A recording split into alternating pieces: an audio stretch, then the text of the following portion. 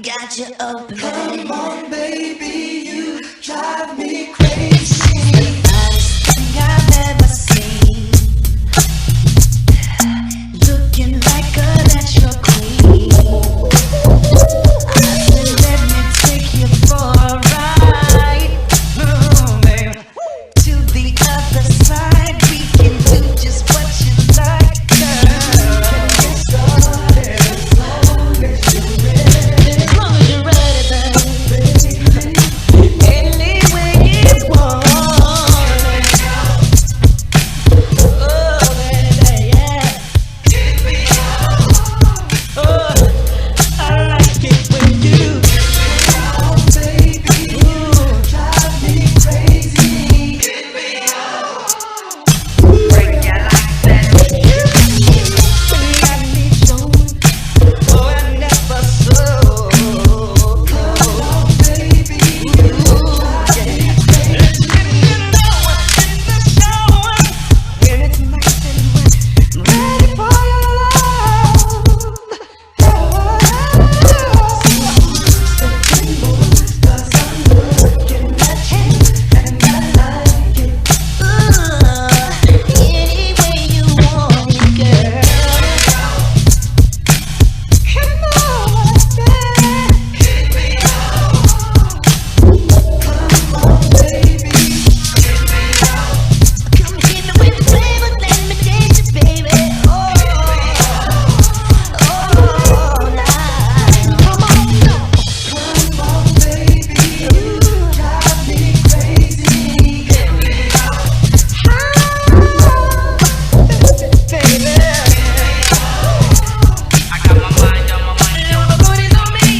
on, baby, you drive me crazy.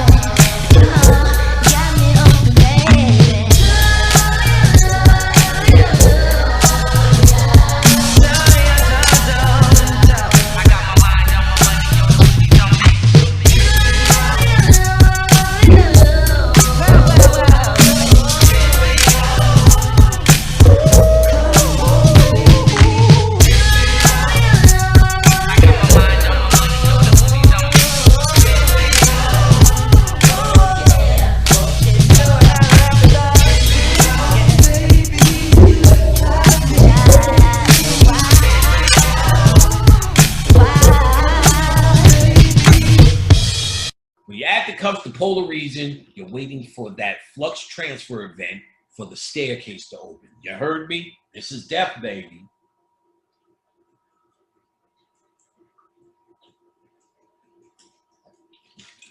This is the science. It's the way out. You're welcome. Yeah, baby. The winding waterway of the Magnetos pores. IS 24 to 26. Self-created dead king ferries on reed floats from west to eastern horizon. Reed floats on west to eastern horizon. We already decoded that the reed floats is the Magnetos pole. Now we know. IS 27, the eastern horizon or winding waterway. IS 27, the dead king travels causeway of happiness beneath the firmament of the sky. After the deceased climbs the great stairway at the gap or polar cusp, he must go through the double ram gate or navigate on the winding waterway and sail in the 8 boat, CT 62. So it's telling you once you get in the boat, you got to know your little dipping and your sipping and your Bill Cosby. Give him a pill, Bill Cosby. That bitch Looney Day or Looney Bell, she is a fucking tasteless lady for this reason. She's interviewing on Vlad TV now. I don't know what that means. But she's interviewing John Amos. This is a fucking icon in an old fucking man. This is someone you salute This is damn. She brings up, do you know Bill Cosby? And remember, he did that movie, Let's Do It Again, with Bill Cosby. He said, no, I did that. Did an episode. He said, I wasn't really on, he was really on point. You know, I wasn't really on that level. He said, of Bill Cosby. He said, Bill Cosby's friends was like Harry Belafonte and them because they was on that level.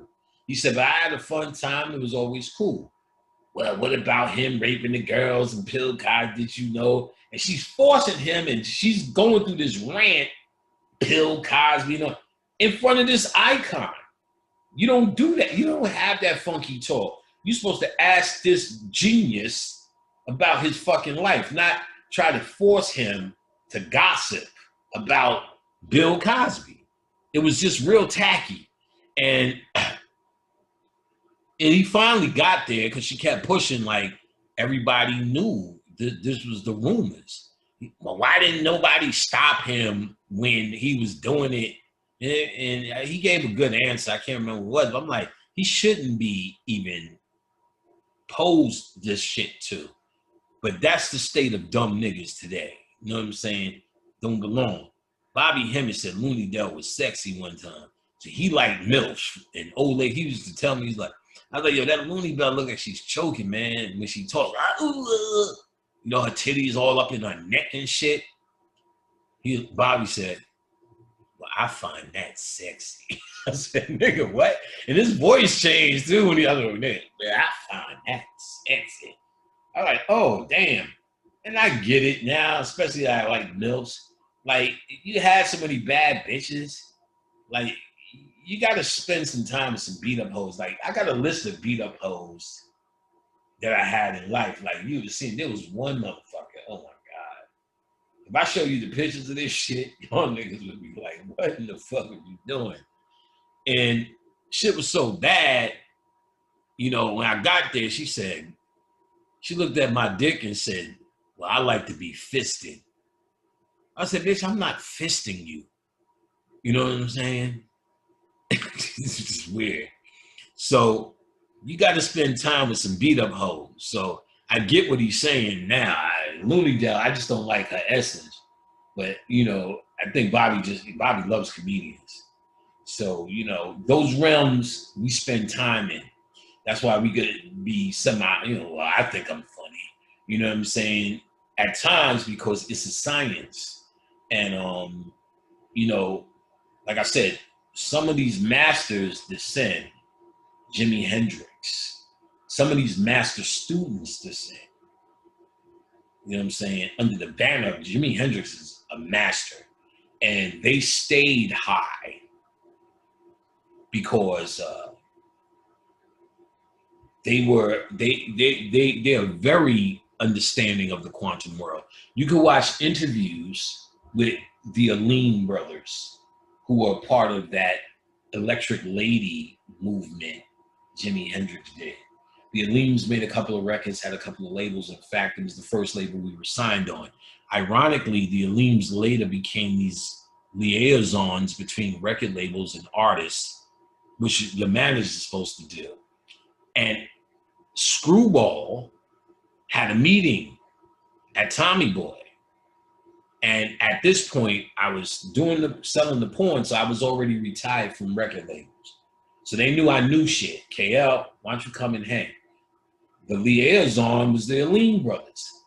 And as soon as I came in, they said, where the hell do we know you from?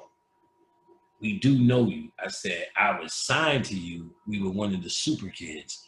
Then drawers dropped. What's you know, because now I'm all glittered up from the porn money. So they was just happy to see that. And they have done interviews where they talked about Jimmy. And they said Jimmy constantly talking about, nigga, I'm going back to Shangri-La. I know where the party's really at. He talked about death and it being the real place. The Aleem brothers talk all about it. Look for the Aleem brothers in an interview. I'm sure it's on YouTube somewhere. Janis Joplin, the dude from The Doors, the Grateful Dead, and what I didn't know, and the spirit came to me. Because some of these niggas can incarnate as white people, but a true white man can't incarnate as a nigga. We could go down. Remember, we created them. So some of niggas are incarnating as white people to get the point across.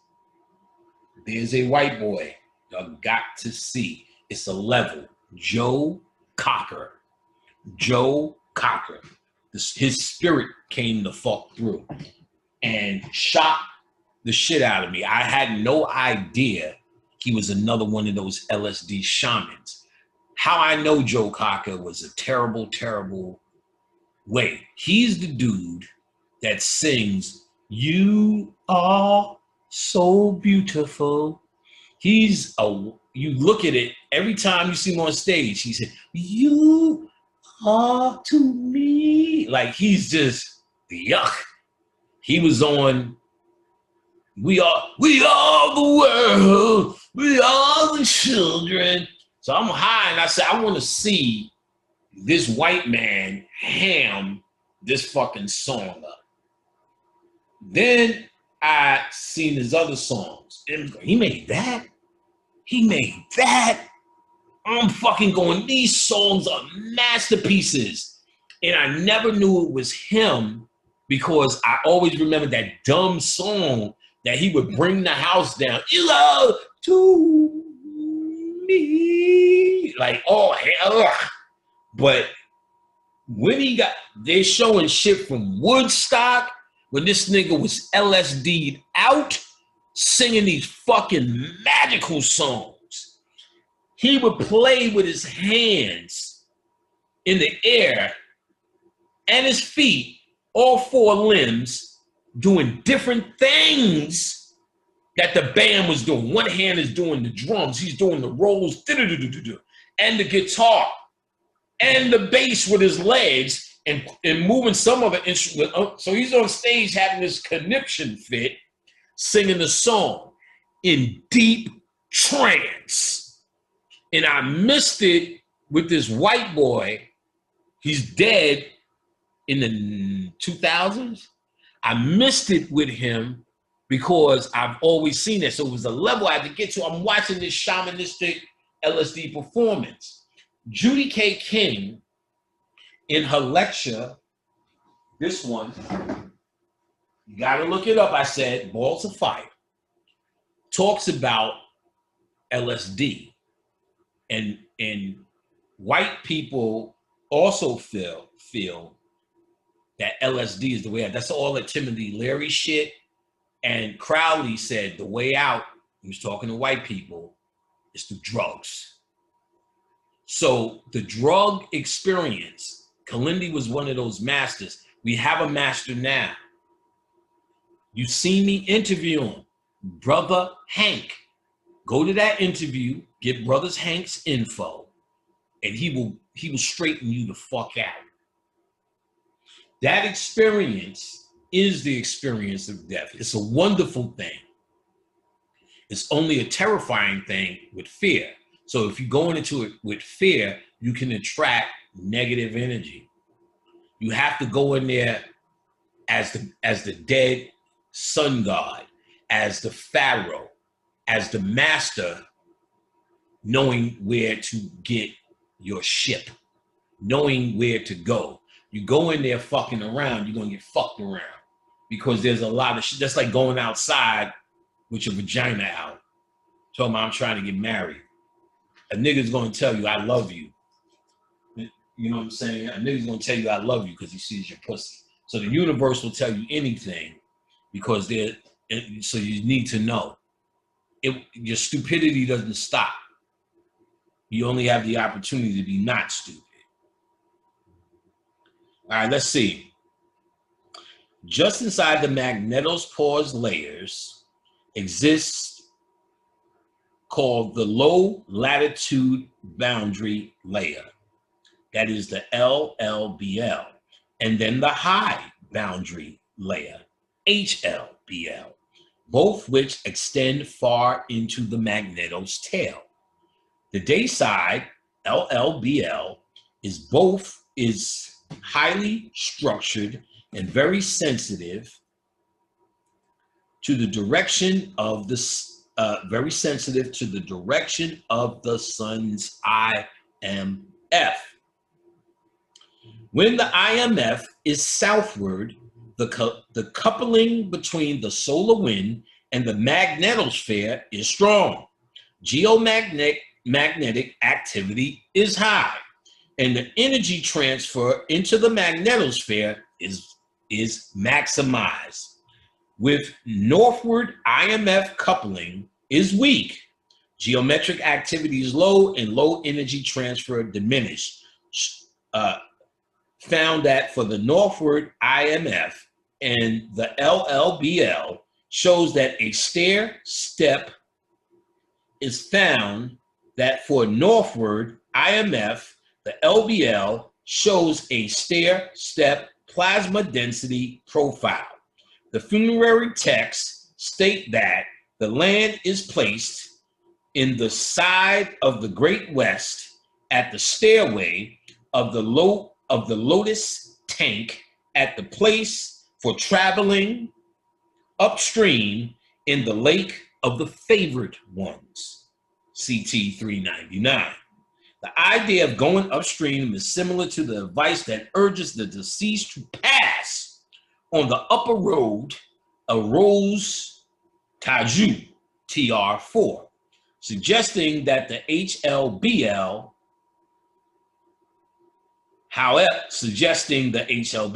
however, it seems possible that both the LLBL and the HLBL may be available paths for the deceased sun god.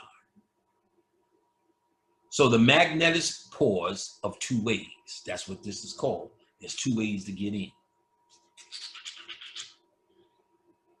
Through the low latitude boundary layer, LLBL, or the high latitude boundary layer, HLBL. All right. So as I pointed out, we already went through this. It's in the DNA. Once you know it, these things, it's going to be easier. Why you hear these words and this shit? Because this shit is her trying to apply today's science and big words to the Egyptian shit. So mind you of what we know what it is, and mind you, keep listening for the Egyptian funerary text and try to stick with her thesaurus words. The LBL is formed by plasma mixing or field lines opened by the magnetospores. Reconnection. Egyptian textual references indicate more than one pathway staring that the deceased may cross the firmament. All right, let me see if this is ended. Oh no, we're still going. 6:39, and this ends. I'm going to be able to save it.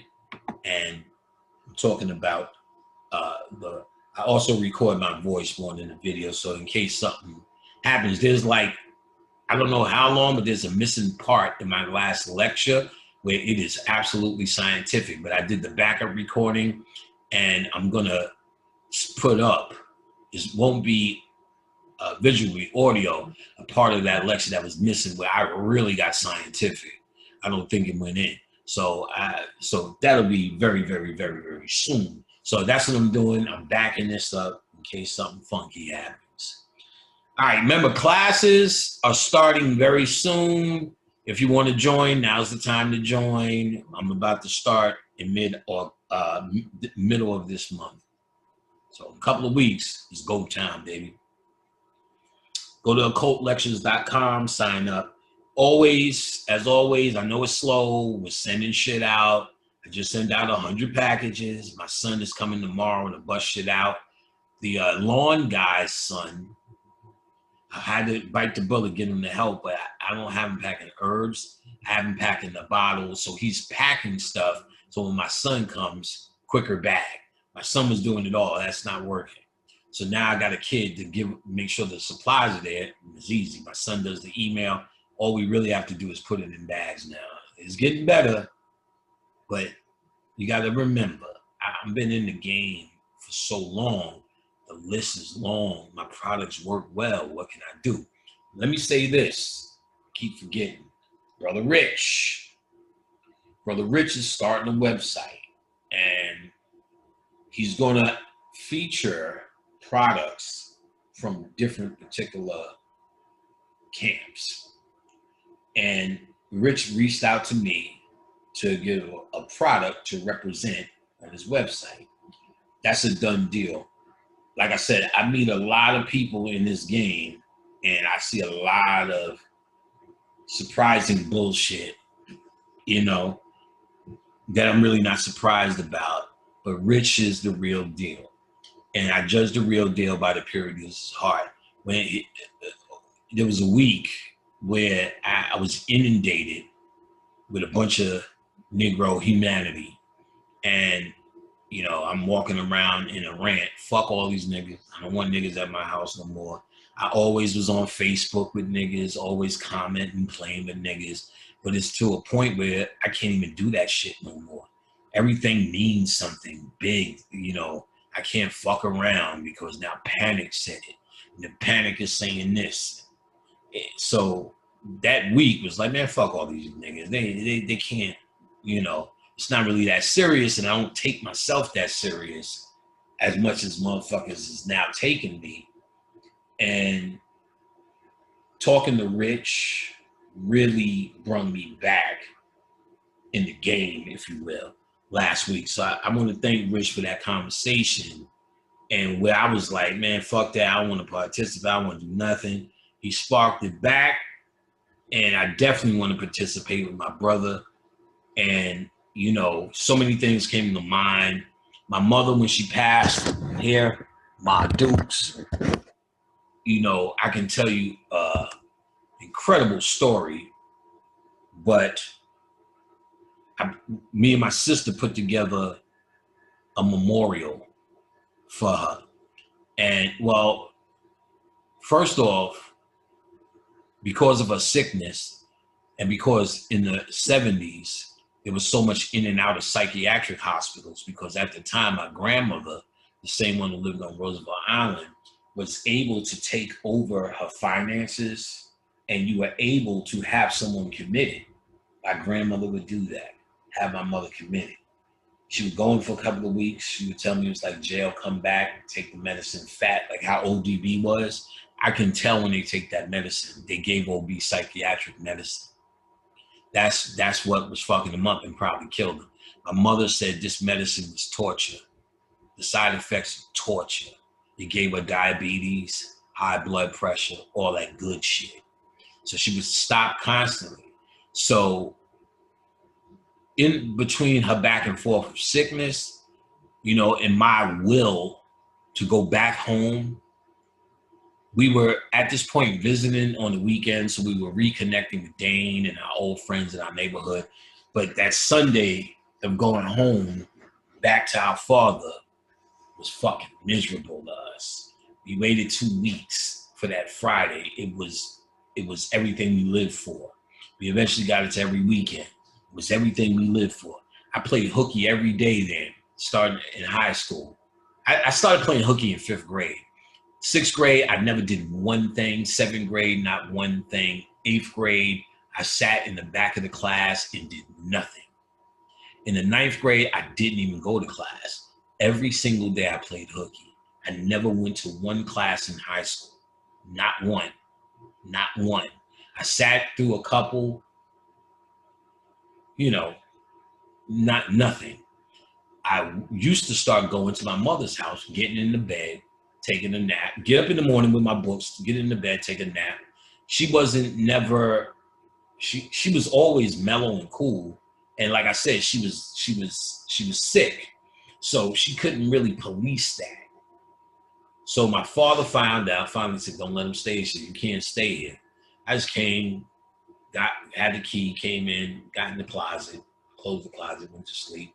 So she opened the closet. I'm like, I'm looking at her. She looking at me. I'm looking at her. She just said, close the fucking closet. Now, it didn't work. I started hanging out, playing hooky. So eventually I grew up, you know, going back and forth.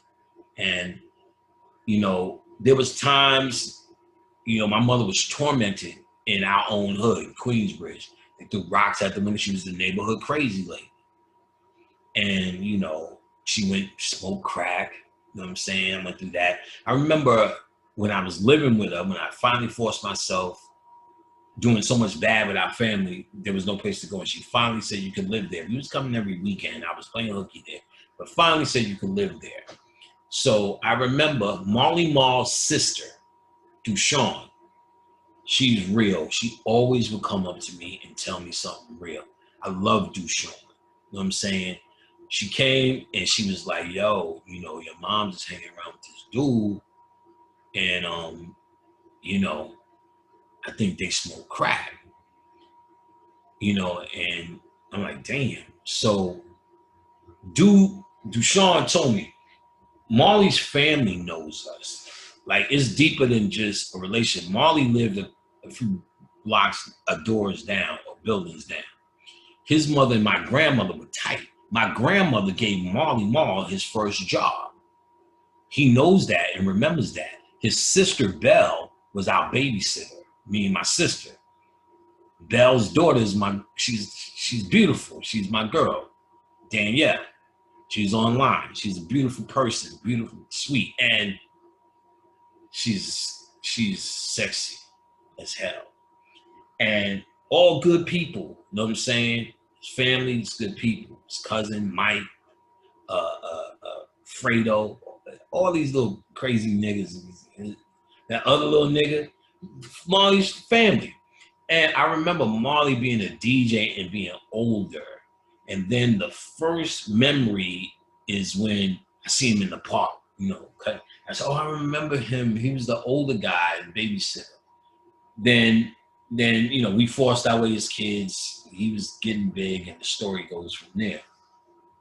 But Dushawn told me this, and then I remember opening the door. I was 18 or 19, and see my mother on the couch smoking crack.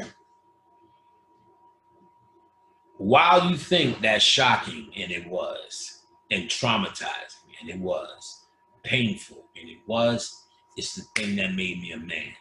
I knew in that moment that this woman I was chasing this childhood thing that will never exist again.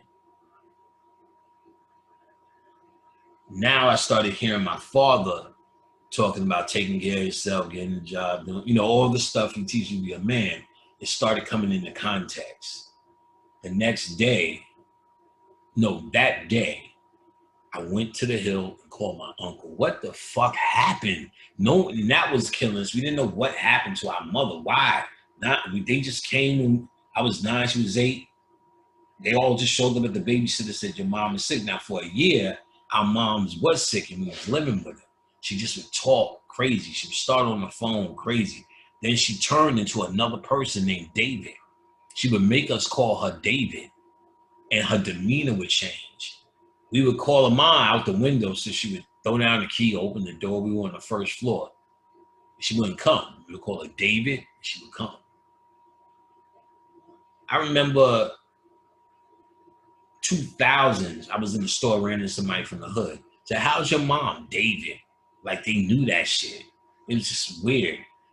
Not even weird. It was a fucked up childhood. Then my grandmother was on the phone with my father, who now had a new family. You got to get your kids. You got to get your kids. I'm about to do this with their moms. You got to get it. I don't have the room. I'm making the story. We went to a foster home, which left a lifetime of shit on my humanity. What I seen them do to my sister, and I couldn't do nothing, is incredible. No boys, just embarrassment. Just to try to destroy her self-esteem. I remember in a snowstorm in Long Island, they made her walk outside with no coat for whatever reason. The neighbors, she had a nightgown on in this fucking blizzard for some punishment. The neighbors just brought her in the house. It was a savagery, you know what I'm saying? He talked to him. I remember when I went there, there was a bunk bed, and her son, he was sleeping on the top bunk. So he said, you sleep here. I remember in detail that first night of being in that house, and I kept hearing something by my head. It was mice. We were from the project, but there was no mice. I didn't know what that was. The mice shit was in the bed where my head was, in this place. And it was a nice Long Island house with a basement and rec rooms, all sorts of shit. They just had mice. She treated us like disgusting. I remember one time we went to the center, and I didn't understand that, and she was smiling and whatever. And they got back and fucked up to us. I remember my aunt on my father's side, they were all young, so they couldn't take us.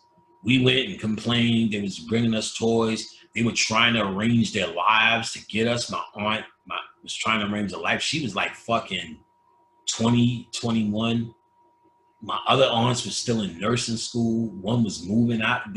No one could take us. Our father came and took us to McDonald's once, and we laid it on thick. Your hand is like my hand, and they're doing this. Next thing we know, he came and got us in the house we was in. He took us. He did do that. So we were there from October to April, and that left a scar that's unmatched. I remember once my mother went to the hospital and she picked us up while we were in the foster home. And mom, when we coming home, I remember she bought us a Zero bar, and she apologized for that year we was with her as the crazy lady. Her best friend, which is Dane's mother, told her kids, you can't go over there no more. But they still can. You know what I'm saying? And I remember her telling us we can't go back, having to bring us back to the foster. We didn't go home. We stayed in Jamaica, Queens, near the center, and went back. Then eventually, like I said, we moved on. So as we fast forward, and I lived with her, left, talked to my uncle. I just got to get this story out. Talked to my uncle, and he told me in the marijuana, remember her boyfriend Richard? Yeah, they were smoking LSD. She never came back. That was good. I had nowhere to go. I called one of my father's old girlfriends, who was very abusive to us when she was with him. But she was one of them ghetto moms that would take you in. And she did. And I was surprised because I thought they were so ghetto. She said, you got to work, get a GED, da da da da. The next day I was in the GED program at work.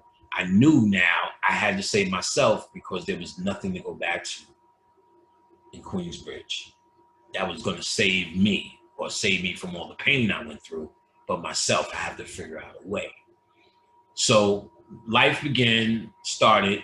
I used to drive past in Queensbridge for whatever reason, and I lived with my grandmother. My grandmother was still taking. My mother would come over to get her money. My grandmother was taking her check and paying all the bills and giving her a weekly allowance. That was happening. My mother was surviving, and I was seeing in the window. My grandmother passed in '93. I moved to Jersey City. I was living when I moved to Jersey City. For about a year or two, I would see my mother's windows. Then the windows changed. She wasn't there. So for years, we had no idea where she was. That alone will fuck you up. So in 1997, I'm walking on 34th Street and see my mother sitting on the curb in a store corner with bags like a regular homeless person. I need you niggas to understand what trauma is, nigga, and I'm going through the light version. So I went to my mother and asked her, are you okay? Do you need help? And because she understands help to be the mental house, she went crazy. No, I've never seen her that sick. She was talking like this, showing me pictures of white kids, and I couldn't do nothing. You want to come with me? Never. You need help? No. If I had $1 million, I couldn't save my mother. And the law has changed where you can't have someone institutionalized. If they're no harm to others or themselves, you can't do it like my grandmother did. So my sister, very capable, couldn't do what my grandmother does. Did. So it was very hard to walk away from her, knowing what I seen. I gave her a card. I was working on a record label. And when I got home, I ferociously yelled into a pillow. I've never felt nothing like that. Nothing. It was a pain that couldn't go away.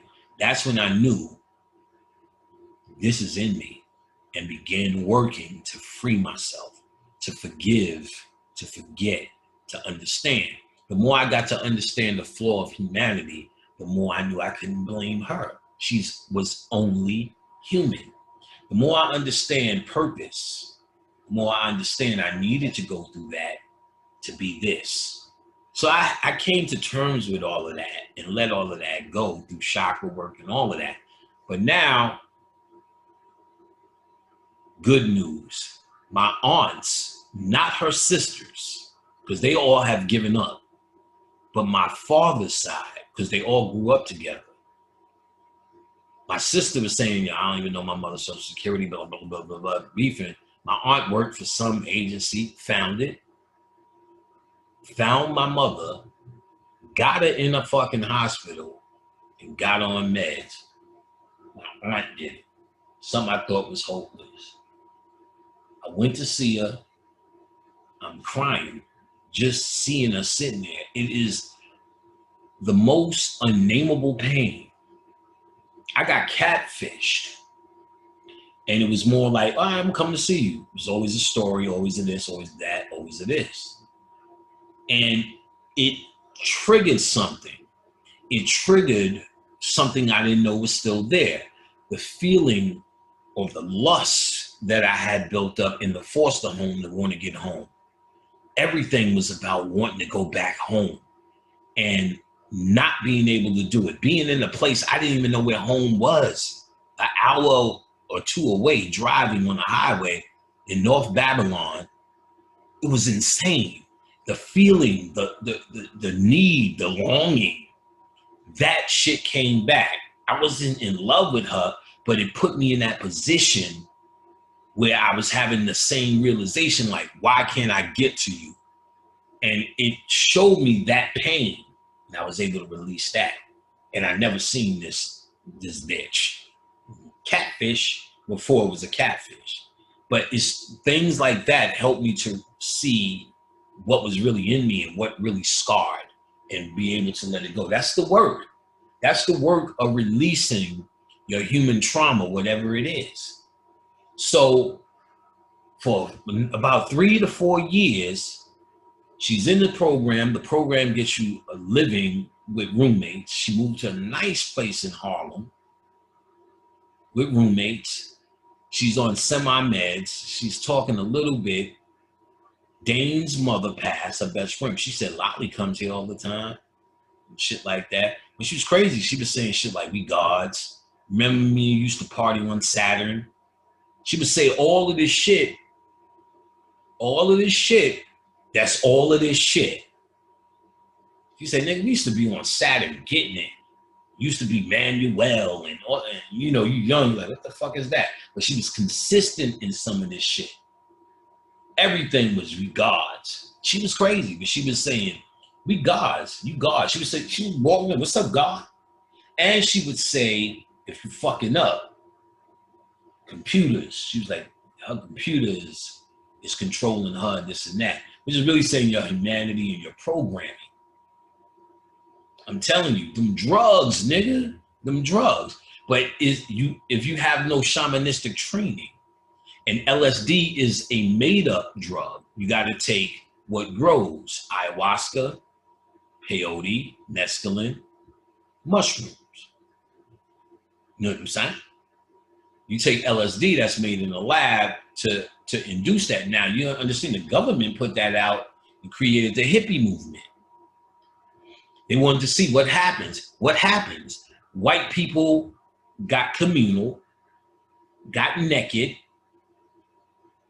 and became one. Isn't that African culture? Communal, naked, they were becoming niggas off of these drugs. Your melanin is a slight DMT thing. That's why you have all the creative ideas. You're in that zone. You are a reflection of it. Your melanin is, you're going to see as I go on, a part of a system that helps you get through. Boom. All right. So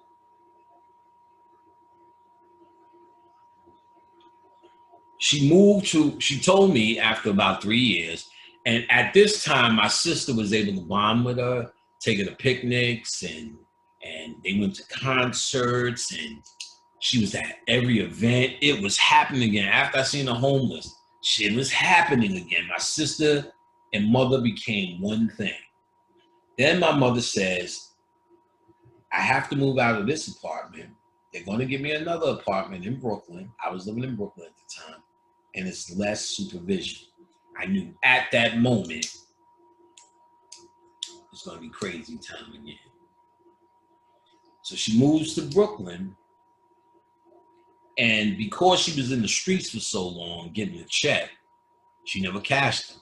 So she had, we talking 50 G's of stash, which was good. So she got money, and she only remembers me as a kid. So at this point, I'm a computer tech.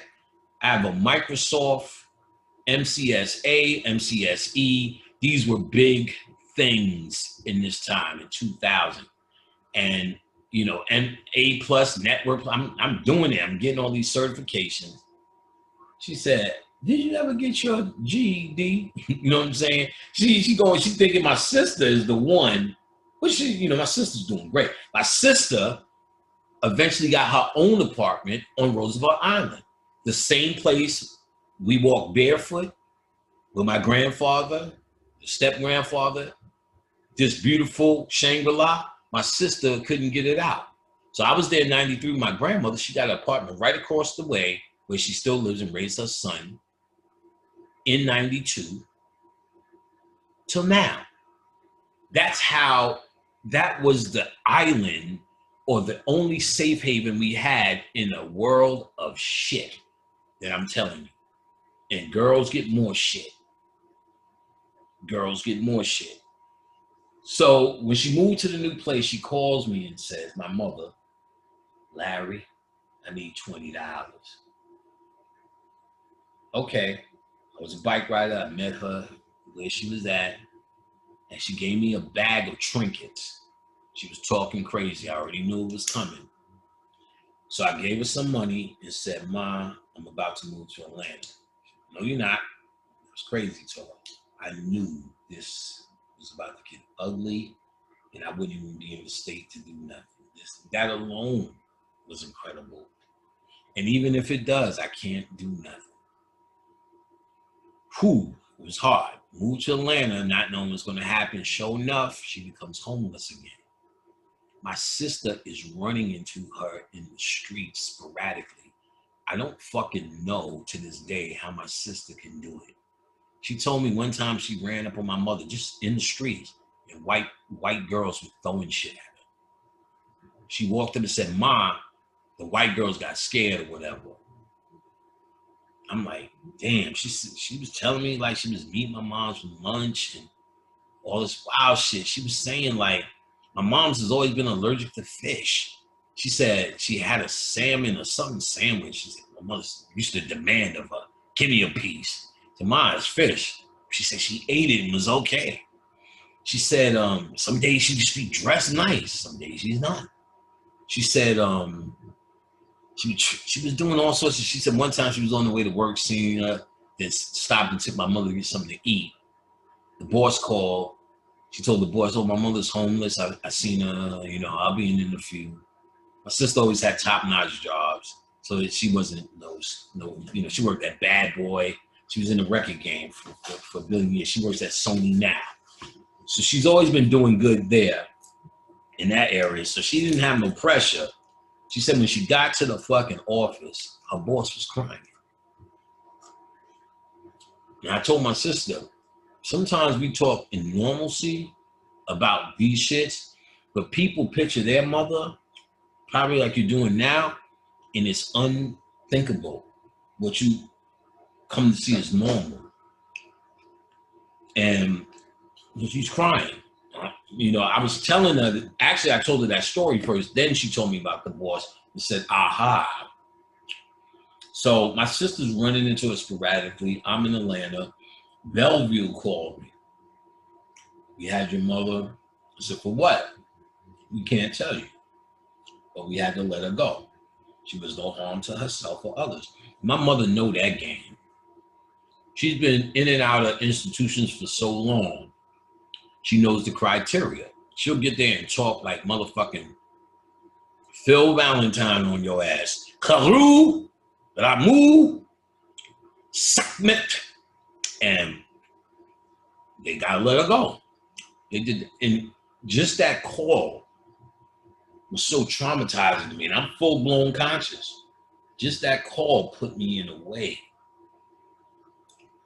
They did it again, calling me twice. Right? Now, it's hurtful.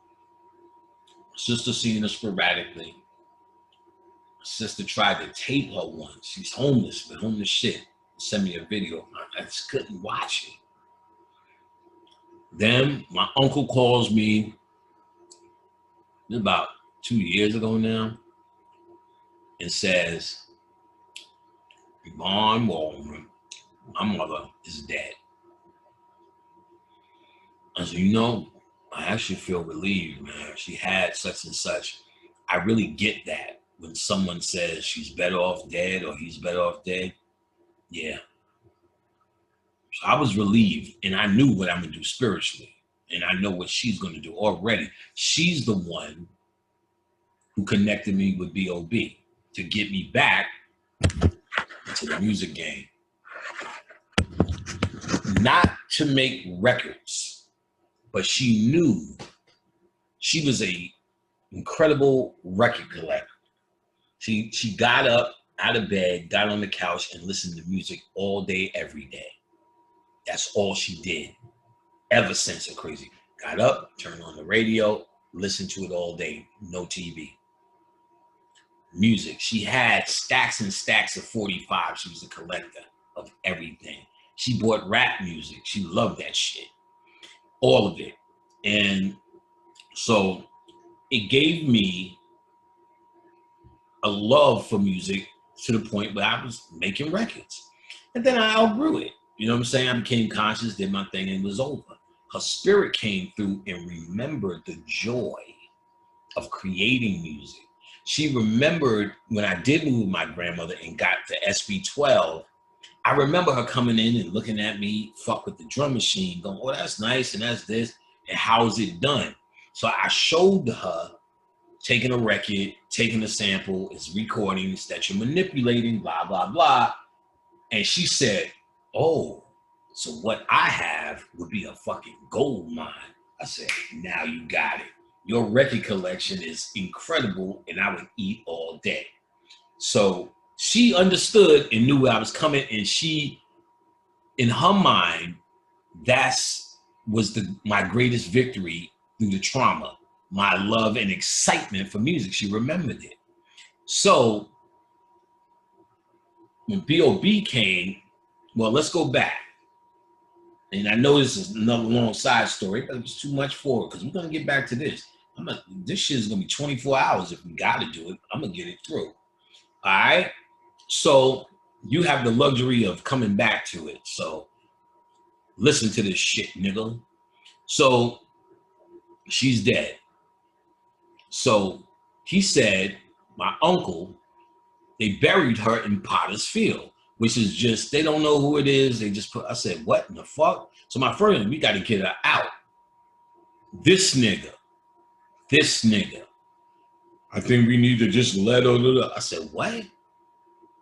See, they dismissed her as a sister a long time ago, but they're talking to us like, you know, all the time. Even my aunt, my conscious aunt, I had to tell her, the way you talking in this gossip form, I know y'all did that because I remember them talking in the Yvonne's. So Yvonne said this on the phone, because we used to be in the back in my grandmother's house. We thought we sleep, but we heard them gossiping.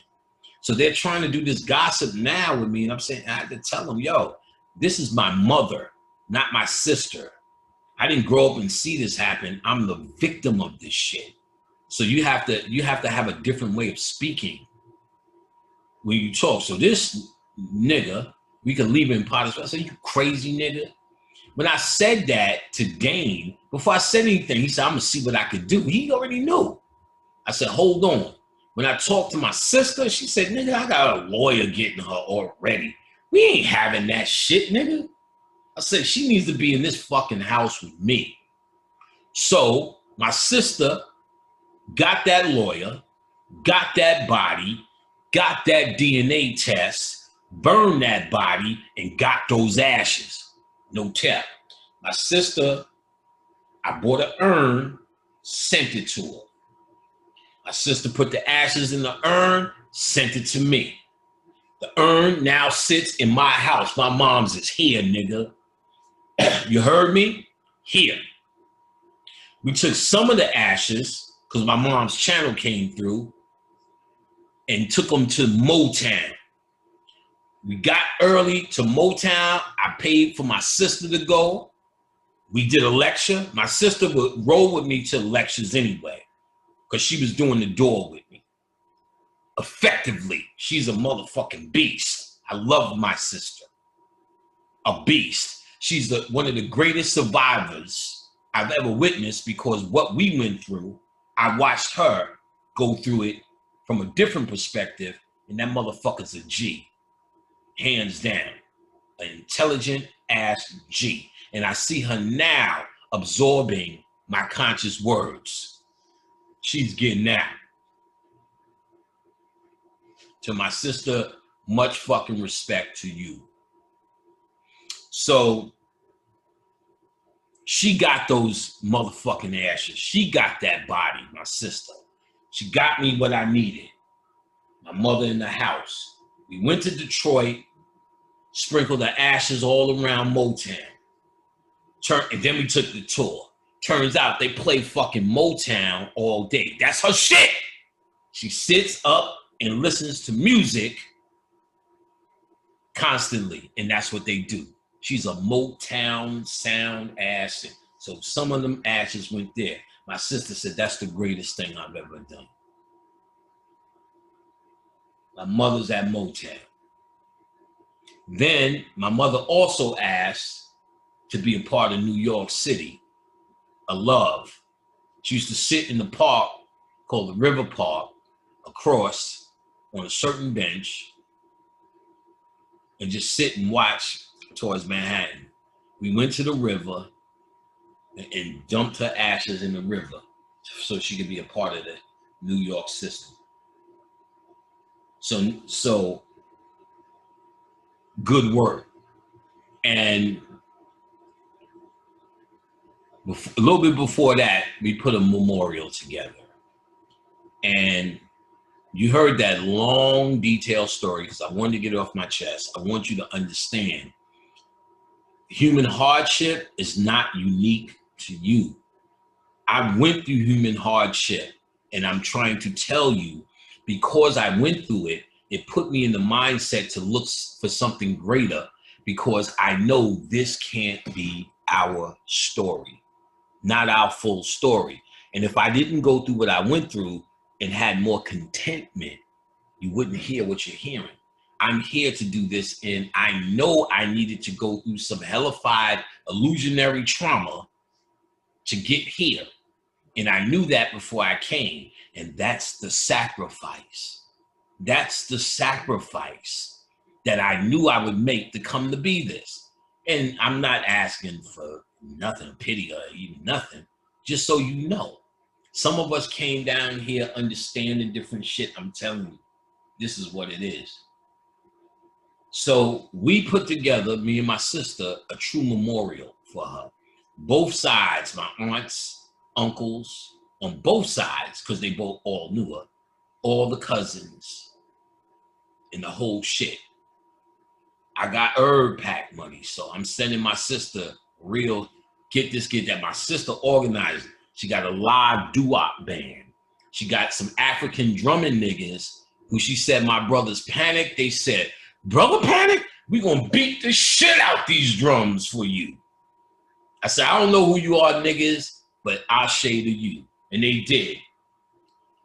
Then she got, what's the sister? Terrell something Hicks, I think. But it's the sister who sings. The little dark-skinned sister who sang in that Subway thing, who eventually was the girl, DMX's girl in Belly. And she was in maybe something else. Sweet something with a beautiful voice. She came and sang. Then there was another African lady from somewhere else that came and sang. And a band. There was another live band of something. The music thing. She had it in the church on Roosevelt Island, which she knew she could get, and that's why she wanted it. It was all set up. Everybody was coming. I paid for all the tickets for my family. The boys, they were going to meet directly, you know, Khadijah, everybody. We was rolling. And motherfucking, I got pneumonia. It was coming on when I did the lecture in New York. I was starting to feel in my sciatic nerve, in my ass, and I was talking about it, impossible pain. After Rich promoted it, I called Rich and said, yo, Rich, turns out, Rich, damn, I damn sure gonna do this for Rich. Rich said he had the same problem. So he told me some things. And I said, fuck it, I'm still coming to New York. I suffered through the plane ride. And my aunt was like, you want me to massage it? I'm like, no. Rich put me in a little ass room. He didn't know what the room was. So there was sisters coming up. Y'all massage therapists. I do it. Khadijah used to be a massage therapist. She stopped, so her hands are weak. I was like, no, you know, it's too much of a little room for a woman to be in there doing all of this. So I couldn't do it.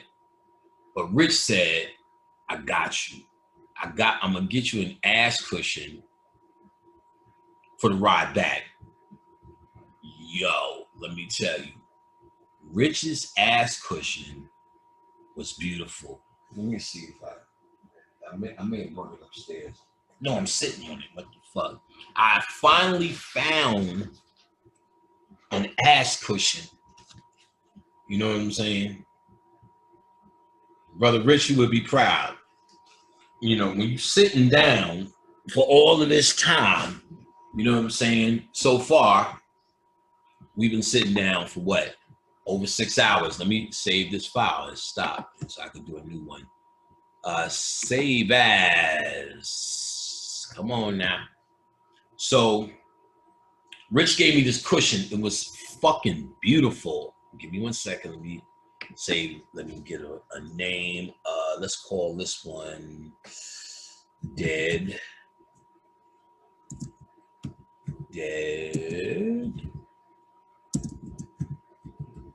Travel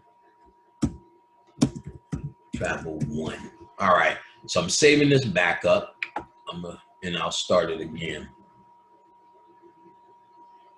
It'll say it. There we go. All right. So Rich gave me an ass cushion, and oh, it was so comfortable. I started going everywhere with this ass cushion that Rich gave me. Khadijah hated that shit. I be walking in fucking, because his ass cushion had like a handle on the shit. So you could carry that shit like a suitcase. Man, I was going to movies, fancy restaurants. We had Papa Dough. I'm tugging this ass cushion. It was just so fluffy. That's it. Let me try to find another one, a backup. No ass cushions was adding up to Rich's ass cushion. Rich, your ass cushion, if for no other reason, I owe you for that. That ass cushion was magical, nigga. I went to the movies. We was trying to sneak some snacks in. And this young nigga was like, you can't bring no snacks in. I got to see your bag. You can't. Like, nigga, we ain't going to eat it. We just went to the store. You can't bring them in. And, you know, the niggas about your son's age, you want to screw the fuck out the way. But you can't. So we left in a hissy fit. Fuck that movie. Fuck that. You know what I'm saying? We go home and watch the big screen, nigga. By the time we got halfway home, I realized I left my cushion there. So I know Khadijah's not going back. She hates that fucking cushion. She said, oh, word? I didn't even ask, like, yo, you know, could we go back and get my cushion? So I knew that was the end of the cushion. I literally was fucking depressed. Rich's ass cushion was immaculate ass cushion. So Rich, I was getting sick, man. Then it got worse. Like, I couldn't walk. I went to the hospital a couple of times. One doctor cursed me out. I can't give you no, like, I'm coming for the pain pills. I'm like, nigga, what else do y'all got? Physical therapy, nothing for this shit. Then I started not being able to breathe. Ambulance level. Oxygen. They say, yo, you got a pneumonia. And I'm like, yo, I can't walk neither. So they started clearing out the lungs. They give you the lung shit to breathe, the oxygen and all of that. Had pneumonia. Started spitting up the phlegm. Boom, clearing out the chest. We were supposed to be at my mother's memorial. My doctor's coming in. Yo, telling me shit, doing shit. And I know this bitch. Me and her don't get along. She used too many scare tactics. But that bitch came every day. I gotta say that. She came every day when I was in the hospital. Like, I gotta say that. She did come every day in the hospital. I'm thinking now. And basically I was like, yo, my mother's memorial.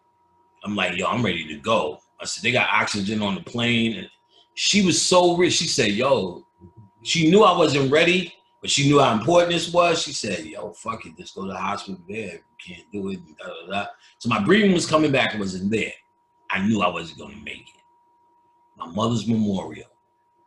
So called my sister, said, yeah, I don't know. I don't know, blah, blah, blah. I don't think it's going to happen. She said, write a speech. Boom, I wrote a speech. And I said, damn, I'm going to miss this shit. Let me call Brother Rich. Brother Rich, what are you doing? Yo, I'm about to do this. I got to do this. I'm about to film that. I said, yo, do you know anybody that can film for me? This is the situation. Rich said, for you, I'll do it. I said, please get reactions and da da da da. I said, how much you want? He's like, I don't know, Panic. I said, pick a number. He said, $200. I'll give you $400. He said, what? I said, $400. Please do it for me. Rich came and killed it. He filmed everything for me. He caught the moment. He filmed my cousins talking in the end, the reaction. They fed him. They treated him like family. My sister met Brother Rich, loved him. Brother Rich came. Brother Rich made DVDs of it and sent me that shit. I am forever in the debt of the heart of Brother Rich. That is the realest shit ever. So when Brother Rich called, I know I've been slow on it, Brother Rich, but don't think I'm not formulating. I have the formula. I have a formula for you. I tell you, the Spirit was going to give it to me, and it gave it to me. I didn't even need the book I was looking for to reference. I have a formula for you to clear the house, and they can mix it with 4 ounces of alcohol and wipe it down, then get in the shower. So it's a spiritual cleansing as well as a house cleansing. That's what I'm going to give Rich so he can represent on his website. I said all of this long story because this is therapy as well. And I want y'all to hear and know, some people in lectures heard this story where I come from. and what I become, you can do that shit too, no matter where you start, no matter what an obstacle. It's really about you facing this shit, facing this trauma to understand and learn and learn how to let go and not let it consume you. That's mastering and dealing with your humanity. I didn't let something, and I gave you the short version, man. I just remember, nigga, I mean, things like I'm just walking in the shadows and see my mother buying crack from niggas who I thought was my friends and them selling it to her. Every time she walked by, wherever I'm standing, everybody just gets quiet. No one would address that elephant in the room. And I do have to shout out my man Chancey, because he did. Like, he was a ranker. He has no fucking morals. So my mother walked by, he said some shit. And it was the funniest thing because no one ever really addressed that to me. It was like the realest thing to me because everyone getting quiet was like, nigga, that means you say something later. Say it to me. I know what's happening. We're clear. My mother is the crazy. Nas made a record, one of the lines in Street Dreams, early 80s, throwing rocks at the crazy lady. My mother was the crazy lady. Shit fucked Nas up for that. But they didn't know. They didn't know. This is incredible trauma. Incredible trauma when Dushan came back later after I moved and said, they smoke crack in your mother's house. It's a crack house now. Do you know what that does? Do you know what it does when we used to drive past our windows and just see the debauchery in them? Oh man, we just fucked up. You can get past that too. Sorry to keep y'all so long, goddammit, but hey man, listen. It is what it is. Okay. New. All right, so this is part 2 in terms of recording. So we're gonna see, because we still going. This is one of them shits you're gonna have to investigate lectures. All right, we're worried. And thanks for listening. All you fucking niggas, thanks for forwarding. But all of this to say, Brother Rich's heart is a real deal, nigga. He never participated in any debates. His fucking integrity is top notch. And I know you know who Brother Rich is. Support him, support his website. This guy is the real deal. He's the real deal, I'm telling you. He stopped what he was doing and he filmed that for me, excellent, professionally. I've seen it now because of him. He saved the day for me. Rich has come out to my house just for one day to get filming. Rich was working on a documentary. When I'm sure he'll let you know when it's ready, and when it is, support. He's a real deal Holyfield nigga. And woo yow. All right, so let's get it.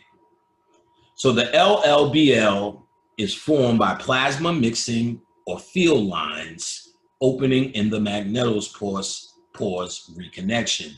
Egyptian textual references indicate more than one pathway, stating that the deceased may cross the firmament, may he traverse the sky, may he travel safely on fair paths on which the blessed travel, CT 399. Boom. So both the LLBL and the HLBL may be routes to an open IMF line.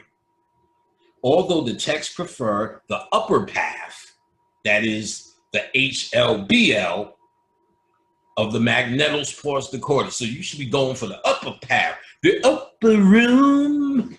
Ooh, Lord, the upper room. Yeah, baby. Path of the West. Path of the West equals the LLBL and the HLBL in the magnetopause. That's your pathway to the West. One must consider that the chaotic magnetosphere processes are those of reaction diffusion kinetics. So possibly all the deceased must do is be in the right place at the right time. Breakthrough information. So all the deceased must do is be in the right place at the right time for the process to happen. So once you get there, it's going to be about your DNA, because the DNA has to be changed and you need the stuff for it to change, for this world to flip. You're in the world of disorder and chaos, the upside down world. When you look with your eyes at this image, it shows your holographic brain, the mechanism, the picture upside down. Oh, ooh. So remember when Jack Sparrow in number 3 said up is up and down is down? He had to get out of that netherworld into this world. They had to turn the boat upside down, back in the world of chaos and disorder, in the world of illusion, upside down. Look at the picture, shows me it backwards. It doesn't do that at the magnetosphere. And there's a whole chapter on you turning up right side up or upside down. We're going to get to it. But we need to understand, because I told you of your Kemetic genius, your Kemetic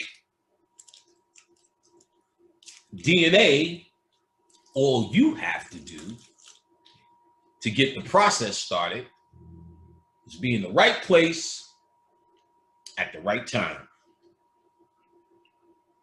That is an origin of reconnection at the polar cusp. And all the kinetics will transport him to all of these processes. Somebody wrote, he's good, but he chews in the East. Why is he doing that? Because I can. When was Lil used to chew? I got gum. I got gum.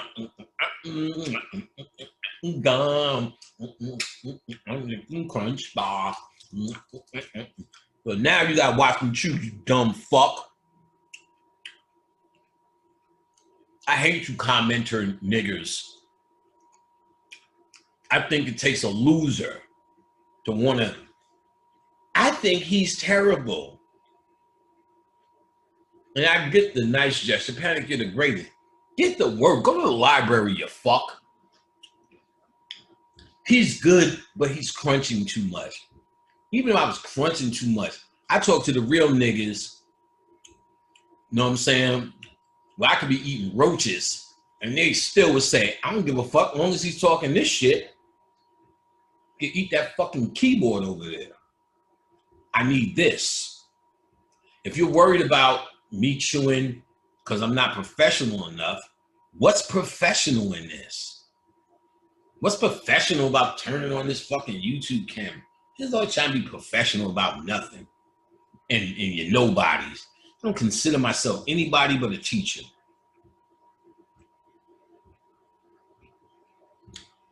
But during those last dying earthly moments, the deceased is able to gravitate or will his consciousness, molecular remains, to the polar staircase, site of reconnection. Then it seems that events would unfold automatically, unveiling a different reaction pathway than the deceased would experience at any other location on Earth. This is the way out, up in the cusp. Yeah, baby. Pimpin' won't he will. Shout out to my man B.O.B., Pimpin' Gig, Pimpin' G.I.G., Gentleman G.I.G. That's my man B.O.B., Gentleman G.I.G., G.I.G., God is good. Pimping God is good. So when you see B.O.B., call that nigga God is good. What's up, God is good? Call me, won't he will. Pimping, won't he will.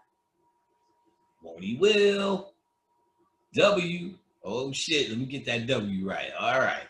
Won't he will, baby. Won't he will. Pimping, won't it will. All right. I'm bullshitting too much. I know we here forever. You see the energy, baby. 7 hours. We just begun. You don't want it with the Hove, nigga. This shit will break before I fucking finish today. The good news is you can come back to this lecture. It's not long for you, but it's the most important shit.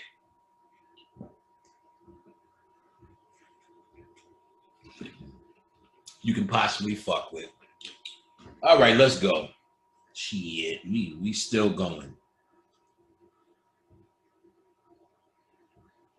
It may be that the time immediately after death is critical for achieving the desired chemical reaction. The time after death is critical for achieving the desired chemical reaction, because all this shit that we talking about is ultimately just a chemical reaction with the DNA. So after death, is crucial for achieving the desired chemical reaction. The question arises: how does one with a molecular consciousness how does one will a molecular consciousness to the cusp, where an ordered set of chaotic events will occur? So how do you get there? How do you will yourself? Let's go. Let's see if I highlighted enough that explains that. With the Egyptian instructions emphasizing the western path to the northern polar region, it seems possible that they were aware of the Coriolis effect. Listen, Coriolis effect, which would bring a west-moving entity to the northern polar region as a consequence of the principle of conservation and of angular momentum. Certainly, other factors may influence the deceased's course. For instance, if we assume the deceased is a charged particle, then he would have 3 distinctive motions. Here's 3.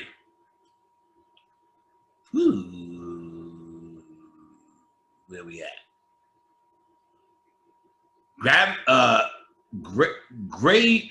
Graviton around a magnetic field line, bounce motion along the magnetic field line, and drift motion across the magnetic field line. Also, electrons drift eastward while ions drift westward. So, if the deceased is in the afterlife is an ion, perhaps he can set his automatic pilot on cruise west, an easy drift to the beautiful west, arriving at the cold polar north, and an element-enriched gap in the Earth's magnetosphere.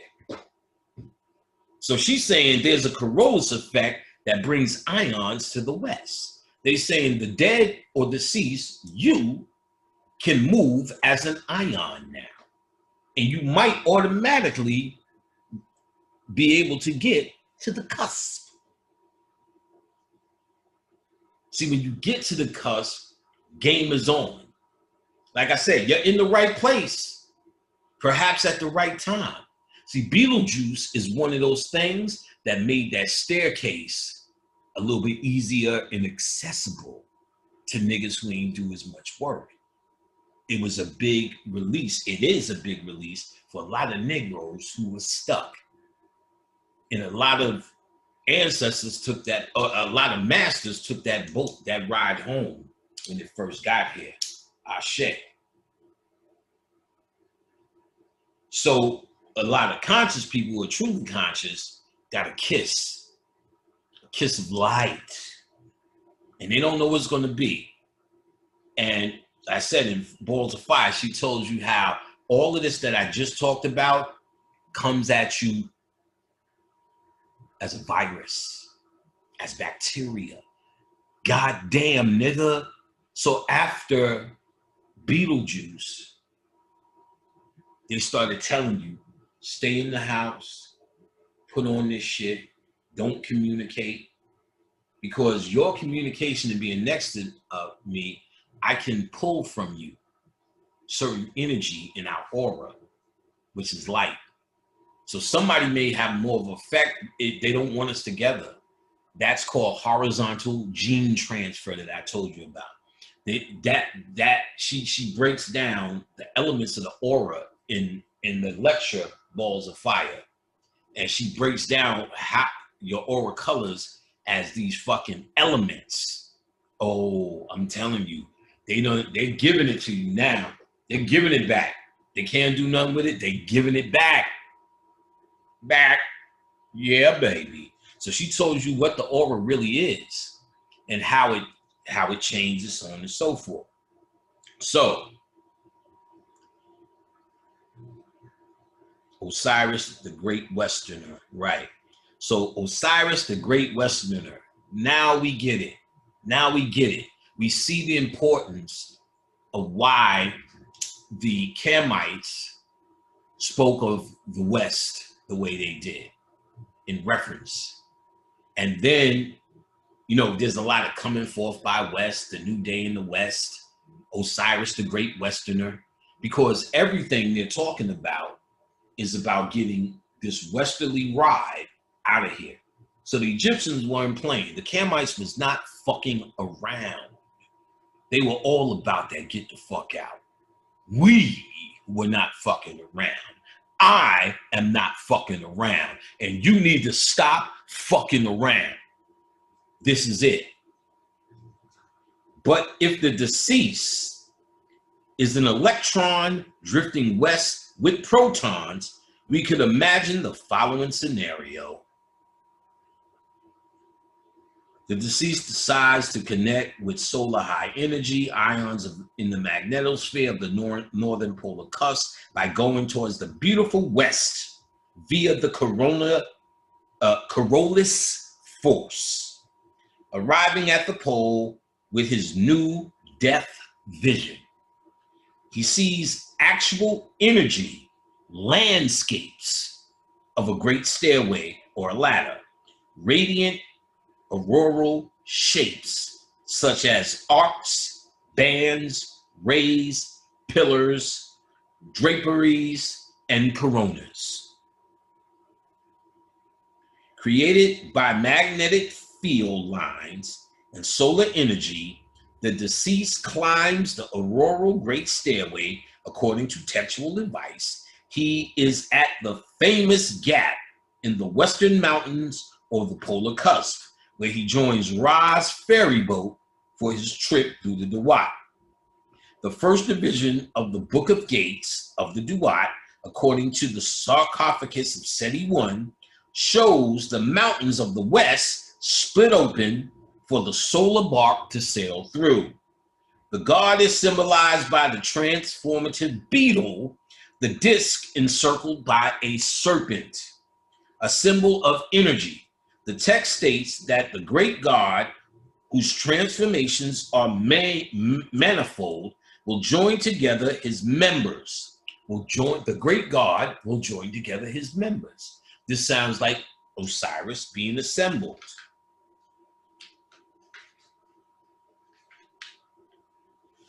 Suggesting molecular self-assembly. So the idea of Osiris pieces being together has now been decoded on the cosmic level. Listen again.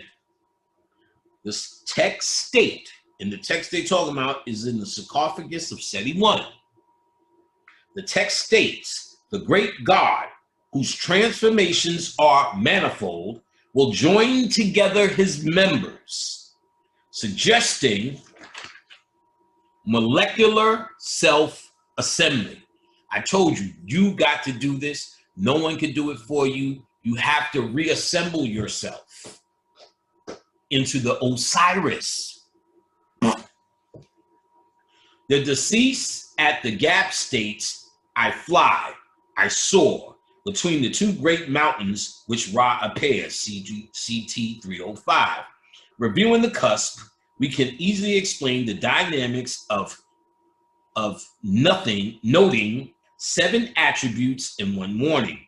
For this explanation, we will assume the deceased represents a Fermi class of particles possessing the half-integral units of I can't say that word, intrinsic sign, don't laugh, electrons, muons, tau particles, neutrinos, quarks. This assumption seems reasonable, for the text asserts the deceased is reestablished in its original shape. So, I didn't go through all this. She went through all 7.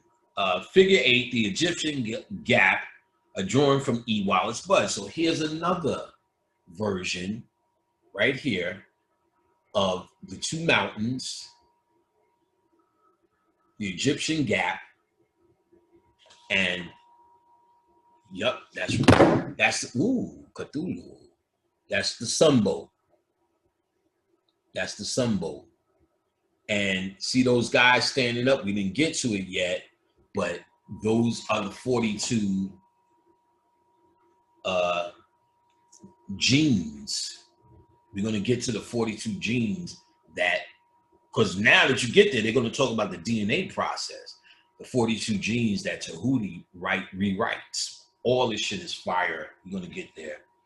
First, the west to east movement. Recall the gap at the polar region, a weak magnetic field where the sun enters the menopause. According to Russell E.T. in 1985, this is the source region of FTEs. The deceased advised not to travel on the western waterways, for those who travel therein do not return. He must travel on the eastern waterways among the followers of Ra and an arm upraised in the east. In essence, we have the potential co-rotating for counter-rotating waterways. The text enforced a specific direction by constantly advising the deceased to turn over from his left to his right. Left to right movement parallels west to east. West to east movement in a clockwise direction. The deceased begins to enter the Wat at the gap, where reconnection occurs at the cusp. The magnetic bubbles are islands in FTE form. This shows that at times there are higher energy protons in the cusp that may represent what the Egyptians refer to as the sun god or strong sunlight, PT 523. So, I skipped the third, the fourth. She says something about NASA in the third. The fourth, higher energy, terrible power. The importance to finding the ferry boat is stressed in the text. So in the text is stressed that you must find the ferry boat there. What does that really mean on the cellular level? We'll get there. So the importance of finding the ferry boat is stressed in the text. Along with this, the deceased must greet Ra in his sun and not be driven off by the Lord of Terror. Terror, greatly majestic, CT 105. You must meet Ra in the sun and not be driven off by the Lord of Terror, greatly majestic. This is from the Coffin Text 105. So they recognize there's energy that we can see against us in this. The Lord of Terror, What did I just tell you? It's probably 2 hours ago about coming in, not understanding, and fearful. You now, through your fear, has called the Lord of Terror. All these things they're going to show you is you. A fire is bound in Ra, which is bright against the deceased, who must join the fire. A possible representation of high energy enhancement in plasma of charged particles of the Department of Aerospace Engineering Science at the University of Colorado. Note that there are two main sources of energetic particles: galactic cosmic rays from a supernova. I said galactic cosmic rays from a supernova, explosions, and solar energetic particles, SEP, relative to controlled mass ejections, CME.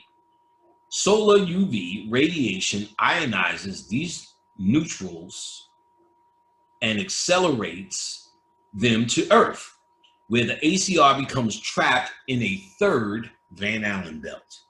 So, there are a variety of high energy particles in the Earth's magnetosphere. However, Li mentioned that the solar wind also contains a hot halo and even hotter super halo population of electrons that varies with solar wind activity. Li said that this is an electron super halo population did not have sufficient phase space density to supply the radiation belt with electrons. So perhaps the sun god's fire represents the super halo of electrons that avoid Van Allen belts. All right. If the deceased represents low energy, the deceased represents low energy electrons. Quasi-trapping.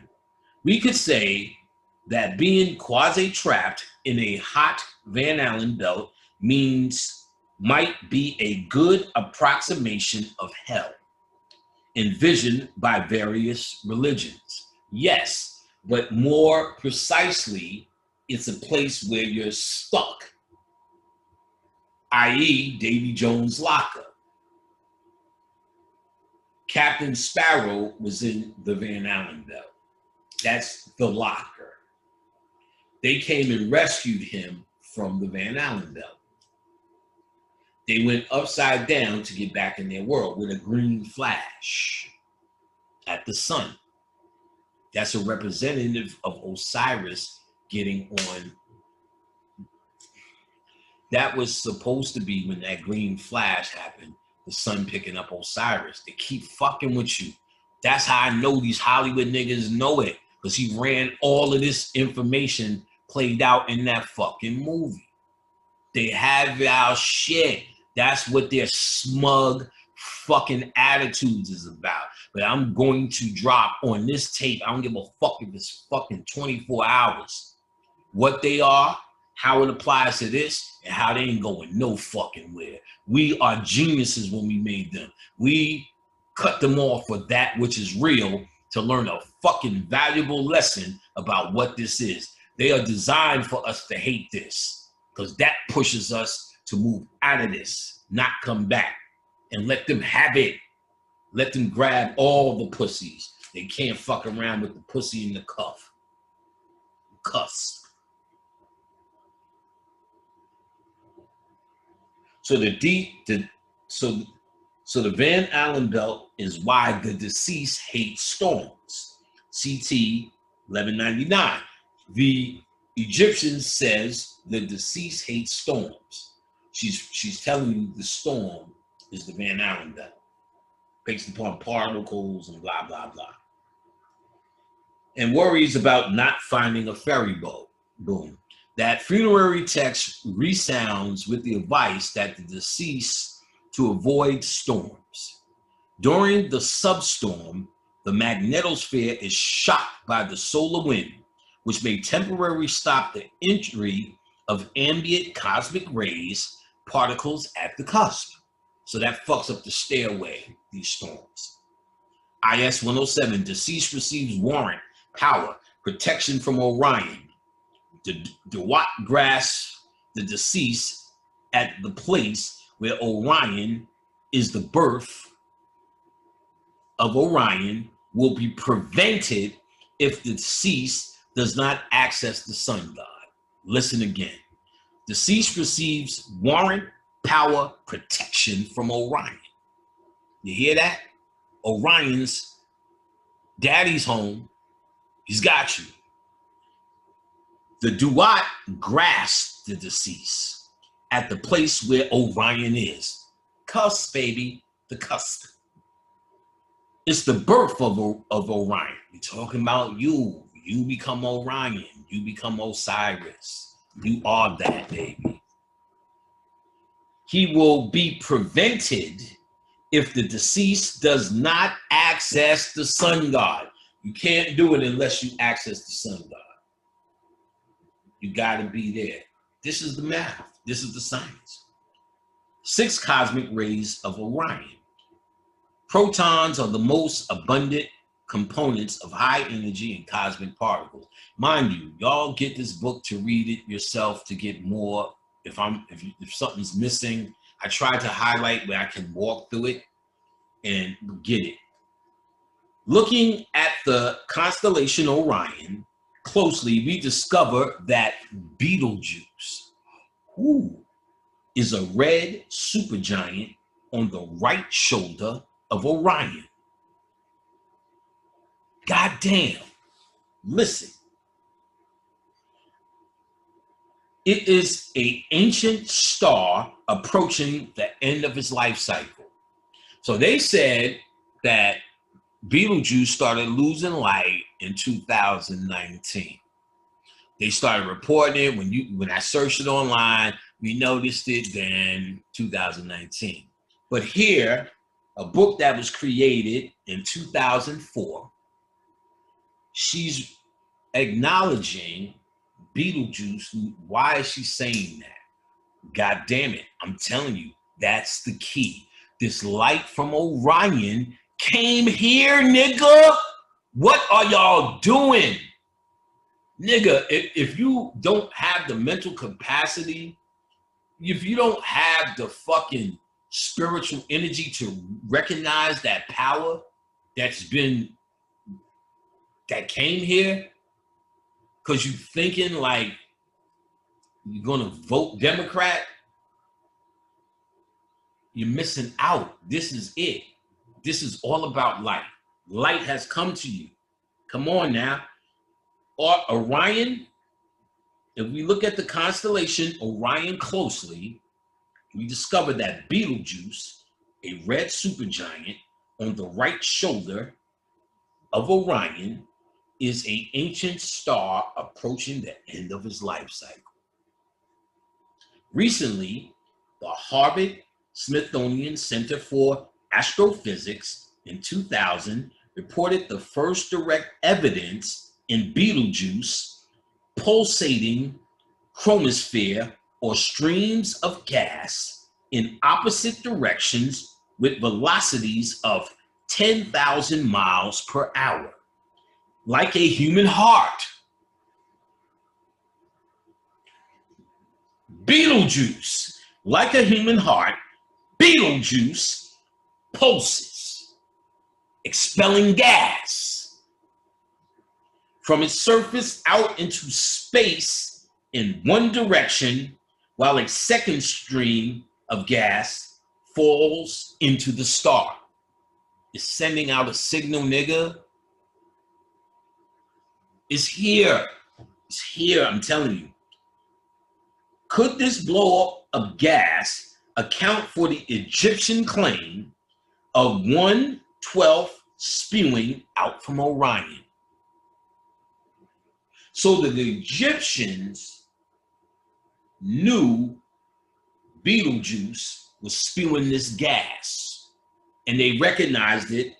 So could this blow off of gas account for the Egyptian claim that 1/12 spewing out from Orion? Is this Orion warrant or authorization for molecular self-assembly at the cusp, the union of the deceased with highly energetic protons and isotopes from cosmic rays?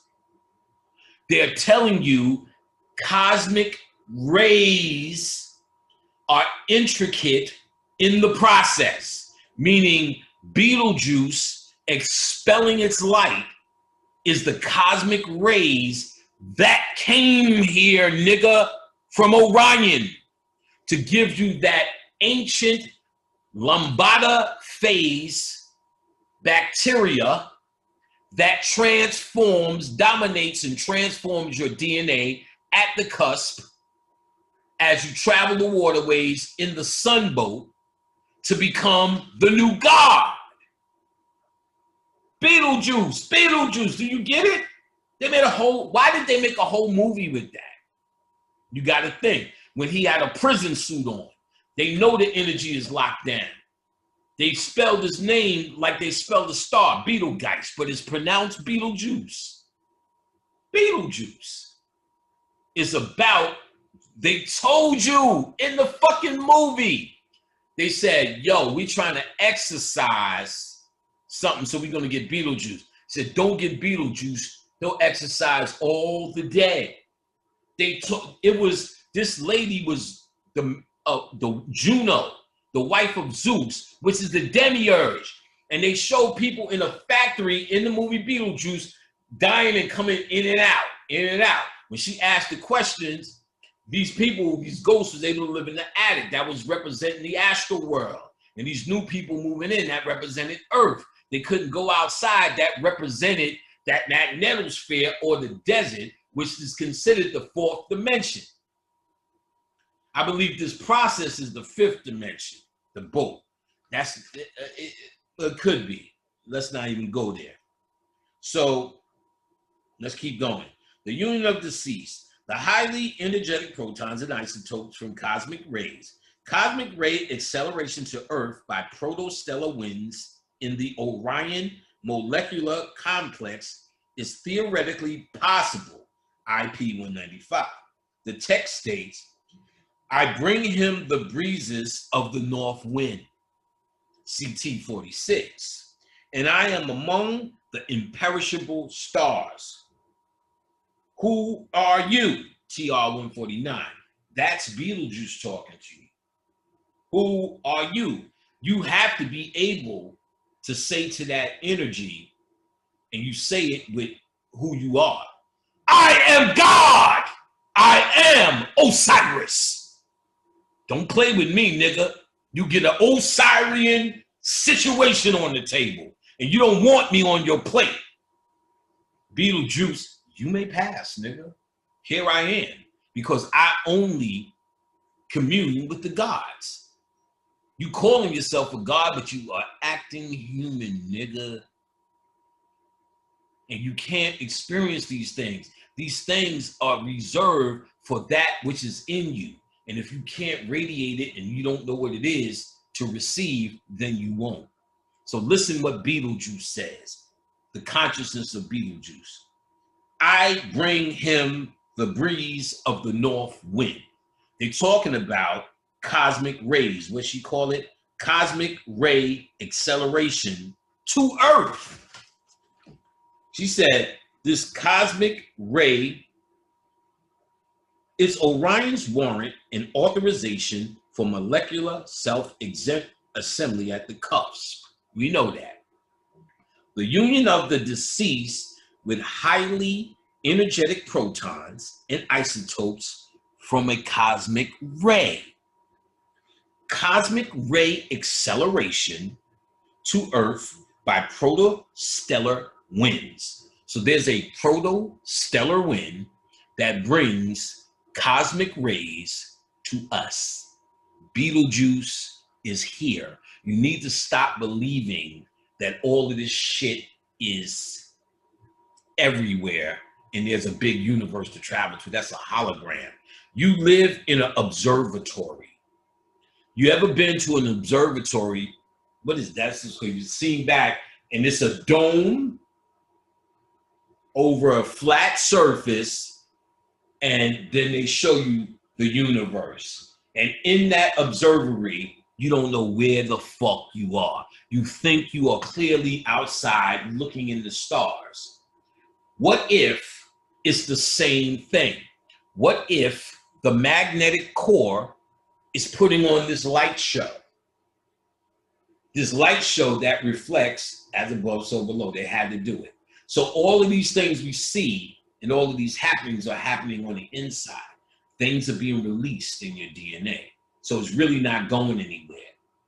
On the outside, what you have is cosmic ray acceleration, because we need something to make it look like it's happening. So when it's happening in you, the illusion shows you there.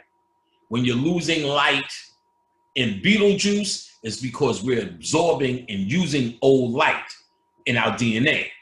We're preparing ourselves, all of us, to go. This whole dream is about to be over. This whole dream is about to be over. Beetlejuice is that light that was taken away so you could be in this matrix. One of them. Now it's back. So cosmic acceleration to Earth by protostellar winds in the Orion molecular complex is theoretically possible. The text states, I bring him breezes of the north wind. CT 46. I am among imperishable stars. Who are you? TR 149. All right. I find Orion standing in my path with a staff of rank in his hand. I accept it from him, and I will be a god by means of it. CR 469. Also, the deceased makes summons to Orion that he should come to me. 469. In addition, the deceased asks Solstice, Sirius, to make my path ready, set up a stairway to a great plan. If you are here, my mother, and who is at the place where Orion issues, CT 470. He was the god of authorized utterance, suggesting justification of the deceased's rank, path, and stay away from Orion. So he was the god of authoritative utterance, suggesting justification for the deceased's rank. Meaning, you have to be conscious, son of a bitch. There's entities to test that DNA, thun. Call Hugh.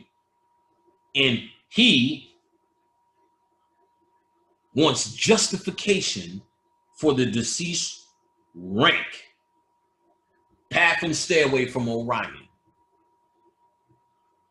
You better have it right. You better understand. Your rank is in your excitement for this new world. Your rank is in your ability to leave this world behind. And I shared just a taste of pain that I went through. I am guaranteed to leave this behind. I don't want to do this ever again.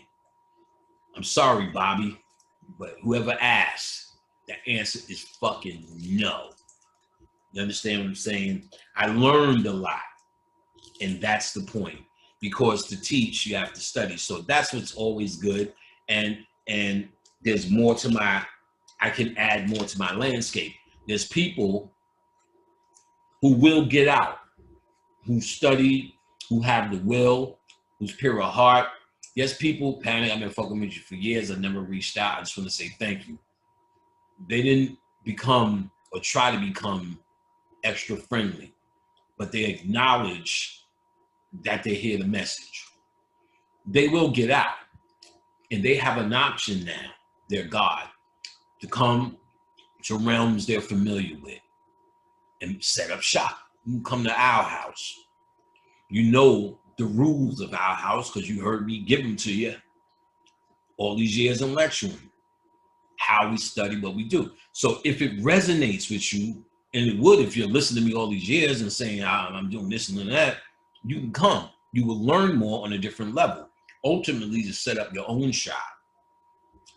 It's all a process of really becoming a star and becoming a master of consciousness.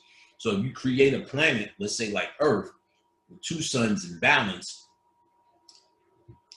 as an aspect of your mind, the things you create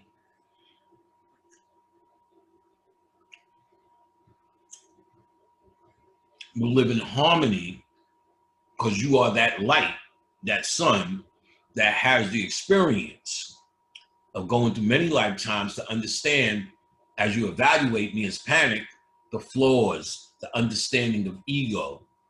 So what I create in the sunshine in my world is that knowing and creating beings that don't have to go through. This is an abandoned world, or I heard a very young son, or suffering because there's just one son. Now you heard all the stories about how bad the sun is and how young it is, and how it's really dictating certain ridiculous behavior as well. Moon too. There's whole lectures we can do about the moon. There's books, Who Built the Moon. So I've heard people say it's just a satellite that was built, and it's actually working to keep us down here, which makes us lunatics. That's where you get the Luna at night. So there's a lot of shit going on. But let's stick to what we're doing here, the cusp. All right. Also, they reasoned that the galactic wind, similar to the solar wind, can alter trajectories significantly. Proposed high energy particles from Virgo near Orion was distributed on Earth by a galactic wind. They're telling you these, Venus in this case, has these galactic winds that bring the energy to Earth. So if you think for a fucking moment Beetlejuice didn't come to Earth, now you need to fucking listen. Now you need to reevaluate. You think, oh, Beetlejuice happened and they talking about, no, nigga, that shit was significant. I feel it, baby. And it's, I think so much of it created a staircase that many niggas caught. And some of the brothers made the transition. Kalindi caught that staircase. You need to know that. Although astrophysicists are still investigating the exact source of UHECRs, let's see if she breaks that, ultra high energy cosmic rays, UHECRs, one effect is evident. Iron ejected with energies 10/20 eV, energetic, will reach the Earth after some diffusion through the galactic and halo magnetic fields. Iron nuclei are present at the cusp. These nuclei may alter the magnetic orientation of atoms in the null magnetic field, skewing them from their normal randomness in an energization or bonding process with the incoming solar energy and the electrons present. In iron metal, there is an interaction that can cause all magnetic moments to snap into the same direction. Electrons, protons, and magnetic moments are involved in metal binding, and the orientation of electron spin affects binding energy of metal. The deceased states, I am a servitor of Ra, who receives his iron. CT 1099, suggesting metallic binding.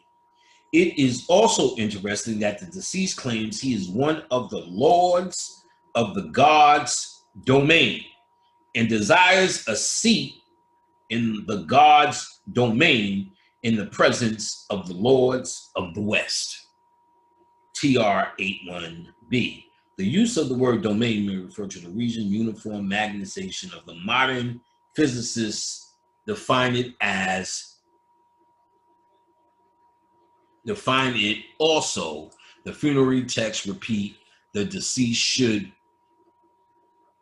move himself from left side to the right side, including left to right 180-degree orientation. That suggests a parity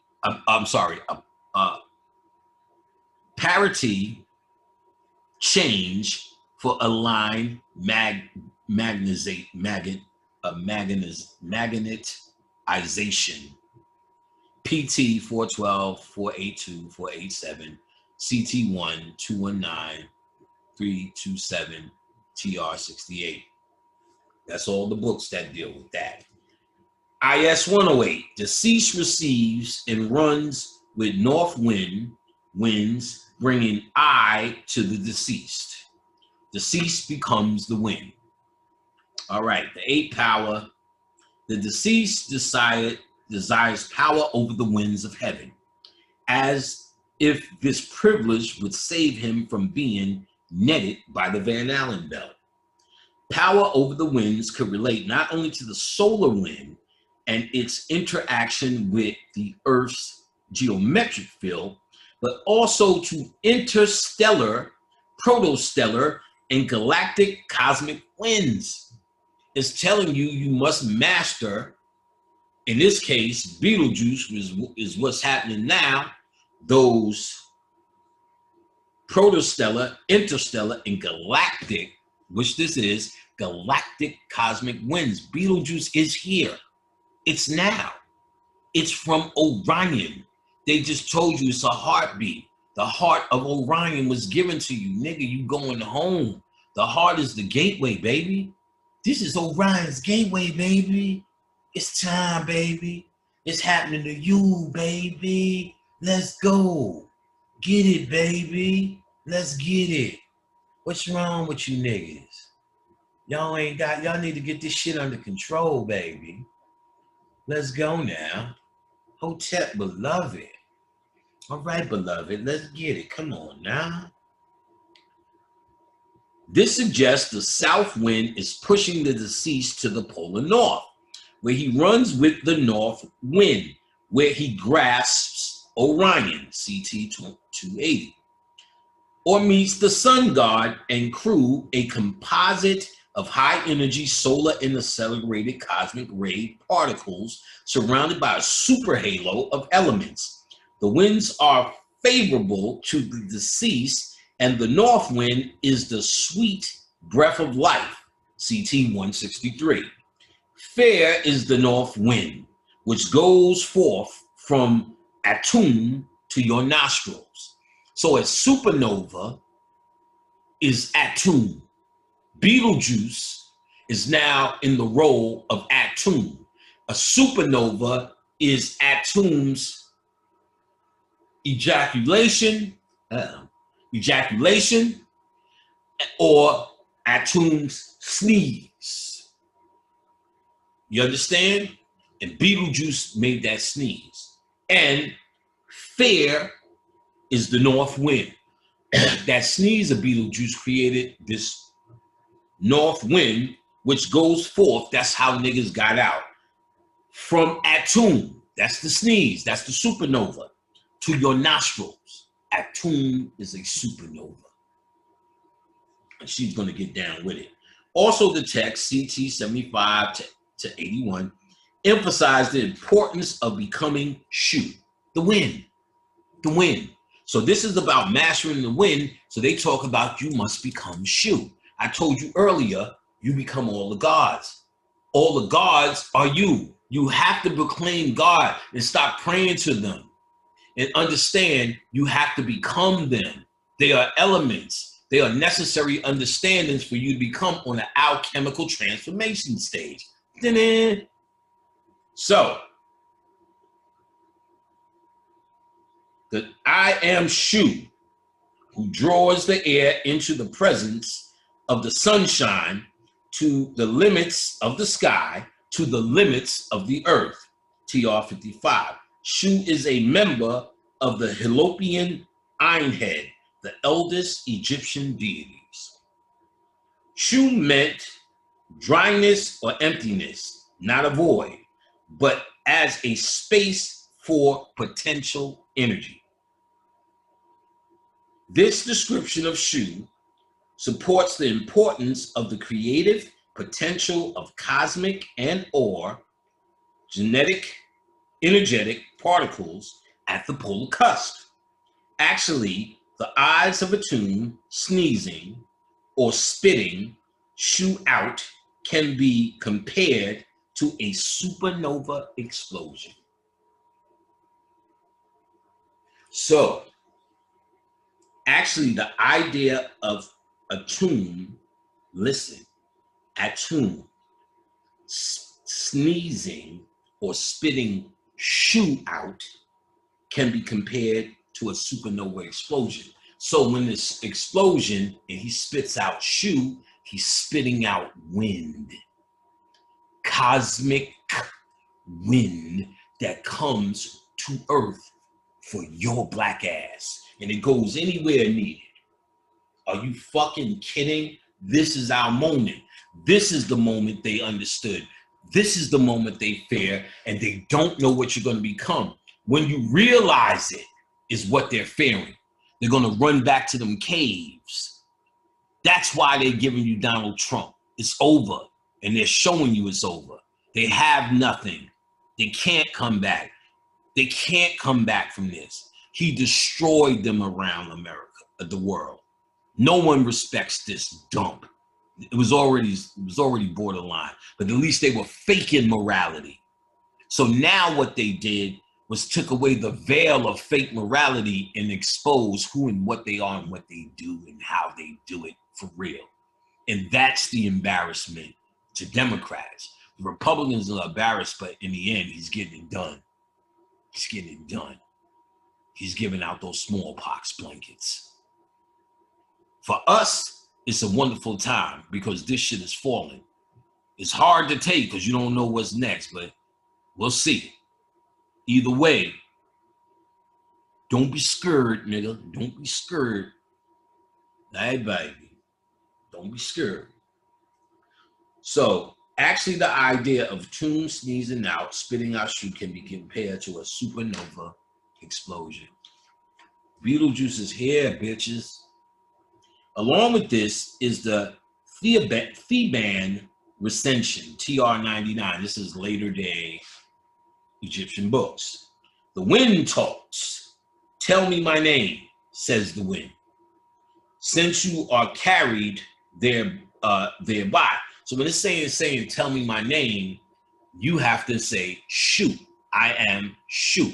That's the code. You understand that you are becoming the wind now.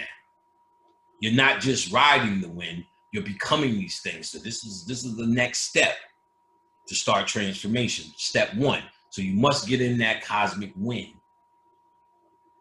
At the cusp, baby, at the cusp. Let's go. Since you are carried thereby, the deceased responds. North wind, which went from Atum to the nose of the foremost of the Westerners, is your name. This is badass. You tell Shu, north wind, which went from Atum. So we know Atum is the supernova. The north wind that carries you to the west is a supernova energy. And you got one from Orion. Don't be fucking stupid. Beetlejuice, nigga. It's the north wind that carries you. He spits out Shu. When you get to the cusp and your dick is in your hand, the wind talks. Tell me my name, says the wind. Since you are carried thereby, the deceased responds, north wind, which went forth from Atum, Beetlejuice, to the nose of the foremost of the Westerners is your name. Booyah. The foremost of the Westerners is Osiris, or the deceased. who states, I am the soul of Shu, which is the flame of the fiery blast Atum kindled, CT 77. I am the soul of Shu, the God invisible of shape, the wind, CT 75. Eventually, the polar cusk is a unique, wait a second, I wrote a note. Don't, right. Don't go to the light. Go west. Oh, I talked about that, not going to the light, going to the darkness. KL shit, so we good on that note. The foremost of Western is Osiris, or the deceased, who states, I am the soul of Shu. I got that.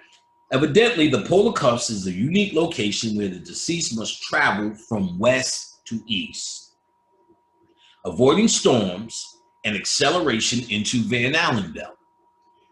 The Van Allen belts, because there's three, while merging with the terrifying sun god, an enriched composite of elements from the solar wind and cosmic rays. In this way, the deceased might be able to control the winds of eternity, so he can become the soul of Shu, which is in the flame of fiery blast, which Atum kindled with his own hand, CT 77.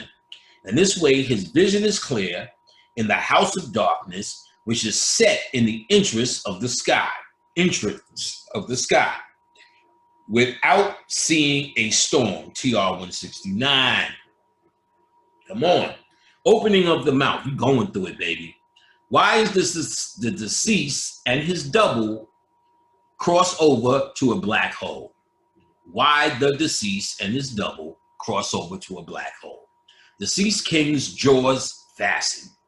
Geb, earth opens jaws. Mouth, so the king becomes Osiris. So they keep talking about the opening of the mouth, the opening of the jaws, so the king becomes Osiris. We heard that. Now let's get it. Split iron mouth. IS-09. Split iron mouth. King into sunbark. And iron doors open. Strong iron on the king's mouth. All right. In an attempt to understand the Egyptian meta symbols, we have proposed that the Earth's magnetosphere is an authentic model for the Duat. One can compare the sun and Earth's magnetic field lines to reed floats. The deceased ferries from the western to eastern horizon. The activity of the deceased traveling through the Duat on reed floats suggests that the dynamics of drifting on an open magnetic field into the sun's interplanetary magnetic field, into the sun's interplanetary magnetic field.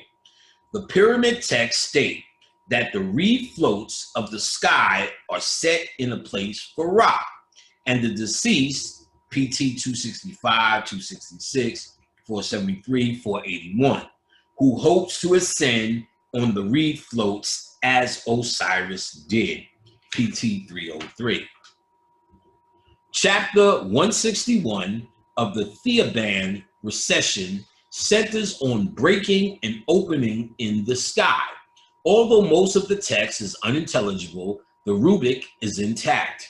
It describes 4 openings in the sky, emphasizing its secrecy that is truly a secret, which no one of the people should know. The openings are in the north, south, east, and west. Now, in 21st century space physics, this matches up nicely with the reconnection sites of Dungaree and other physicians have targeted in the magnetosphere. So it may be possible that the Egyptian opening of the mouth ceremony describes the process of magnetic reconnection, or what the Egyptians refer to as crossing over, CT 214, 255.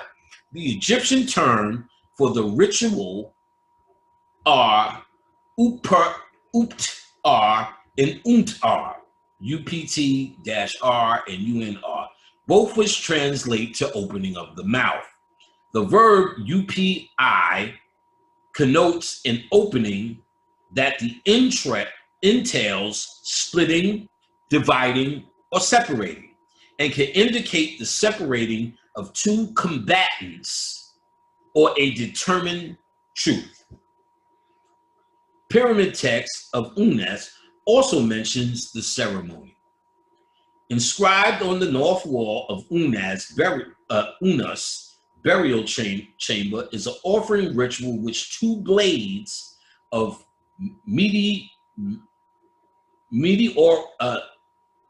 meteoric iron are set to open the mouth. One blade is described as Lower Egyptian and the other as Upper Egyptian. All right, so Lower Egypt, blade of iron, Earth's magnetic field line. Upper Egypt, blade of iron, the sun's magnetic field line.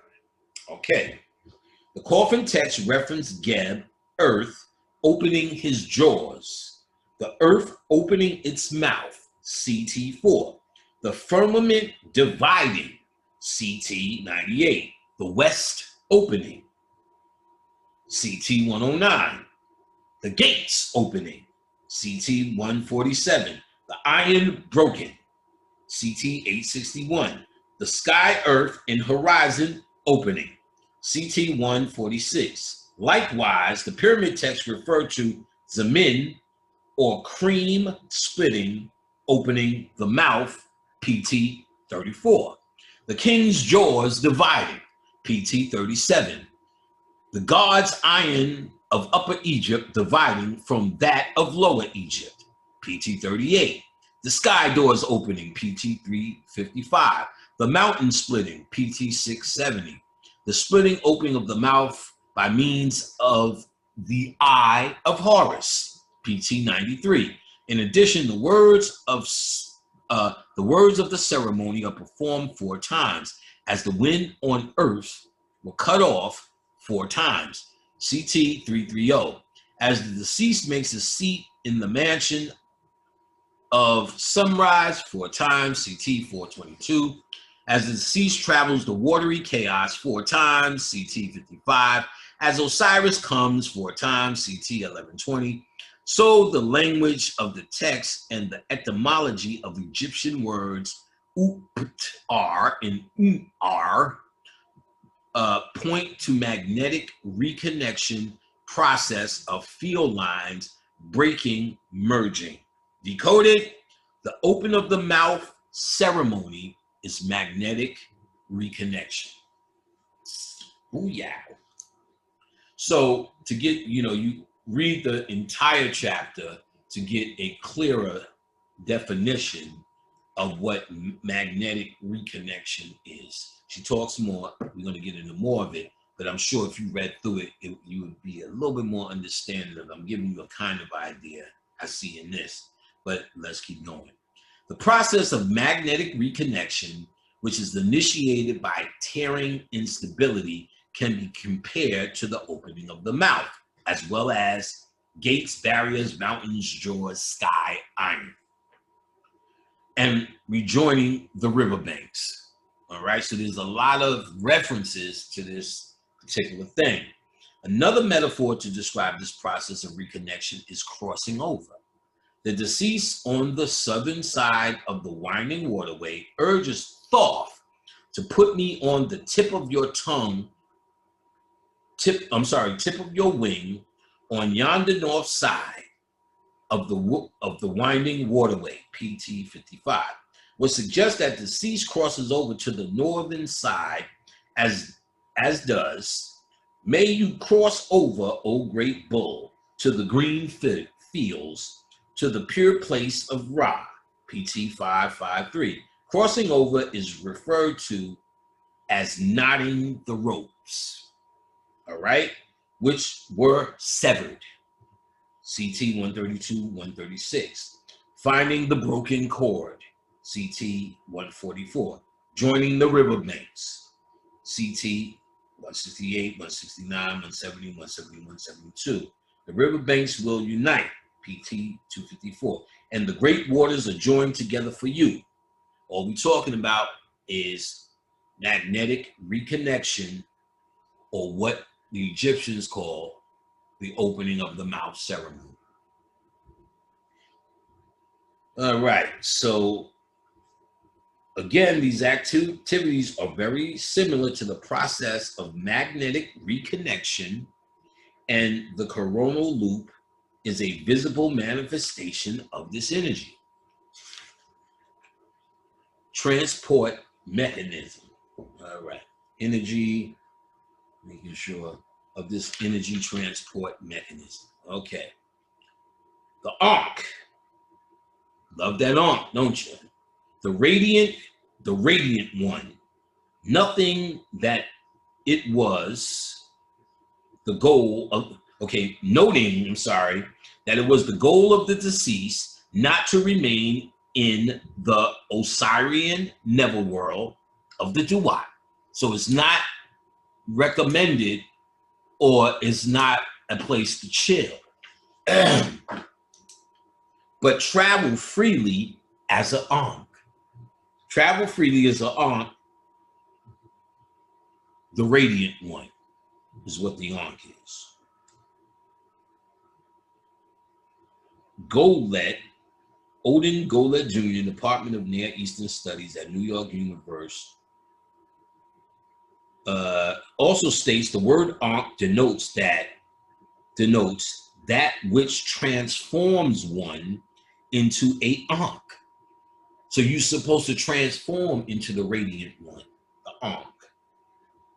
Oh, baby, it's a whole different thing here. And although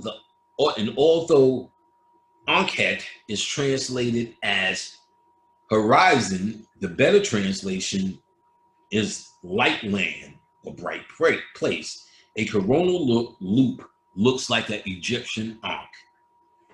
Interplanetary coronal mass ejections, IMCs. So they're saying this coronal loop on the sun is an Ankh.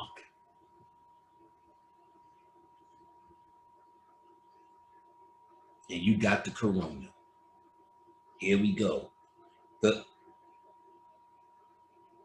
coronal loop looks like an Egyptian Ankh.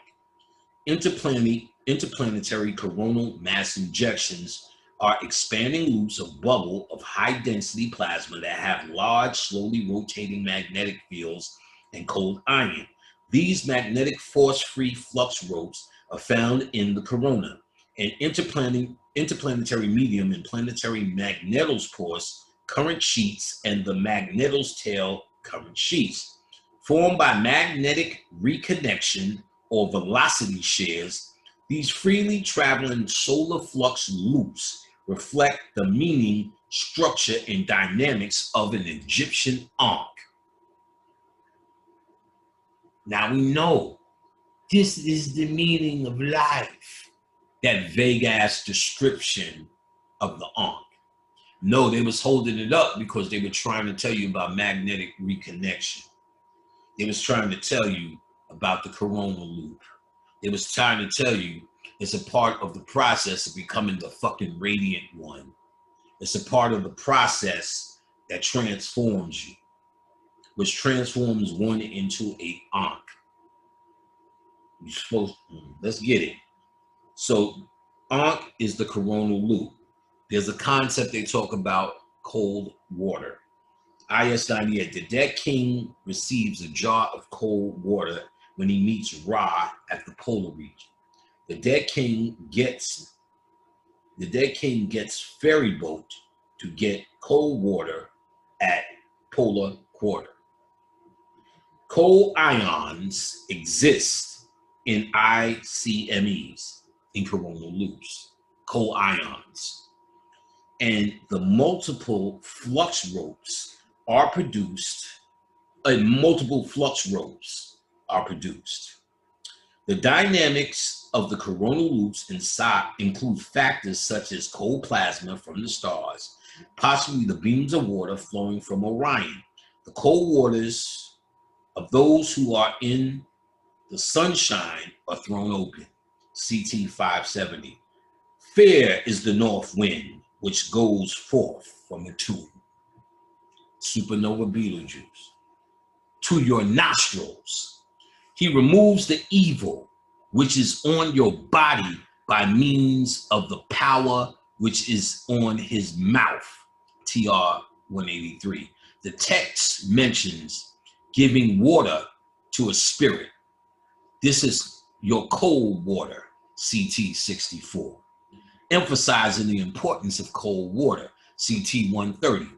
It seems logical, for if cold water is a medicinal for plasma of the sun and the stars at the cusp, then it provides the elements H, He, Fe, S, and so on, necessary for the deceased's self-assembly.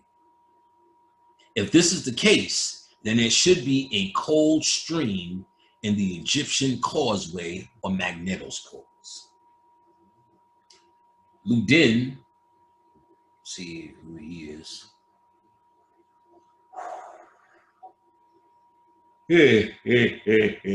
All right, some university, Ludin and Dublin, 1985, first observed cold plasma at the magnetospores. So this is observed, cold plasma at the magnetospores where you're supposed to meet Ra in the sunboat. Cold plasma. Cold plasma. Then, reported evidence along with Chandler EA, 1999, a polar tide experiment detected a cold plasma population. Cold water, you get that jar of cold water. Let's see. Cold water is in the sky with Kaba, KBH, the son of Ra, CT 344. Suggests that if the deceased merges with the sun god, then he will travel the path of cool water. This may signify the cold ion streams in the lobe mantle, HLBL. The cold plasma at the magnetospores is as a possible route through the magnetosphere or duat. Decoded, cold water equal plasma of sun and stars. Ra's cold water is a cold ion stream in the magnetospores, HLBL and LLBL, the lower and upper. All right. Earth's magnetospores, the winding waterway, would play a major role in determining the cool pathway of the deceased through the duat. In addition, the path outlined by the Egyptian directions mirrors actual pathways and out of the Earth's magnetosphere related to magnetic reconnection and cold plasma entry. So objective one is complete, she writes. So there's a lot to go through. Based on the idea that the Earth's magnetosphere is the duat, modern scientists observe support in the existence of magnetosphere structures that mirror those described in the Egyptian text related to the pharaoh's path to the stars. So far, and there's more, she laid out the objective of comparing the magnetosphere and the structure and the energetic things that all these astrophysicists and space physicists know, observe, and co-sign with. She compared it all to the funerary text, as you see, and it adds up. So far we know where to travel, where to go in the death experience. Even though there's a lot of technical shit, you'll know it because it's symbolic, and that's how we work. So you'll see this as a stair. You just see a staircase. You know which way to go. You know the pole stars to follow and the dippers. And then you make that move. Then the process will happen. It's just the same way you were born. You don't know how you made your liver. You don't know how you made your heart. And you're not even thinking about that. Death is the same experience. You will be conscious, and birth is probably experience. Well, you know you're conscious in the womb. You just don't remember. This is another birth. You're being reborn, self-assembled. You will recognize this to be the dream that it was. The holographic matrix, this is a reflection of the real world, created by something that wasn't ready. You will realize humanity is nothing but bacteria. She breaks it down. The ego is bacteria, and you're trapped in the consciousness of bacteria so it can learn from you. That's why it trapped you. It's bacteria. And bacteria with no soul is Donald Trump. So with a soul, you become this conflict, this duality, this humanity trying to act sanely with savage thoughts. Niggas step on your shoe, niggas cut you in line, you ready to fucking murder them. The murder happened in your head. But then you realize you can go to jail. You just let it slide and maybe argue. That's it. Because you were tamed and trained to restrain. And that comes from your spirit. So your spirit trapped in here is what's keeping you balanced. The white people without what we got is why they act, even the nicest white person, you gotta handle with white gloves. You know what I'm saying? Poor white trash is getting it, but you know, we ain't got time. All right, let's keep going because that's still a lot. The black hole or Dewat? Let's talk about that. The black hole Dewat. All right, so it's interesting. I got some Kit Kat. And got some Kit Kat. It's so good. Kit Kat. Kit Kat.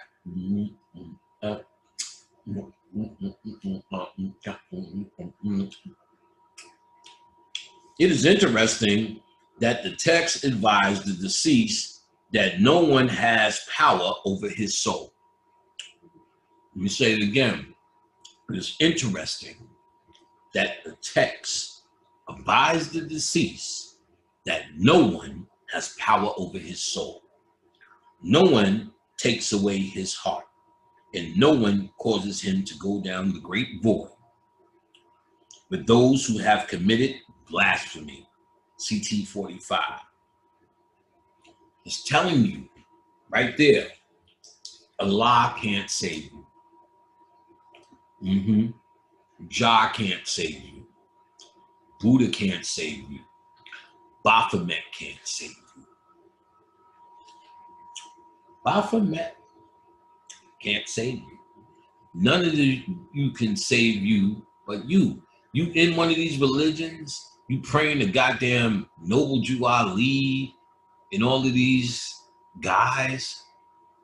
Listen to what the Camite niggas say that you love so much.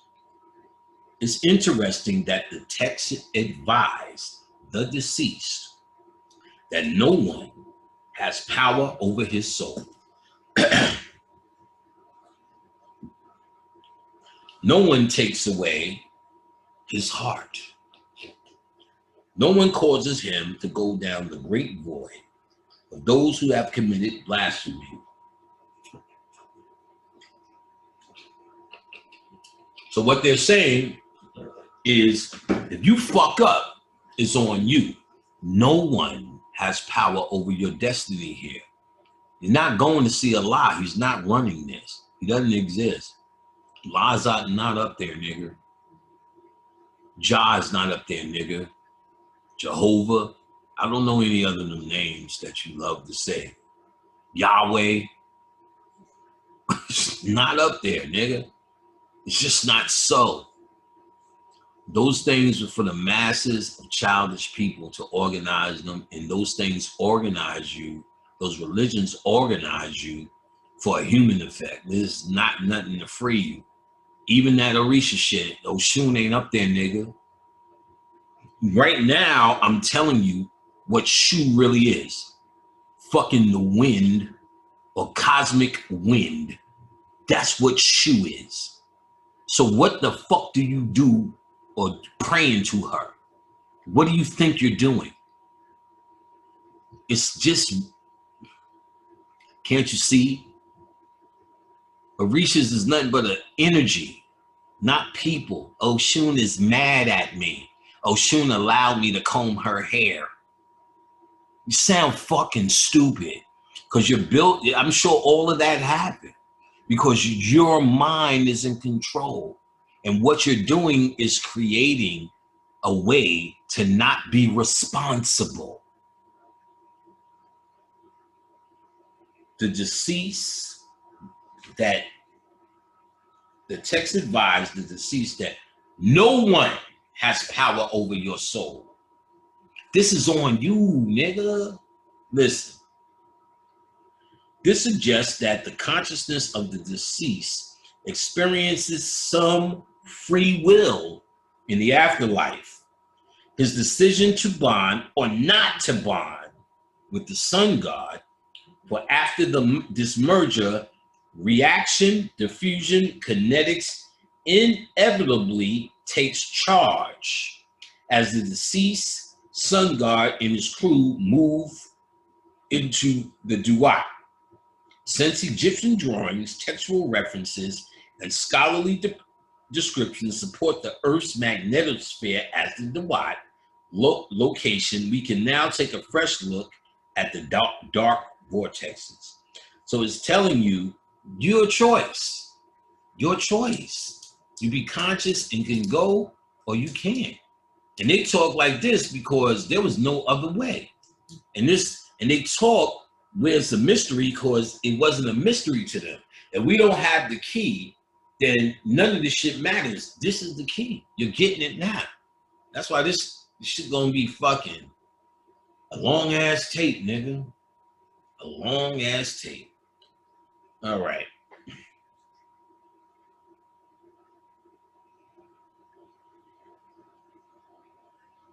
Okay. I wrote some notes.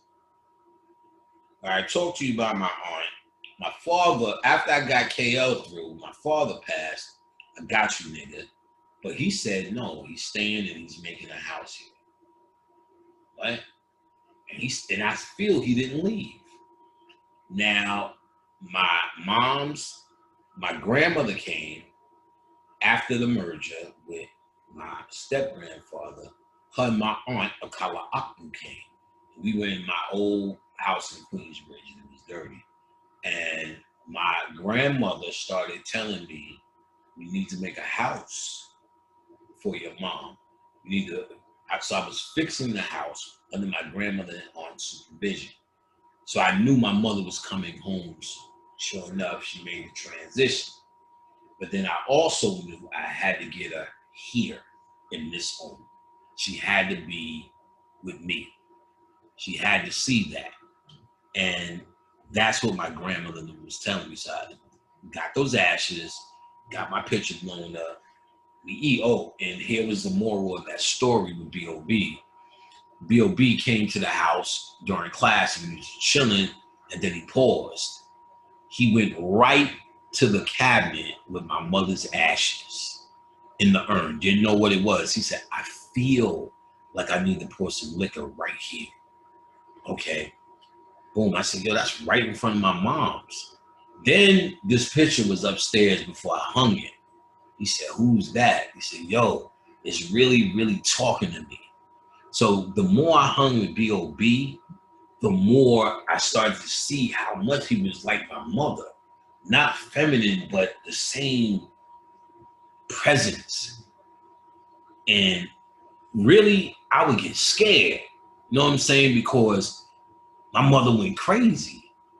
And I remember that. And she was that nice person, just like B.O.B. So spiritually, I knew my mom's got me with B.O.B. because B.O.B. got me doing music again. for a release. I've never felt more relaxed. My mind has never felt more relieved. The biggest thing about music, when you make it, your mind doesn't stop. Every song you hear, you start thinking of, you start hearing sounds and they're stuck in your head. And if you have no expression, nothing to make it on, you're fucked. So when I stopped, I got it all. I didn't think I got up. Then B.O.B. started this shit again. And I was nervous. I was very nervous about having these thoughts again. But the nigga showed me all the new shit, all the Pro Tools.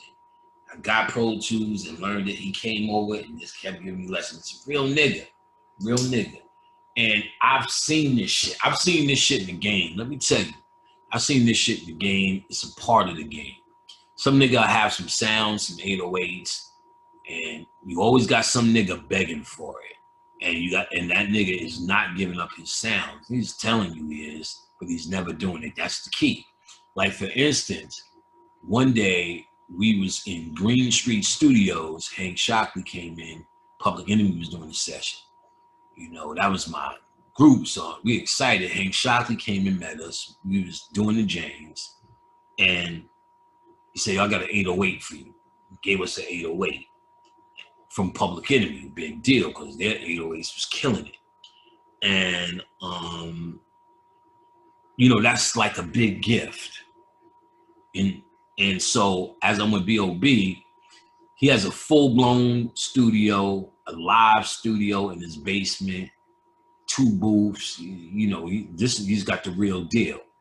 So we did most of the album at his house, but he doesn't bring anybody to his house. Him and I became friends, not just business associates at this moment. So I was there. We did it there. You know, what he wanted to do was a 90s throwback album, just another Infinity Ring. We kind of knew it wouldn't take over, but we kind of thought New York would appreciate it. There was things we could have did, but didn't matter. We did 4 videos. I'm in 3 of them. It was success. We hit past the 1 million mark, but you know, it's a different time. But it was a 90s perfection. We got Grandmaster Cash, flew him in, treated him like royalty. He laid 2 songs for us, and they were masterful. B.O.B. got to rap with Grandmaster Cash, and he hung with him, and Grandmaster Cash acknowledged that. That, to me, is one of the greatest moments in my existence. I was honored to pay Grandmaster Cash for his work. It was a libation, and to pay Grandmaster Cash, that libation was so I can build this studio correctly with the spirit behind it. There's ways to do it, but to feed this particular icon anything is luck, more than luck, more than opportunity. To work with him, I was high, and Grandmaster Caz was sitting there writing lyrics. Grandmaster Caz is the founding member of the Cold Crush Brothers, and if you don't know, read about him. Nigga get an award every fucking day. And this is because he is one of the inventors of rap. Not just a good dude, listen, an inventor. He was one of the ones that could grab the mic and say rhymes that were so advanced, people haven't caught up to him today. So he has a book, which he signed it, gave it to B.O.B. I'm looking at him, nigga, I'm not a flunky. Give me a fucking book, nigga. In fact, I should have brought you my book. You laughing. Caz is unmovable. My Cold Crush story, one of the members, Almighty KG, he's a Cold Crush brother. In the 80s, was to hang out Latin Quarters. Was to hang with a bodyguard. And me being so short, what the bodyguards would tell me to do is go punch a nigga in the face. When the fight breaks out, we're gonna hem this nigga up, beat this nigga up, and throw him out. You know, stupid shit. So Almighty KG, which I didn't know who he was at the time, yo, young blood, what you doing? Snapping James? Nah. Dude did this and he tried to attack me. So I beat his ass. King's son did the same thing. Yo, young blood, why you fighting? When he tried to attack me, he said, oh, I thought you was trying to snatch a chain. Never that. You know what I'm saying? King's son stopped, you know, talking. Professor X, X-Clan, just sitting there talking, nose started bleeding. Yo, young blood, you know what I'm saying? You want to slow down. What you doing, you know what I'm saying? I said, nah. I had a cold. The word is born. That's when I was experimenting with cocaine. Professor X came and told me to stop the madness, and I did. So then afterwards, Almighty KG just became like this OG cool dude. We would be in the back of the Latin quarters. You know, I had mad juice because I would do the security and did that, you know, my man Mark and beat asses. We in the back of the club, chilling, talking, you know, for now this is going for months. I think he's just a cool OG dude. And he said, yo, I did a record. I said, you do rap? I'm thinking it's gonna be some old shit. He said, yeah, I'm performing tonight. Okay. So Paradise, who was a promoter, him and Lumumba Professor X, Paradise is one of the dudes in the X-Clan. He's still around, Paradise Gray. He introduced the Almighty KG from the Cold Crush Brothers. And it was this dude. I said, yo, Cold Crush is more than magical and magnificent. These are the Almighty, and I knew this nigga. Woo, that was a big deal for me. Got you the Almighty KG? Oh shit, nigga. Yeah, nigga. Almighty KG was a real cool nigga then. For years, I would run into him at, you know, on the scene at club event. Yo, KG, what's up? Yo, what's up, little nigga? I loved Almighty. He always had two chicks with him, the Almighty KG. So when I met Cass, I told him the Almighty KG story. That nigga had no movement. I'm like, damn, you know what I'm saying? I got to impress Cass. Cass said he was more impressed how B.O.B., who got there first, talked about me. He said, yo, man, this guy really respects you and he really looks up to you. I said, yo, that's my brother, man, immediate brother. I said, I have that same honor and respect for him. And we did the song. To see Grandmaster Caz write, it's one of the rap things you live for. I literally started blanking out when he started writing. I was watching him in the zone. I could see spirits above that nigga's head. And I could see his hand being taken over by spirits. And then when you read his book, the handwriting is fucking immaculate, but it's all different. Every rhyme he writes in a mood is fucking insane. It's a book of his rhymes, and the handwriting is not even similar. It's crazy. And he's like, yo, that's just how it comes out. Yo, when I told you some of these masters come here, Grandmaster Caz is a fucking master. A fucking master. Kumo D, Melly Mel are fucking masters. They are a priesthood and they have an area just like comedians. Rap, if you talk all the old rappers, they all on Facebook, they stick together. Busy Bee, Shy Rock, all of them motherfuckers. They a priesthood. They came, started rap, and they called out who wasn't in the group of priesthood. Grandmaster Caz, he said, I don't think it's that bad, so I'm not blowing him. He said, rap started going downhill with Run DMC. To me, as a kid, you know, Run DMC are more than gods. But when you look at it in the context of what they were doing and what they were doing as purists, inventors, Run DMC was the first successful ones to take that message and transform it a little bit lighter. It's like that. Sucker MCs where I could see that from his perspective. So these are purists, these are masters that come back to give you ideas of what's happening on the other side, nigga. Y'all trying to bring back rap. Why don't you go where the shit is created? You can make all of this shit that you've been mimicking. You can recreate it. You have it, the memory in you. I have the memory of the feeling of walking in Latin Quarters, and it's, you know, it's a moment. It's a ship. It's a family. You can have that again, but you can't do it here. We're in time. So time is a factor. Outside of time, you can rebuild all of this. You need to go where this shit is from. What you're doing is trying to pull it down in this goddamn prison. And it works, but you see what it turns into. The nature of this shit is corrupt and transformation. It's an illusionary world. It's not real. Not real. Not real. So you can't bring this reality down here.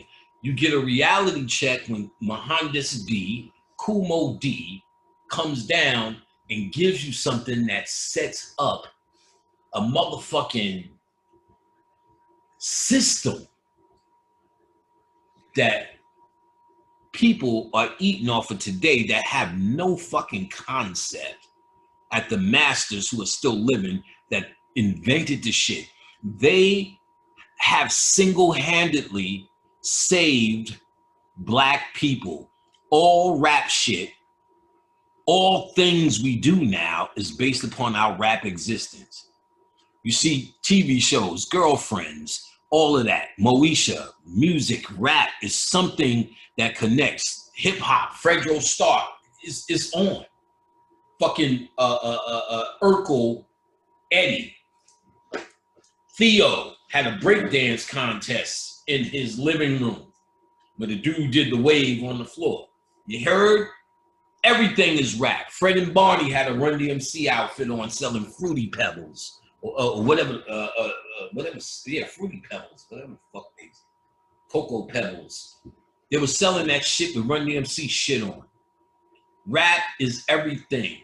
And the gods who created this here in this sad fucking day that they can't be acknowledged by these little niggas. And that's what I did with B.O.B. I made him fucking acknowledge all this shit.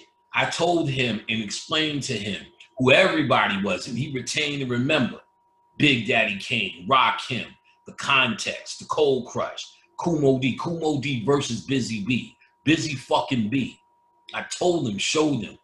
He got to give me back my copy of fucking Wild Style too. I'm gonna ask that nigga. I forgot. He been sitting on my shit for a while. And that's the 25th year edition I got. Wild Style. They said they have showings of the movie Wild Style in Europe once a year, just like the Rocky Horror Picture Show. It's iconic. They are icons in Europe. I asked one of Kaz about one of his rivals from the Romantic Fantastic Five, the Gods. One named Whipper Whip. Whipper Whip! I said, yo, where's Whipper Whip? Let's get him. He said, no, Whipper Whip is doing tours all over Europe. I don't know where the fuck he is. I said, okay. Okay. They working. Kaz is working. But they're not getting awards and acknowledgement from the whole cycle. See, you do that, y'all make rap where it's being controlled. If little kids are running it, that's why it's being controlled by businessmen, and it's in a sorry state that is in. Jazzo, shout out to my man Jazzo. I had a long conversation with Jazzo. He's another one who's a genius. You ever hear Jazzo do that fast rap? He's the best. He's the best. I forgot how good he was. He did a record with Twister, one of the niggas from Bone Thugs, and I think it was Busta. and they got in the rock. So Jazzo was last. Khadijah was banging this shit. She was like, yo, check this shit out. I'm like, yo, these are all the fast rappers.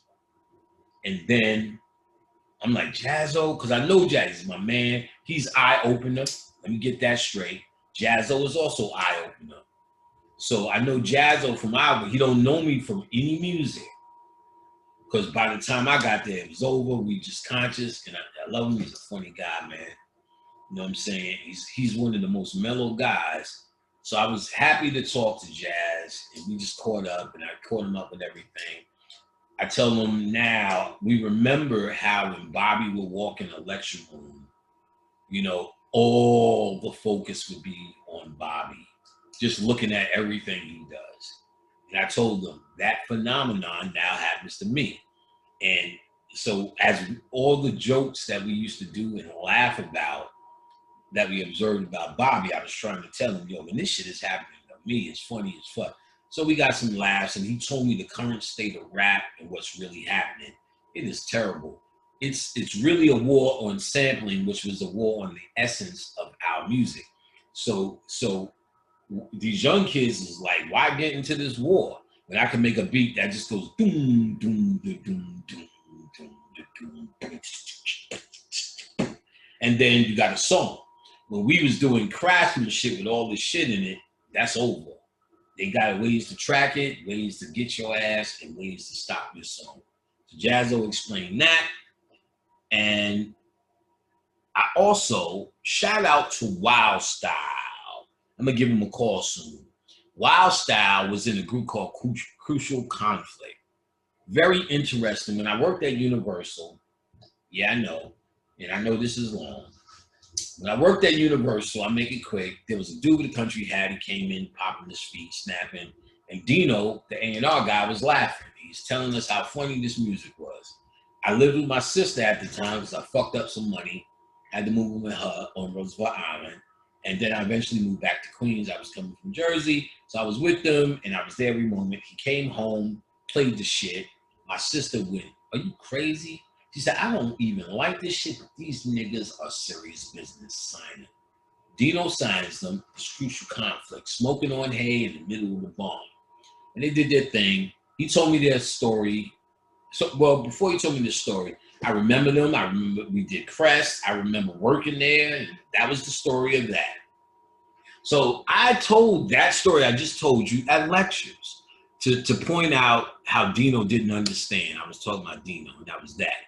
Wild Style, the leader of Crucial Conflict, texts me, hey, Panic, I listen to you all the time, all your shit. I heard your story that you knew our group, and he said, you know, I had no idea.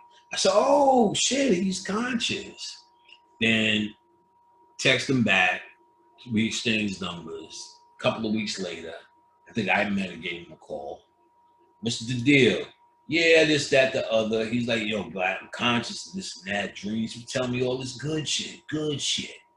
I've been doing this, I've been doing that, I've been checking this, I've been checking that. I said, my nigga, you know, first things first, you can talk to me regular. You know what I'm saying? We don't have to talk official. So he just relaxed. He got right to it.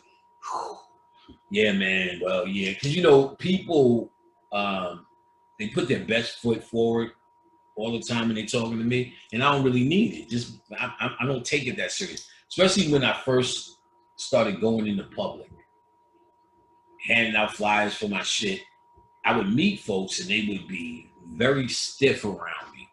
Then after a while, they would see I don't really take myself that serious. They look like I'm going to question them about their conscience. Did you do that? What's going on? When I don't give a fuck. Or they'll start just dropping random bullshit signage. The ace over 5 equal 2, 5 plus 4 minus 7 equal 2. That means you need to lecture on Thursday. I'm like, motherfucker, I ain't ask for your advice. All right, let's go. I'll talk forever. Shout out to my man Wild Style. I called him a couple times. I gave him some beats to listen to, you know, not to do nothing. He came back with some, and I heard some of his shit's crazy. I didn't know he made all of that shit, which is fire. If you listen to Crucial Conflict's first album, goddamn, you'll see it. You know what I'm saying? That you should have walked to the left. They was doing that bounce shit. He invented it, but when I talked to him, he lives on the same block as Twister. He's like, yeah, man, we do that fast shit. I said, come on, man. That nigga said, I said, oh, God, I wish you lived up here, man. Fucking incredible dude, man. Incredible fucking dude. One of the gods, man. Wildstyle, I mean to say, man, I love you. You're a master, dude. All right, we're going to keep going with this to my man Wildstyle. Shout out. All right, so the interesting text advises the deceased that no one has power over his soul, no one takes away his heart, no one causes him to go down the great void who have committed blasphemy. Remember that. All right, so since the Egyptians drawing textual references, scholar supports the magnetism. We got that. All right, did we get this? All right, because the Earth is a magnet and its magnetosphere is a spinning vortex, it would be classified as a pure black hole with two horizons, an inner and outer, inner and an outer.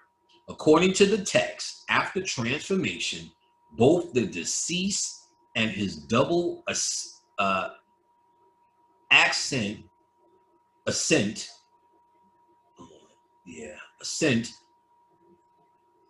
or are bound for the sky. So you're bound for the sky, PT 684. So the deceased is double. Also, the prince ascends in a great storm from the inner horizon, PT 669. And the foretellers of the great storm go forth from within the inner horizon of the sky, CT 682. The text describes an inner event horizon, which implies an outer horizon in the black hole or duat. This suggests two horizons of a pure black hole, a gateway. What is interesting is that the microscopic Earth has three Van Allen belts. I'm sorry, the macroscopic Earth has three Van Allen belts, possibly the equivalent of three proton spheres, whereas the inner belt houses energetic protons and is stable. The outer belt has both electrons and protons and is unstable. The third Van Allen belt trapped anomalous cosmic rays, ACRs, have been pinpointed as a narrow belt within the Van Allen belt. If the Earth is a quantum black hole, we now have another strong rationale that the Egyptian advice to go to the North Pole, for the deceased only encounters one rotating photon sphere instead of two, since the spheres are joined at the North Pole or axis of the pure black hole. Also, the Book of Amduat recounts the journey of the sun god through the circles. Bink, turn the page. Emphasis on the circles and spheres in the duat relate to the black hole coordinates. Before entering the black duat, the deceased states, I fly up as a vulture on the great plateau, that I might stand on it, appear as a god, for he who looks at them will never die. CT 205 to 280, and CT 287. The deceased is like a vulture because he has died. The plateau of citizens, CT 226, or limited desert plateau. So the deceased is like a vulture. We know the vulture, Mut. Yeah, Mut. I think it's Mut. Is a symbol of resurrection. You must die as the vulture, they can tell them. All right, the text state, the great west is he who stretches out my bones and extends my limbs so that I may walk on my feet like Osiris, CT 417. In the same text, the deceased states, I travel around So the limit of the horizon to the place where my double desires to dwell. Other references to those who are in the limits of the horizon, CT 363. And I come to the land at the region of the horizon in company with those who are in the bark, CT 239, suggests that the horizon or surface of a black hole. Another reference states that Newt will lead the deceased and his double in the ways of the horizon, PT 677. Also, the deceased states, my mansion is within the limit of the horizon. I am a tomb, CT 709. I have entered into the horizon, CT 790. The fire is blue at the first portal, and the gods say it means blackness, CT 336, suggesting infinite blue shift at a hole, which appears black. Also, gravity around the ring singularity is repulsive, pushing one away, allowing one to theoretically leave the black hole if one approaches it on an equal plane. Thus, in the Book of Two Ways, the text states, no man is able to penetrate the fire. He will be repulsed there. The deceased should pass, who lives the art third, who lives on third. Third RT, it looks like, CT 1011. Along with the great face, he who repulses the afflicted, CT 1069. This is the door, circle, the opening of the hole, suggesting the existence of a second hole, possibly a white hole. Okay. I think that has something to do with the vesicle. This double hole, this double thing that they're saying in this escape hole as the fish eye. Possibly. PT 291 states, your honor is removed, O white hole, by him who came forth from the snake. Coming forth from the snake is similar to the sun god's departure from the Duat through a serpent in the Amduat and the Book of Gates. The astrophysics of a white hole is a body that spews out matter, or a black hole running backwards in time. If a black hole connects to a white hole, a wormhole, or a Einstein-Rosen bridge is generated. This serpentine escape, the molecular decease from the black hole, the what through the white hole, supports that information. It's not destroyed. She talks about in Great Balls of Fire in her lecture, and I'm sure it's in the book, how when you have this baseball thing and you have this phase lambda, when it meets Goliath, it's a David and Goliath thing, set in those Horus and Set thing. Horus is the phase lambda, and Set is this pretty much what makes you human. I forgot how she named it. She said they can meet and somehow create a Einstein-Rosen bridge, because she said one spins one way, one spins the other way. So when they hit, one creates a funnel going down and one creates a volcano going up. When they meet, it creates an Einstein-Rosen bridge in the fucking blood, in the DNA. It creates a black hole. You're getting your DNA is getting the fuck out. That's how your DNA gets the fuck out. When you get this phase lambda thing in the process, your DNA creates a black hole. Now, what I'm talking about in this book, once you get to the cusp and you know your direction, this shit takes over. Once you hit that stairway, she's just telling you all the technical shit that happens, but she's already said twice, this is an automatic process. So if you're worried about all of the shit that you have to retain, you don't. Because when I was doing this, I asked Bobby, it's all in the DNA, which means she said it twice already. And it sounds like an automatic process.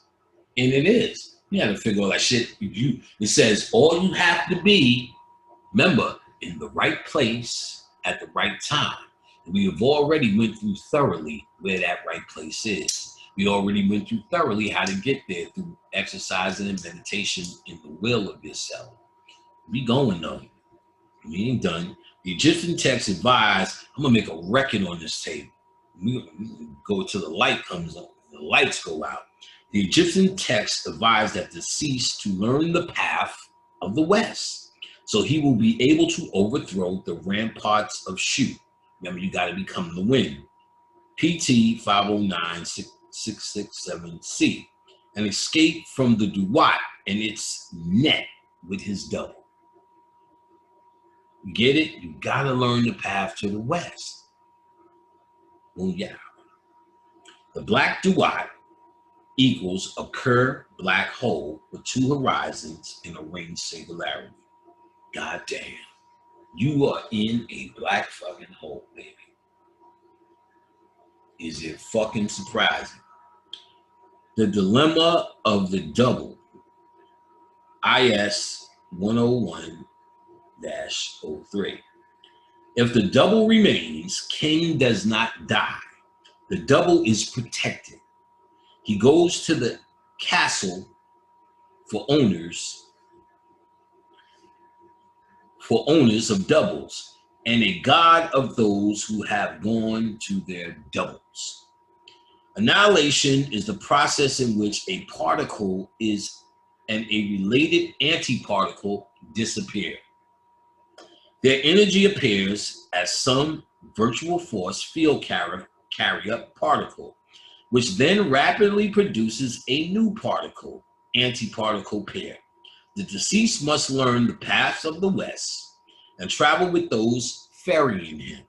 This will enable him to pass the mysterious place of execution, CT 45, and escape the fish net floating in the sky that was made for the spirits who have gone to their doubles, C 343, 344.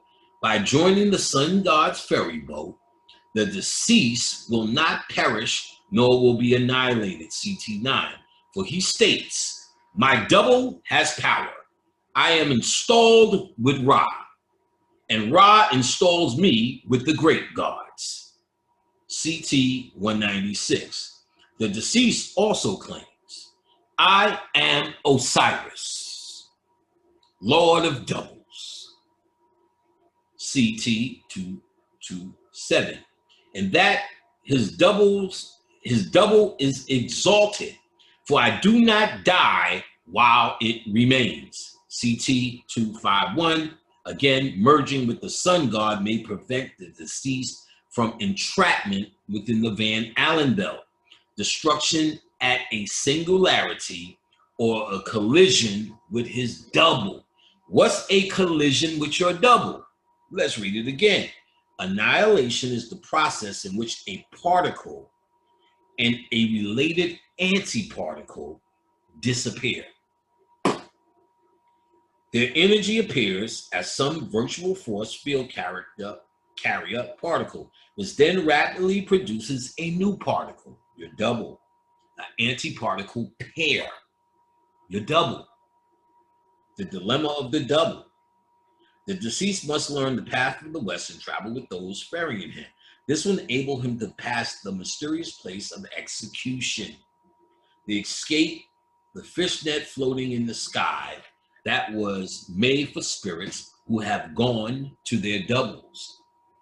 Particle, antiparticle. You don't go to your doubles. By joining the sun god's ferry boat, the deceased will not perish or be annihilated. For he states, I am the double. For he states, my double has power. I am installed with Ra. Ra installs me with the great gods. The deceased also claims I am Osiris, Lord of the doubles. And then he then his double is exalted. For I do not die while it remains. Again, merging with the sun god may prevent the deceased from entrapment in the Van Allen belt, destruction at a singularity, or collision with his double. In quantum field theory, there's an electron with positive energy and an antiparticle with negative energy. A positron collide. They briefly annihilate each other in a burst of energy, creating a photon. Releasing this energy, this produces another particle, antiparticle electron positron pair. From this perspective of a string theorist, the particles are not 0 points, but one-dimensional strings. When these two oscillating loops collide, they annihilate each other and create a new string with a different vibrational pattern. That releases energy, dividing into two strings along the new trajectories. So a virtual particle with negative energy could fall into a black hole and become a real particle or an antiparticle. As Stephen Hawking states, in the case, this is no longer has to annihilate with its partner. Its forsaken partner may fall into the black hole as well. It may be what the text means when it states that Newt will lead the deceased and his double on the ways of the horizon, PT 677. Put simply, the deceased promotes his double in the realm of the dead. CT 255. Going to your double suggests annihilation while entering the black hole. DeWatt with your double, but while entering the black hole, DeWatt with your double suggests a rebirth of matter in the presence of the double. Decoded. Going to your double equals particle annihilation. Presence of your double in the DeWatt, no annihilation. All right, gotta get it now. I know this shit is complex, but this is the death code. And we will know it, it's in the DNA. Don't think you're gonna have to remember it like you study the book. It's in the DNA. When you know it, just from hearing what I'm telling you, I'm activating it. I'm activating this for you. This is gonna be in your cosmic memory at your forefront when you die. You're fucking welcome. Pharaohs are telling us what happened when occurred black hole, something modern physicists have been wanting to know for a very long time.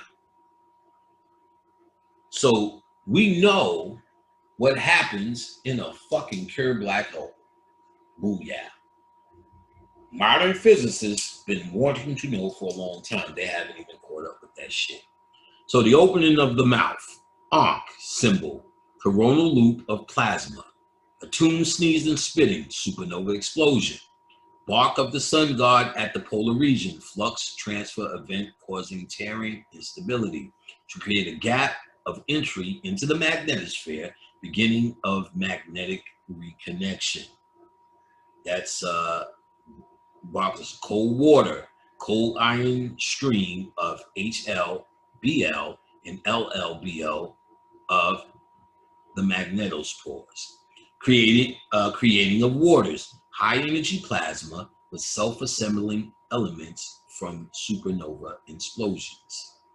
So creating of the water, high energy plasma with self-assembling elements from supernova explosions.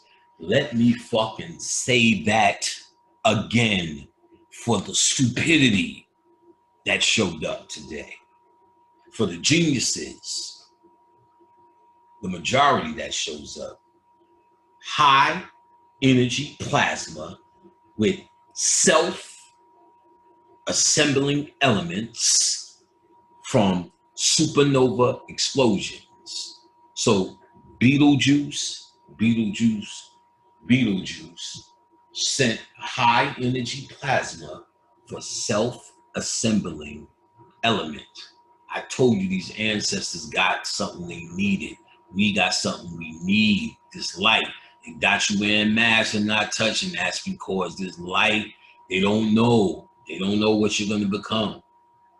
They just know they got them caves ready. Crossing over, magnetic reconnection, district of waters, ever-shifting magnetopores of waves, domain of God, domain region of uniform magnetization, Duat, netherworld, or great void is the vortex of the magnetosphere, Care black hole, fiends trapped in the house of Net, charged particles spiraling, bouncing between mirror points and drifting or dragged in the Van Allen belt. Gap pole in the sky, great polar region, horn, gap or the cusp of the magnetosphere. Going to your double, particle annihilation. Great stairway or ladder, bursty, merging staircase, cusp, signature and sign of impulsive reconnection, and FTE. Horn of the great wild bull, horns of the great wild bull. Earth's two polar cusps, where the sun and cosmic particles enter Earth's magnetosphere. House of Net, fish net, ramparts of Shu, vault, Earth's energy landscapes. Lower Egypt, blade of iron, magnetic field lines of Earth, imperishable stars, Orion, Virgo, Great Bear constellations, iron broken, mountain split, gates opening, broken cords joining, riverbank is broken magnetic fields, undergoing magnetic reconnection, open of the mouth ceremony, breaking the iron or magnetic field lines, reed floats or iron bands, magnetic field lines, path of the west, LLBL and HLBL, the Earth's magnopores, path to eternity in macrocosm, North Pole for high energy merge into the sun god, into the Earth's magnetospores and out to the stars.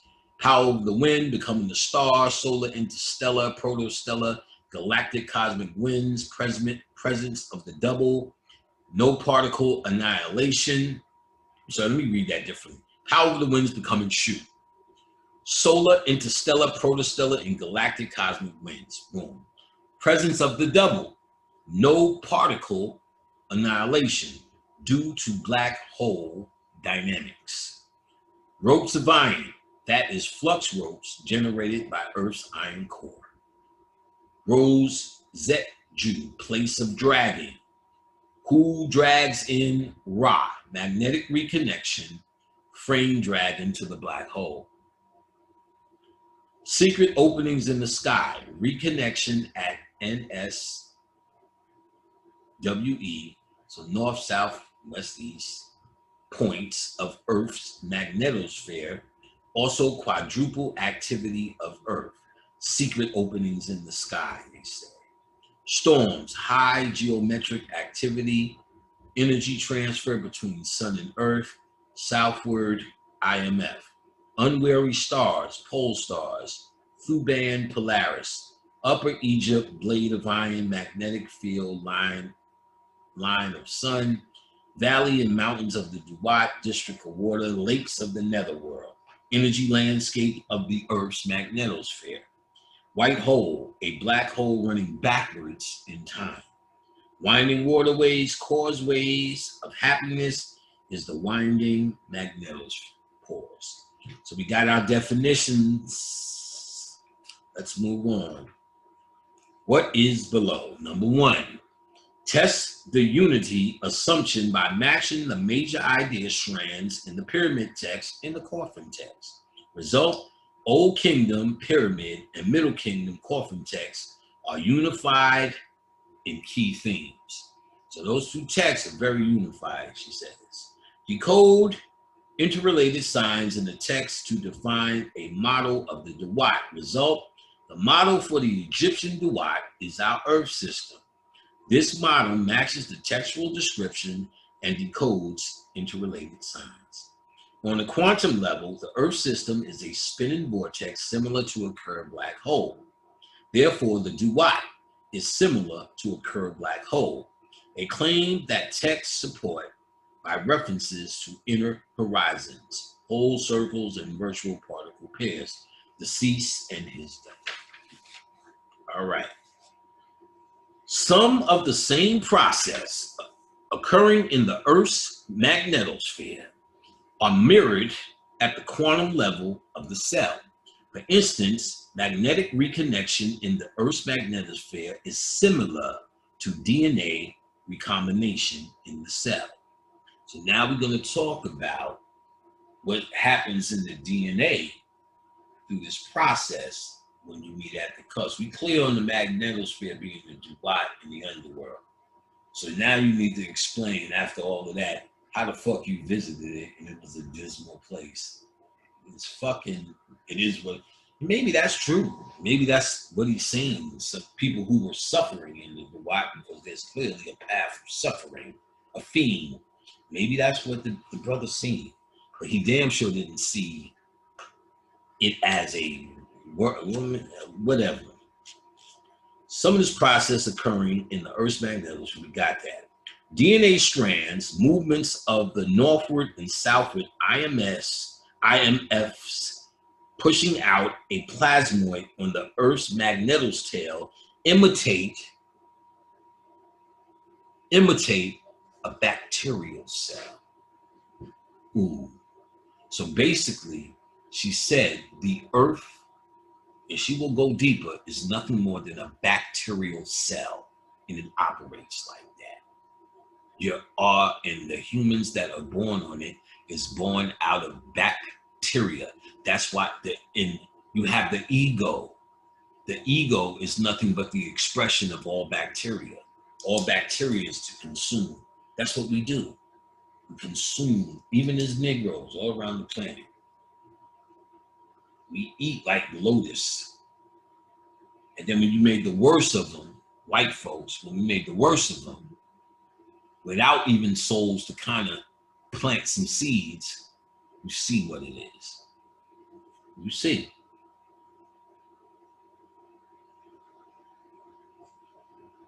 So, pushing out plasmoid in the Earth's magnetotail imitate a bacterial cell kicking out plasmid during binary fission. Perhaps space physicists should talk with geneticists and biologists to compare their knowledge bases, for it seems very possible that the pharaohs were using the macrocosm to explain similar events in the microcosmic cell. Our next objective centers on these similarities. Objective 2. Do the operations of the solar wind and Earth mirror events on a cellular level below? Binary fission in bacteria. Oh yeah, we there, baby. Yeah, baby. Yeah, baby. A substorm begins with a powerful solar eruption, sometimes impacting like massive earthquakes. According to NASA, these storms can reoccur every 27 days and related to the sun's rotation or non-recurrent and caused by coronal mass injections. Recall that interplanar coronal mass injections, IMC, have a large magnetic field that slowly rotates and cold ions. Magnetic reconnection or DNA recombination. An important example, let's look closer at magnetic reconnection in the Earth's magnetosphere. They talked about magnetic reconnection. Let's see if it's going to be easy.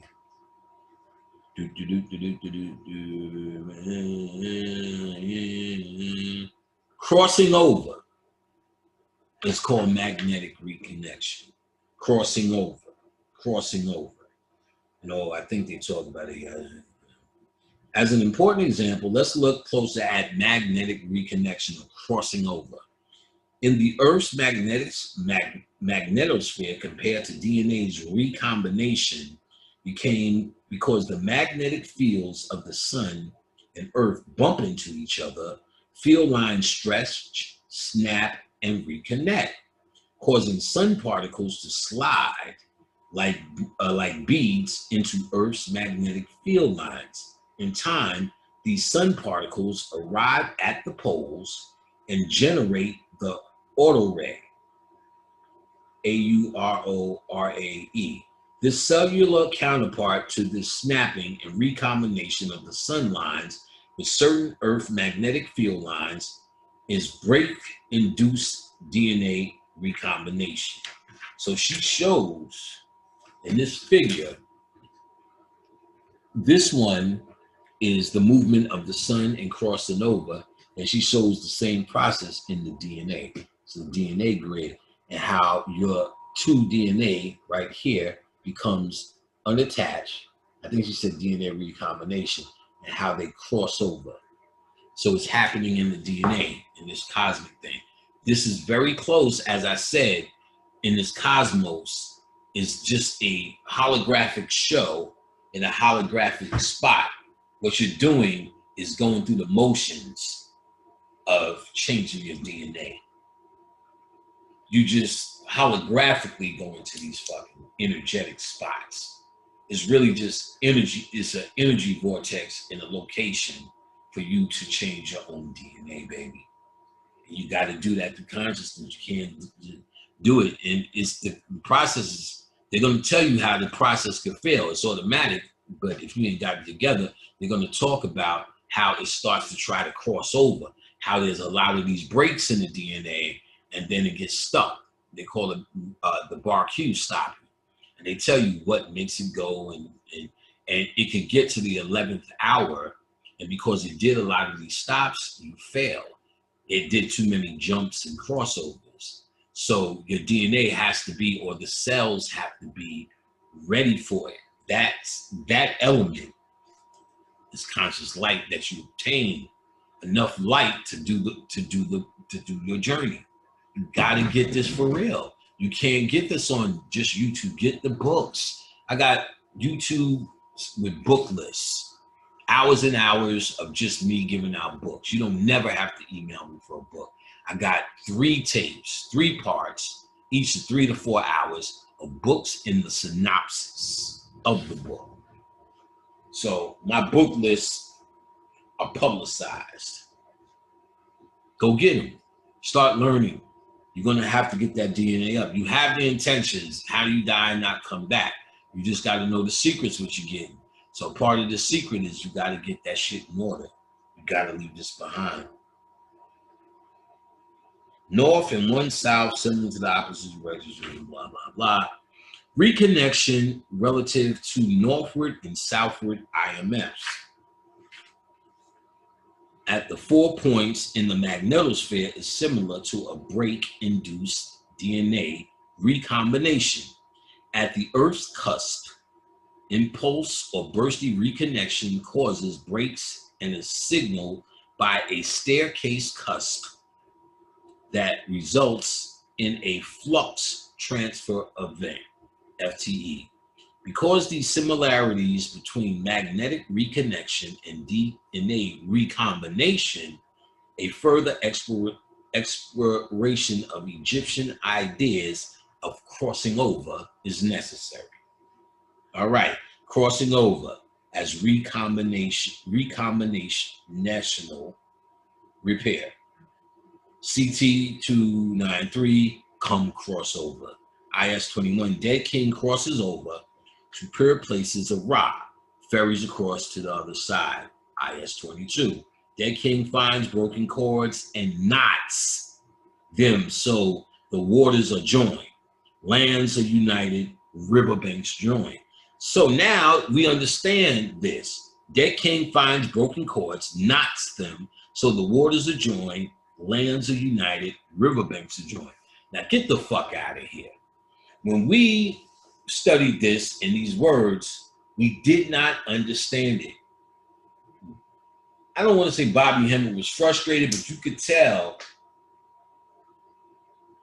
the funerary text is something he really, it was always on his mind, because he knew the answer was there, but he never, like most of us, couldn't find a key.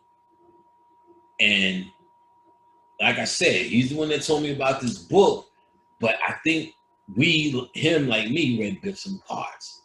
Like I said, I'm going through this shit like Dr. Seuss, and I see the clear instructions on death.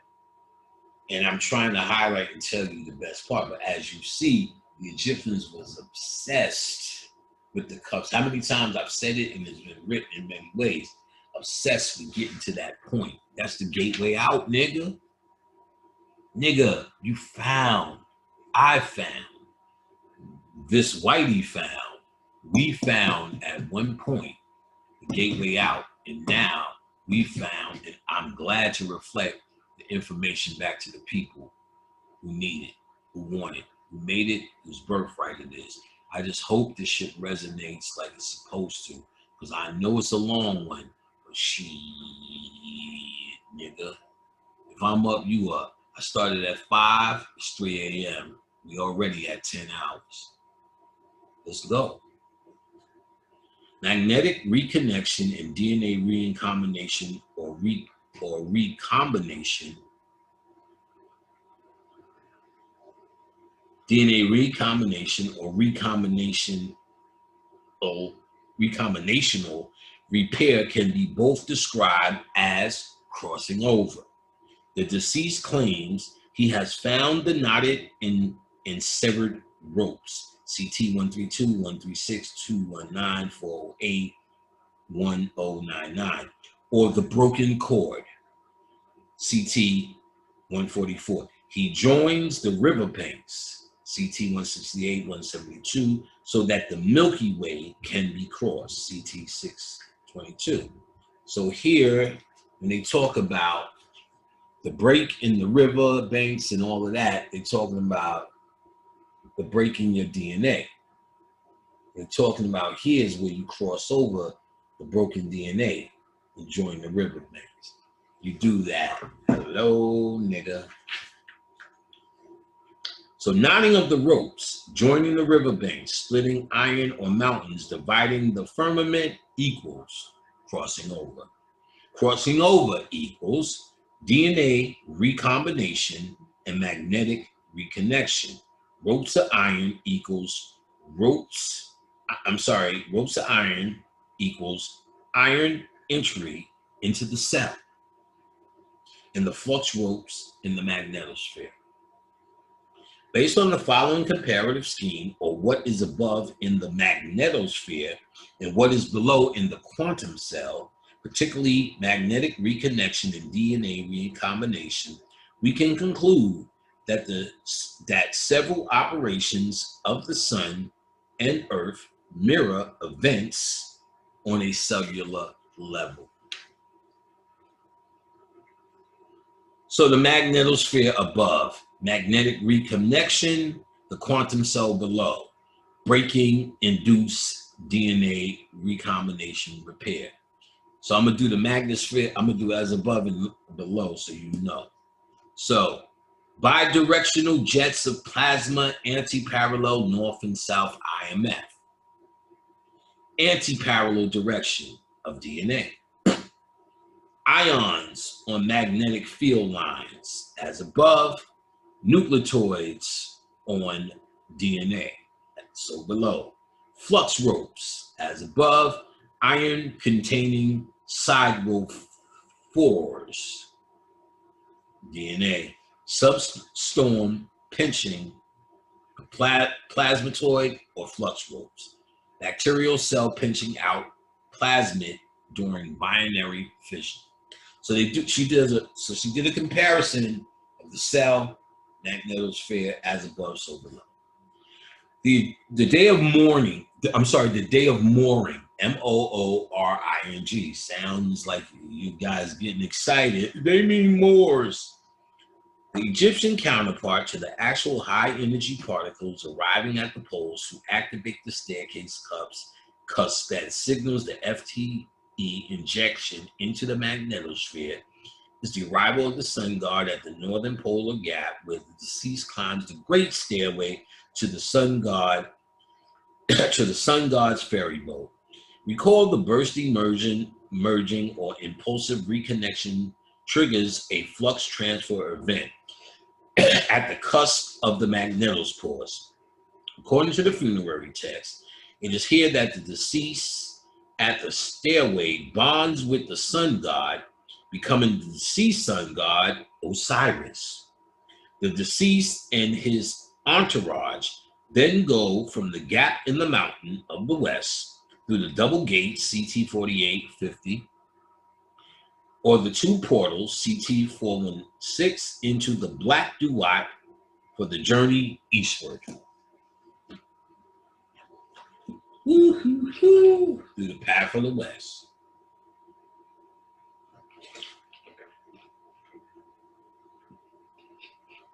Yeah, baby.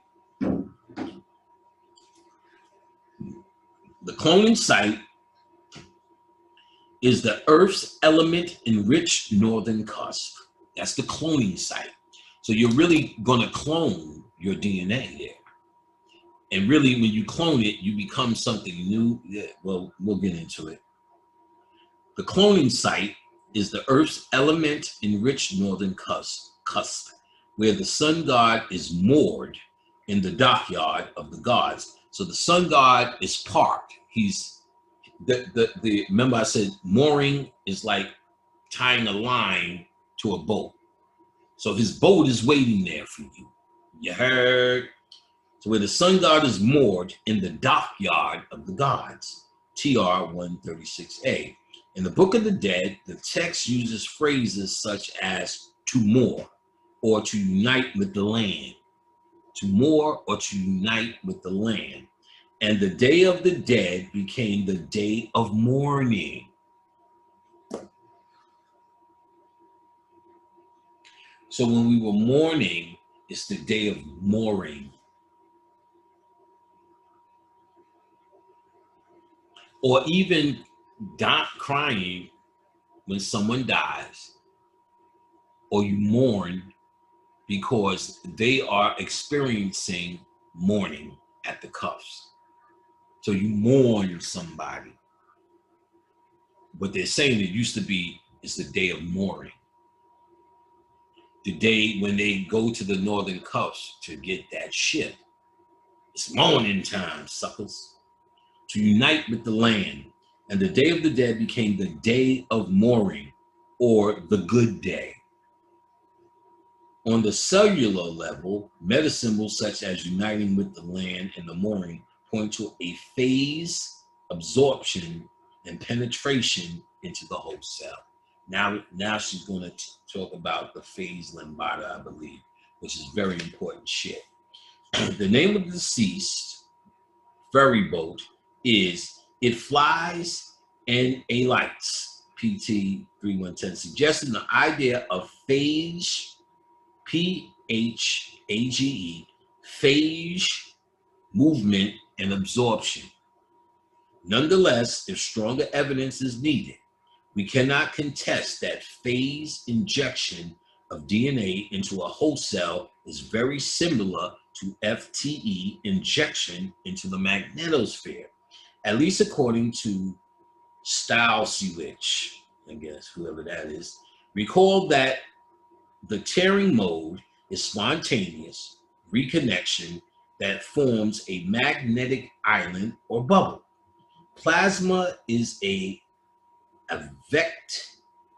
advected toward the speratrix by the inflow and exhausted inside the separatrix, filing it to form the magnetic island.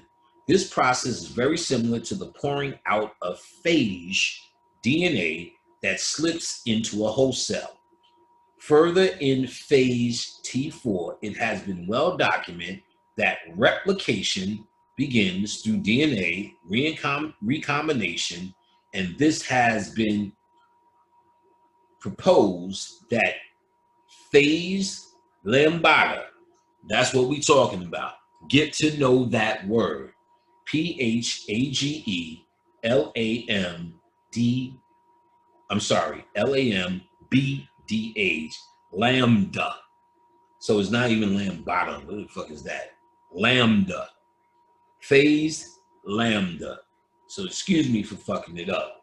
And again, she deals with phase lambda directly in this book. Get to know that word. Phase lambda, she classifies as the Egyptian saying, this is our ancestor. And she talks about phase lambda, even on the cosmic level. We're waiting for that because that starts the DNA transfer. That starts the process. Remember, I said there was the David and Goliath. The phase lambda has to hit first base before the David does, or for the Goliath does, so it can hit home and take over. The problem is the Goliath is only one base away. So it's easier for it to get, if it gets to first base, then it's going to dominate. So you have to be conscious to be able to receive the true light of phase lambda, so it could take over, master the DNA, you become the God. That process of phase lambda comes from Beetlejuice as well. So there's a big dose of this, and we're going to see what more of this ancient germ is. It's a bacteria. You heard? That's why they got you running from viruses and bacteria, because that's the methodology in which Beetlejuice operates, you fucking nigga, through this phase lambda process. Phase lambda. And we're going to talk about that and get into it. I know this is long, but hey, bitch, you want to lecture? Let's lecture. You want to play with me? Let's play. You want to see how far I could go? We'll be doing this shit till tomorrow.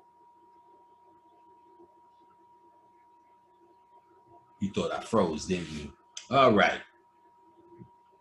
We call the Terran mode. We got to that. DNA slips into the host. So further, we got to that.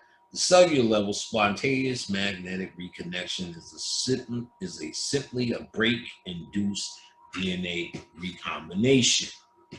Sun God operates similar to a bacterial phase. So the phase lambda is a bacteria. Did you fucking hear me? Phase lambda is a bacteria. That's why they got you running. Ain't no COVID. It's this shit that Beetlejuice is dishing out that got niggas shook. The sun operates similar to a bacterial phase, vector with the deceased as a foreign insert. The matrix,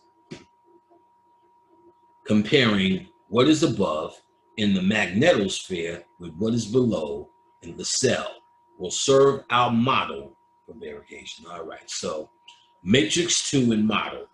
Egyptian sign, Duat Geb Abyss, what is below, Parakoti Hosel, what is above, Earth's magnetosphere.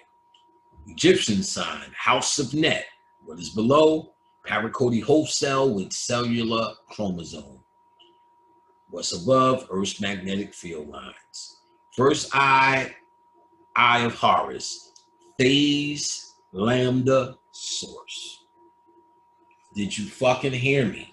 The eye of Horus is this ancient ancestor that the Kamites identified as a bacteria called phage lambda, or lambda, P-H-A-G-E-L-A-M-B-D-A. So the first eye of Horus is phase lambda, is a phase lambda source. You must become the first eye of Horus. Becoming the first eye of Horus is injecting the phase lambda, which they said, let's see if it was on this page. Listen, the sun god operates similar to a bacterial phage vector with the deceased as a foreign insert. So at this cusp, you're not equipped or not equipped enough with this phase lambda light bacteria. She says in her lecture, this lambda is special because it has a, I think she might have said phosphorus, but clearly said it's a light bacteria. It is Beetlejuice. It's light bacteria coming on the wind of Shu as a sneeze. You hear this? Or the breath. He blew out Shu. He's blowing out a necessary ingredient to change you. Phase Lambda, the first eye of Horus. Come on, niggas. Come on. This is real decoding here. Rosnet, phase lambda DNA, sun's magnetic field lines. Okay, the first eye of Horus, the phase lambda source. What's above? Sun and stars. Sun and stars are phase lambda DNA, which is what you're trying to become.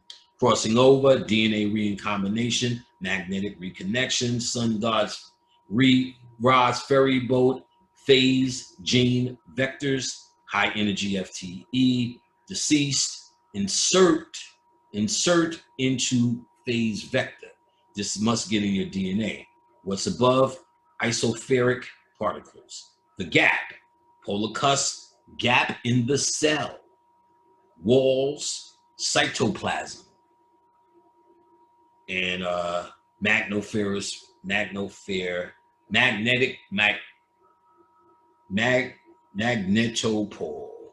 at the cusp. Winding waterway or causeway, plasma membrane near the chromosome of cell, magnetospores, as what's above. Great stairway with two portal openings, what's above? Phase DNA injection at cell double membrane, dynamic of colon staircase due to two tunneling barriers. Phase DNA injection. This happens at the great stairway at the two portal opening. And then what is above? Stairway cusp. When you see the stairway, you're being injected with phase lambda DNA into your cells for the transformation. Movement of the sun through the Duat, transformation in the DNA, transduction as what's above, energy transfer of the sun particles in and out. Magnetosphere, ropes of iron dragging the sun back, iron side tropes for binary fission, flux ropes, plasmatoids pinching off at the bell. Let's keep going. Feces, vertices, heads, or tails. Was the pharaohs inserted into a pyramid or a phage head? So she now has the model for the phase lambda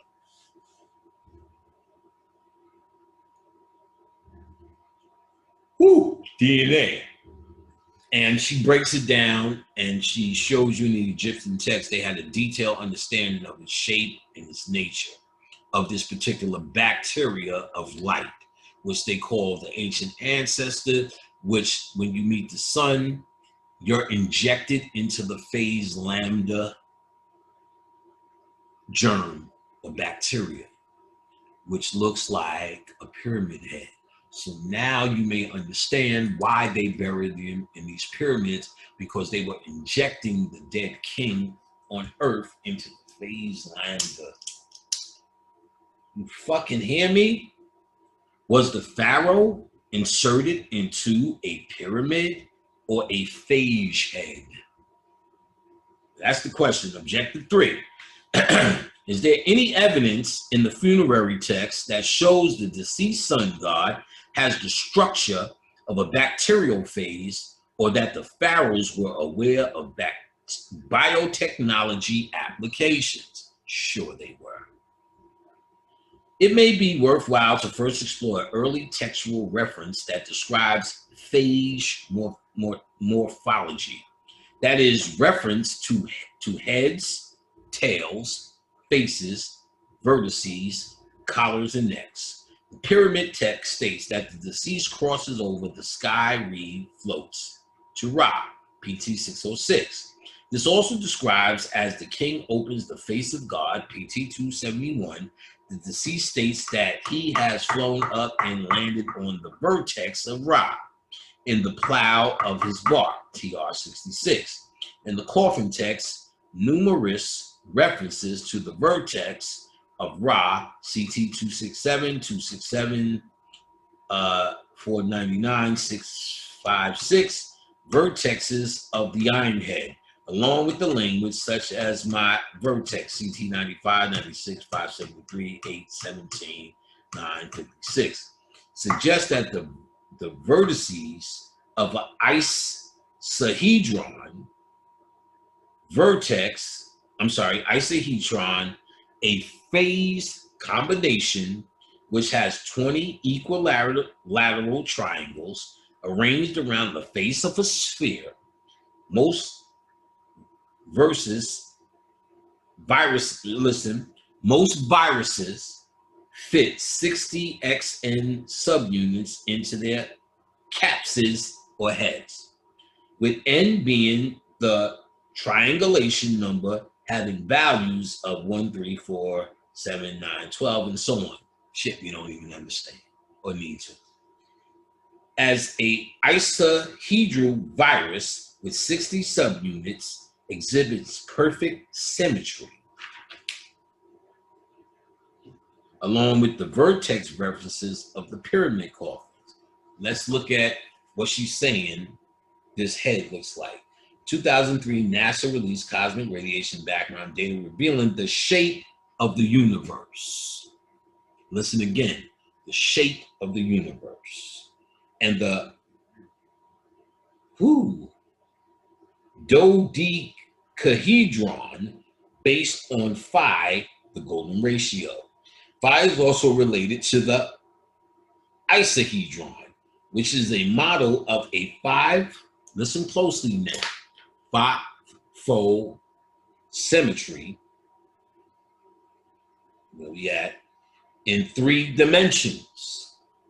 According to NASA and freelance mathematician Jeffrey Weeks, the math adds up to the universe being infinite and shaped like a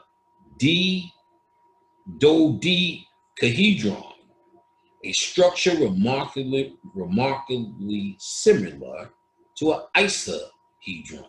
Now let's look. This, ice and D. The first one that this, is a, what is this? Icosahedron. The dodecahedron, I know I'm saying it wrong, is this. Look at the Baphomet symbol. Look at the symbol of the 5. It's the shape of the universe. What do you think we're doing here? Baphomet. The 5-pointed star, when you turn it upside down, you get this shape. You get this shape. This shape is the pentagon. When the upside down star straightens the pentagon up. And look, you got a 5-point here. The 5 points means something, son.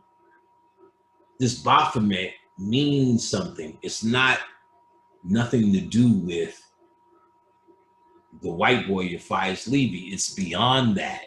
If you can see beyond that. Baphomet! So let's get into it now.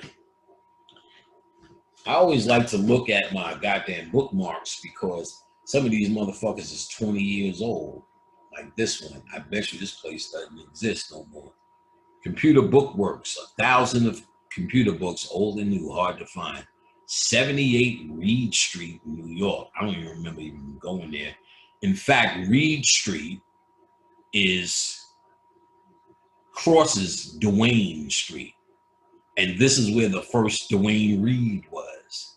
for all you niggas who got Dwayne Reed's, which is just a drugstore. Dwayne Reed started on Dwayne and Reed Street. So I was on 78 and Reed Street, New York, New York. And, you know, I don't know, like 2004. So sometimes I can see history in the bookmarks that I have. It's crazy. All right. You thought it was over, nigga? No. Along with the vertex references, the pyramid and the coffin text mention the mistress of the lords of faces, and the deceased states that he is centipede's face, CT 239, 251. While on Ra's vertex, the deceased sees the spirit of the West, whose face turn around on account of their colors, CT 260. These references suggest icehedral faces.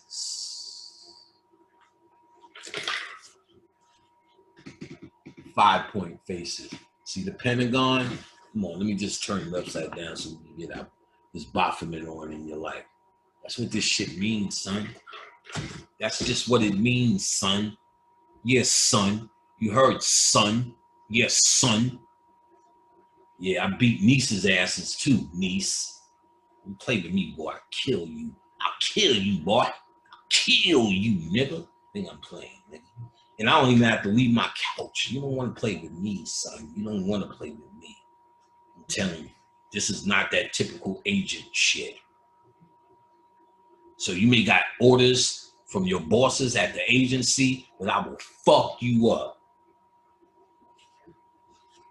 That's just a general thing, you know, talk shit, show you I still got energy. Baphomet! All right. These references suggest icehedral faces.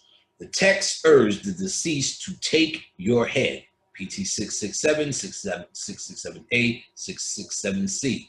And other resurrection texts state your head is knit to your bones, PT 335603, implying the process of phage head assembly. Also, the golden collar or fit or finishing touch to the front, in which is on the neck of Ra, PT 326, points to phage morphology in assembly. All allusions to clear sky and the king becoming a star, PT 302, the king going to the sky in an earthquake and bursting in a hailstorm apart, the king dispelling the clouds, PT 570, the king uncovering the skies and disappearing clouds, CT 993. All of this reference indicates formation of a cleared area. Also, the reborn king ascends on a cloud as the earth quakes, which signifies the eruption of phase progeny, for he has ascended in the body of a locust among the children of the hornet, PT 627. Similar, the king ascends as Osiris in the dust devil or whirlwind, PT 258, 259. The meta symbol of swarming locusts and whirling dust suggests escaping phase progeny. The king states, I have reached the sky as a locust, which hides the sun, PT 467. Decoded, heads, tails, faces, vertices is phage morphology. Swarm of locusts, phase progeny. All right, the pyramid and the causeway. The profile of a pyramid and its causeway also reveal the morphology of phase lambada.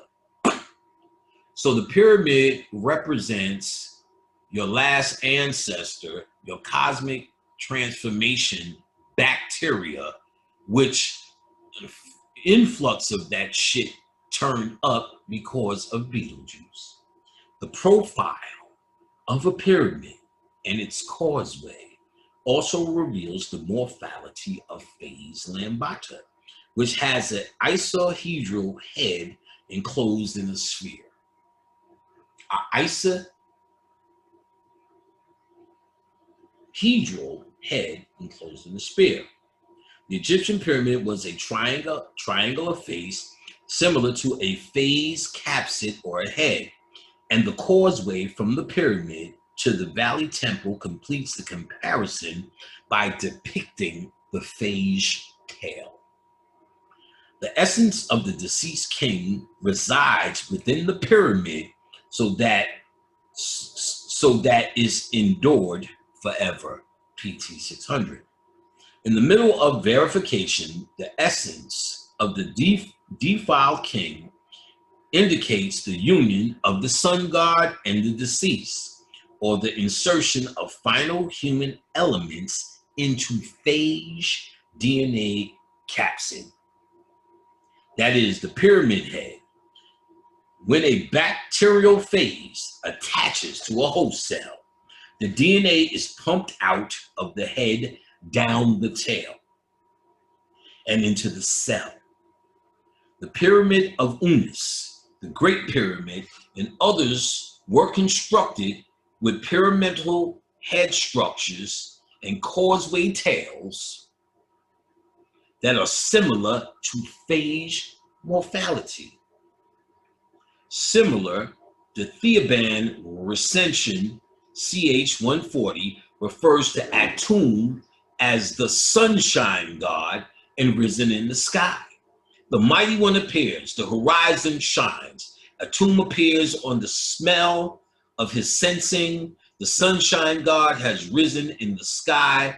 The mansion of the pyramid dome is enjoyed, and all of its inmates are assembled. The Pashas equates the sun god, Ra-Atum, or Atum, with the geometric shape of a pyramid, which is similar to phase lambda morphology. Further, the deceased states, "I am he of the pyramidon," CT 422. Both Geb, the earth, and Atum grant that a pyramid and temple be installed and enclosed for the deceased and his double. PT 534. The pyramid is being decoded now. You niggas thought it was an oven, didn't you? Part 4 of this work will examine the structure of the edifice of Taharqa, and the mysterious Nilometer, another possible representation of phase morphology. That's in part 4. Now, she also points out, see the road from Orion, chapter 18, sketch drawn from the plate. Let's do it. We're here. Road from Orion, chapter 18. That's the handy book. Ooh, chapter 11, 25. Let's see the picture in chapter 18, 16, 17. And here we go. The edifice of the white. All right, so here's the picture. These are the tail and phase morphology. There's 18. Let's see what it said. So she writes, okay, let's see what she writes first. The drawing depicts an armless human with serpentine legs and a large spherical head.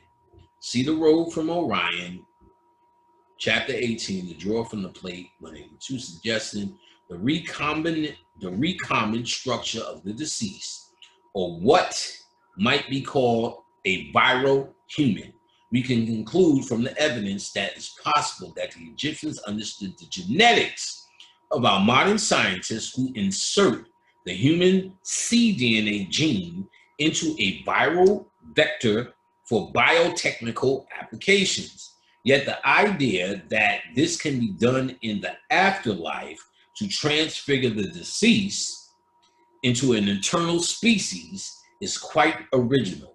Still, one must question, is there additional evidence of Egyptian awareness of biotechnical application? So again, let's go to 18. Shit, I lost the page. 13. And look at this figure of the viral human. This is the viral human. Let's see what she says about it. Well, this is poetic. All right. Well, this was an image from plate 182, Tomb of Ramses.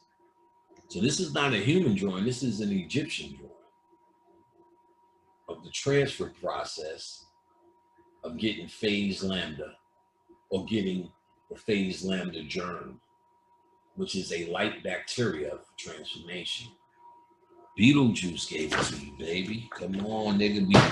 It's our turn. It's our turn. I already done showed you this shit. It's over. This fell and did this by itself. What that mean? It means she's indicating her time is, she's going back to the cosmos to be the mother god. She was down here doing the thing. It's over. You'll even see from white people this new resolution after Trump. You're going to see it because he fucked shit up so bad for them. So you're going to see a new day starting because it's you who's becoming. All right. So where were we? Were we still here? No, we were here. All right, we were here. The Egyptian coding sequence for gene clothing. IS-21. King raises himself from left to right. Turn yourself about, O king. So the Egyptian pyramid text urged the deceased to move from left side to the right. PT 412, 482, 487. As do the coffin texts. CT1, 219, 327. And the Theoban recension. CT 68. Suggesting that left to right cloning orientation, apparently the left to right orientation of transcription, translation, produces a product different from that of right to left orientation. So, Coronis effect pushes a west moving entity to the North Pole because the west moving entity is going against the Earth's rotation or clockwise.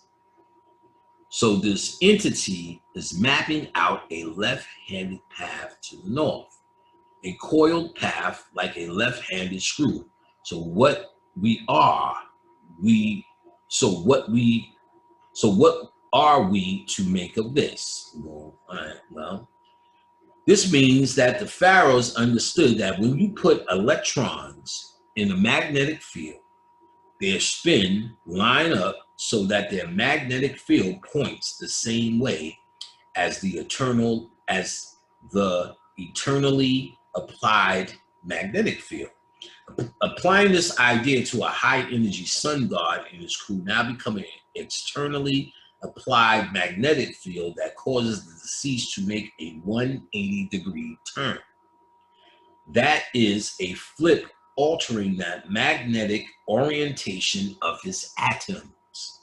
So it is possible to decode the Egyptian advice to left to right orientation in three ways.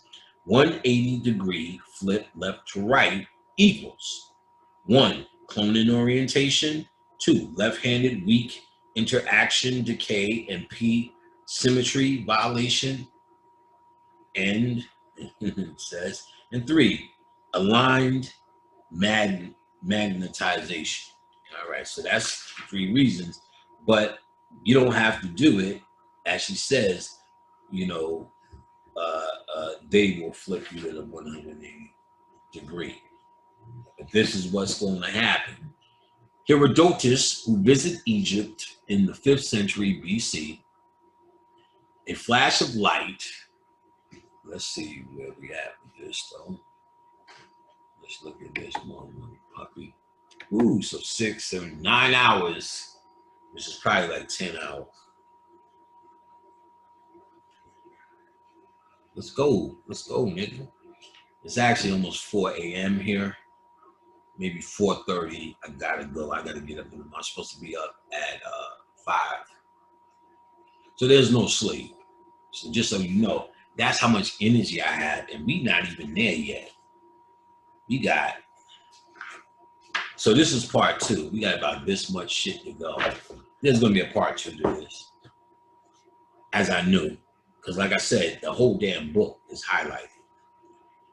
Herodotus, who visited Egypt in the 1570 BC, a flash of lightning descended upon a special cow, causing her to receive Apis, a black bull with a white diamond on his forehead, an eagle image on his back, double hairs on his tail, and a scarab beetle under his tongue. Brown, 1992. Herodotus wrote that Apis was the calf of a cow, which is never afterwards able to have another. Herodotus, 1996. This means that this special calf descended from a cow struck by lightning that was incapable of conceiving another offspring, a virgin cow. In genetics, this type of lightning asexual virgin breeding for specific traits is called cloning. So, formation genetically identical calves by nuclear plantation. So it's possible that Apis, the bull, unique traits resulted from cloning. Listen now, objective 3 complete. The language in early funerary texts is related to vertices, heads, tails, and faces, along with the triangular structure of the pyramids with their tail-like causeways. It mirrors the phase lambda morphology. In addition, the description of tails on deities in the edifice of Tahakwa and the Ramses IV drawing of a armless human with coiled legs, might be, V1, either 4 or 6, drawing an armless human with coiled legs. Okay, let's go back.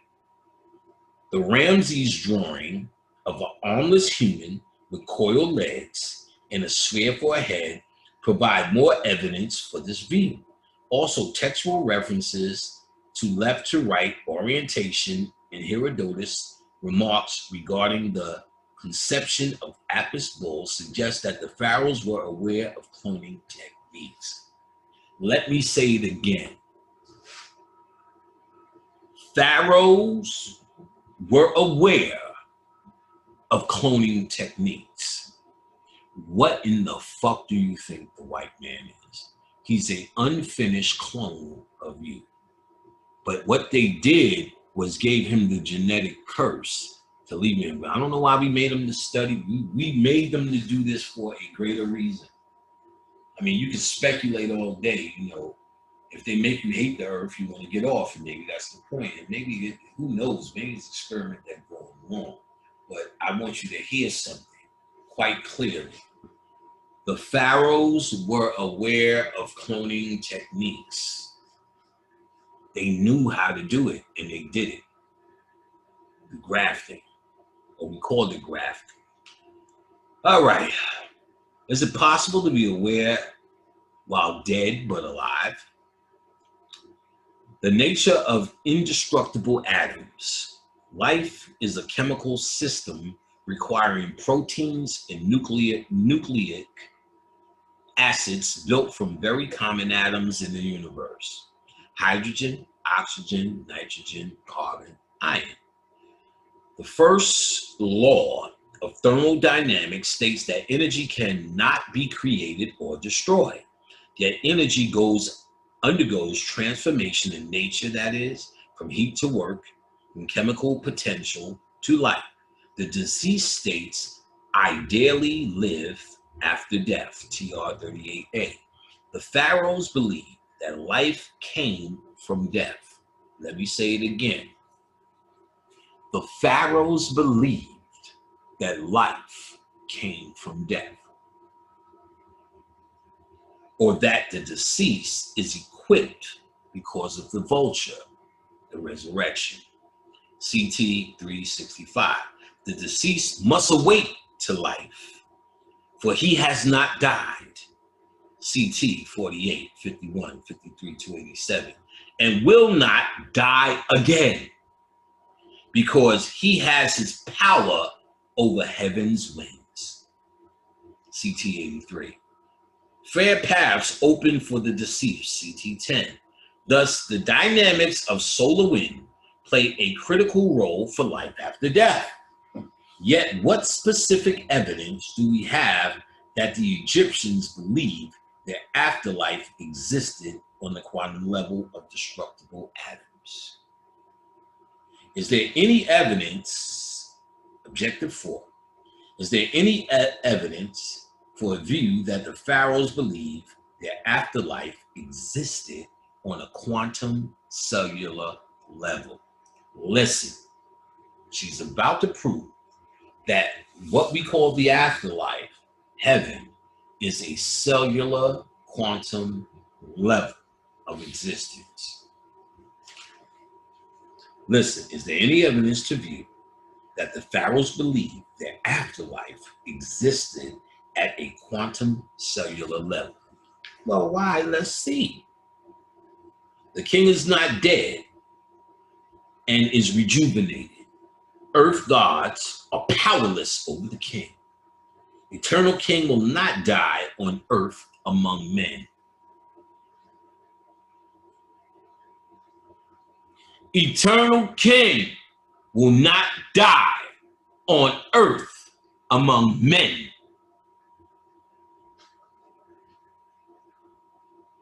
Quantum physics predicts probabilities rather than definite singular events. Quantum physics predicts probabilities, potential energy, the chaos realm. This is creation. This is not potential energy. This is spent energy because it is defined. Computer, a desk, a tree, a rat, cat, a cusp. So quantum physics predicts probabilities rather than singular events. The pharaohs described conscious events after death at the quantum level. Physicists David Bohm and Basil Hiley suggest that our consciousness has a rudimentary mind-like quality at the level of particle physics, which becomes stronger and more developed at subtler levels, subtle levels. Boom, more strong and developed at subtle levels. So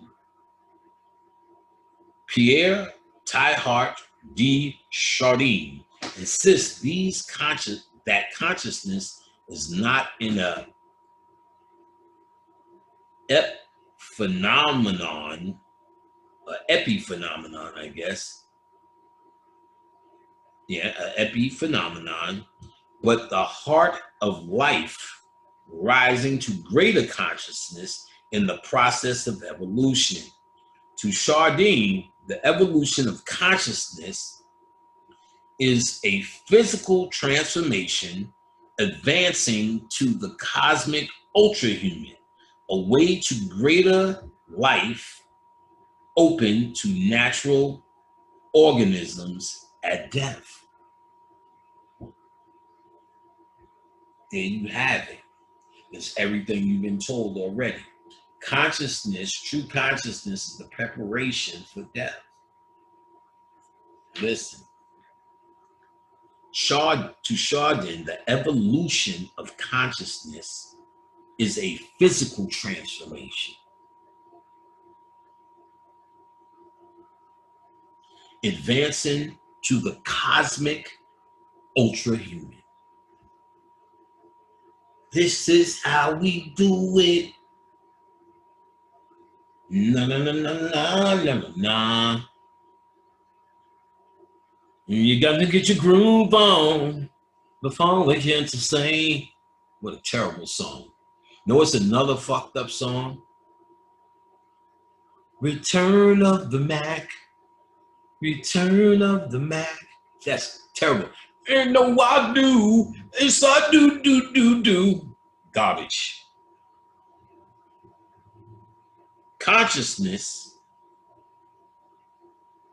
is a physical transformation advancing to the cosmic ultra-human, a way into the greater life to open life to natural organisms at death. He proposes that survival is a conscious property of the cell, and that a quantum cell exists in a cytoplasm of a living cell that amplifies the states of the quantum system. Goswami believes evidence of the quantum is a telltale sign of non-locality. So, the deceased may allow him to see the full range of electromagnetic radiation ranging from cosmic rays, gamma rays, X-rays, and ultraviolet, visible and infrared radiation, including microwave energy. Today's scientists can envision energy landscapes with the help of technology. A landscape can be described as potential energy surface, a potential energy surface, PES. Defining the position of atoms, the surface exhibits varied topographical features similar to the Earth's landscape, such as mountains, valleys, and hollows. However, the dimension is much higher, and the energy landscape determines the behavior of the system. In light of the foregoing research, the Egyptian claim of conscious decease on a quantum level is plausible, for the funerary text is an extensive knowledge base of conscious quantum experiences that delve into the very heart and nature of her laws. As the deceased states, I spend eternity alive, CT 228, decoded, dead but alive, quantum consciousness. Deceased is everywhere. IS 37, 38 to 40, 42 to 43, 49, and 55. Dead king assumes all forms. Atum, Re, Hathor, Isis, Thoth, Horus. I told you not to become everybody. IS 8, 35, 53, 57, 63, 94. Dead king is a falcon, locust, haunting Heron, Nile, fourth imperishable star, fourth of the four gods, bull of the sky, Apis, eye of Horus. The deceased in the afterlife is everywhere.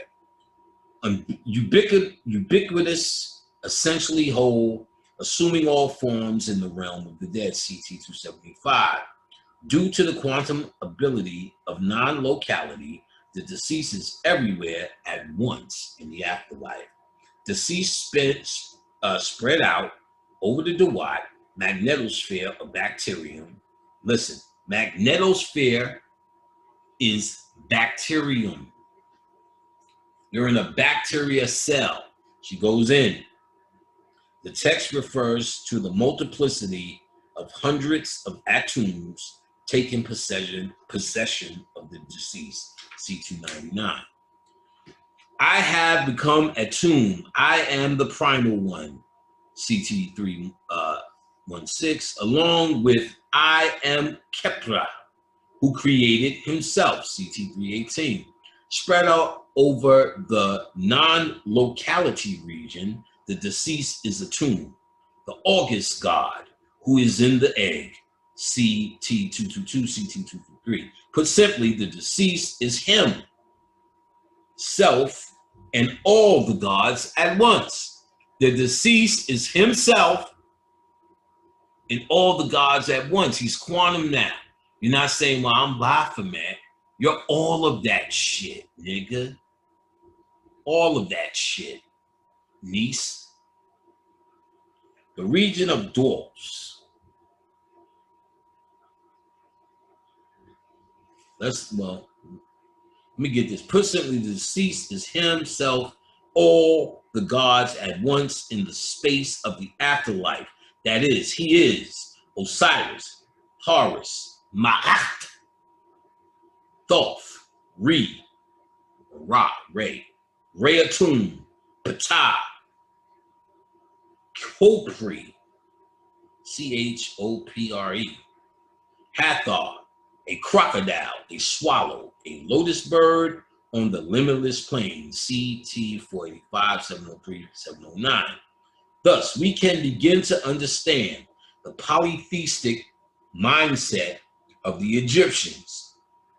So now they just broke down why the Egyptians and many other ancients had more than one god, because they seen the gods from the quantum perspective, that all of these elements are you, and all of these elements return to you. You become all the gods. You are no longer in a singularity.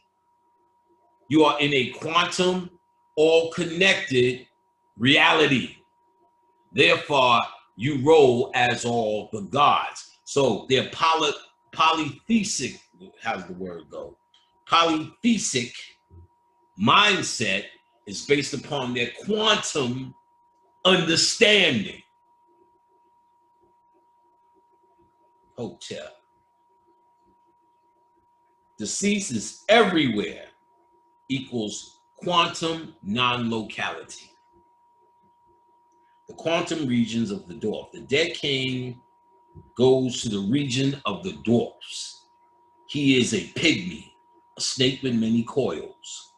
What we're talking about, you've seen in Alice in Wonderland. What you've seen is her going smaller and big, or Gulliver's Travels. Watch it on YouTube for you young niggas. The 1939 version of Gulliver's Travels. I can't co-sign for what Jack Black did with it. And I definitely ain't fucking with Sam from Cheers. He did one. The 1935 animated one, they used to show us in school. And it just is the story. So, and it's on YouTube in its full form. So, what was I talking about?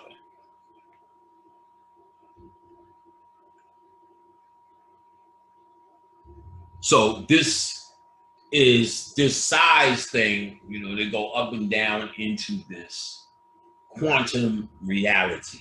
Now, the regions of the dwarf is an apt meta symbol for the quantum world. The deceased actually states that he belongs to the regions of the dwarfs, CT 132, and that he receives his plot in the land of the dwarfs, CT 11, the land of the dwarfs. That's the quantum world. That's where Alice went, in Underland. In the book, it was called Underland. Then they changed it to Alice in Wonderland for Disney or whatever. But it was Alice in the Underland because she was going through the underworld.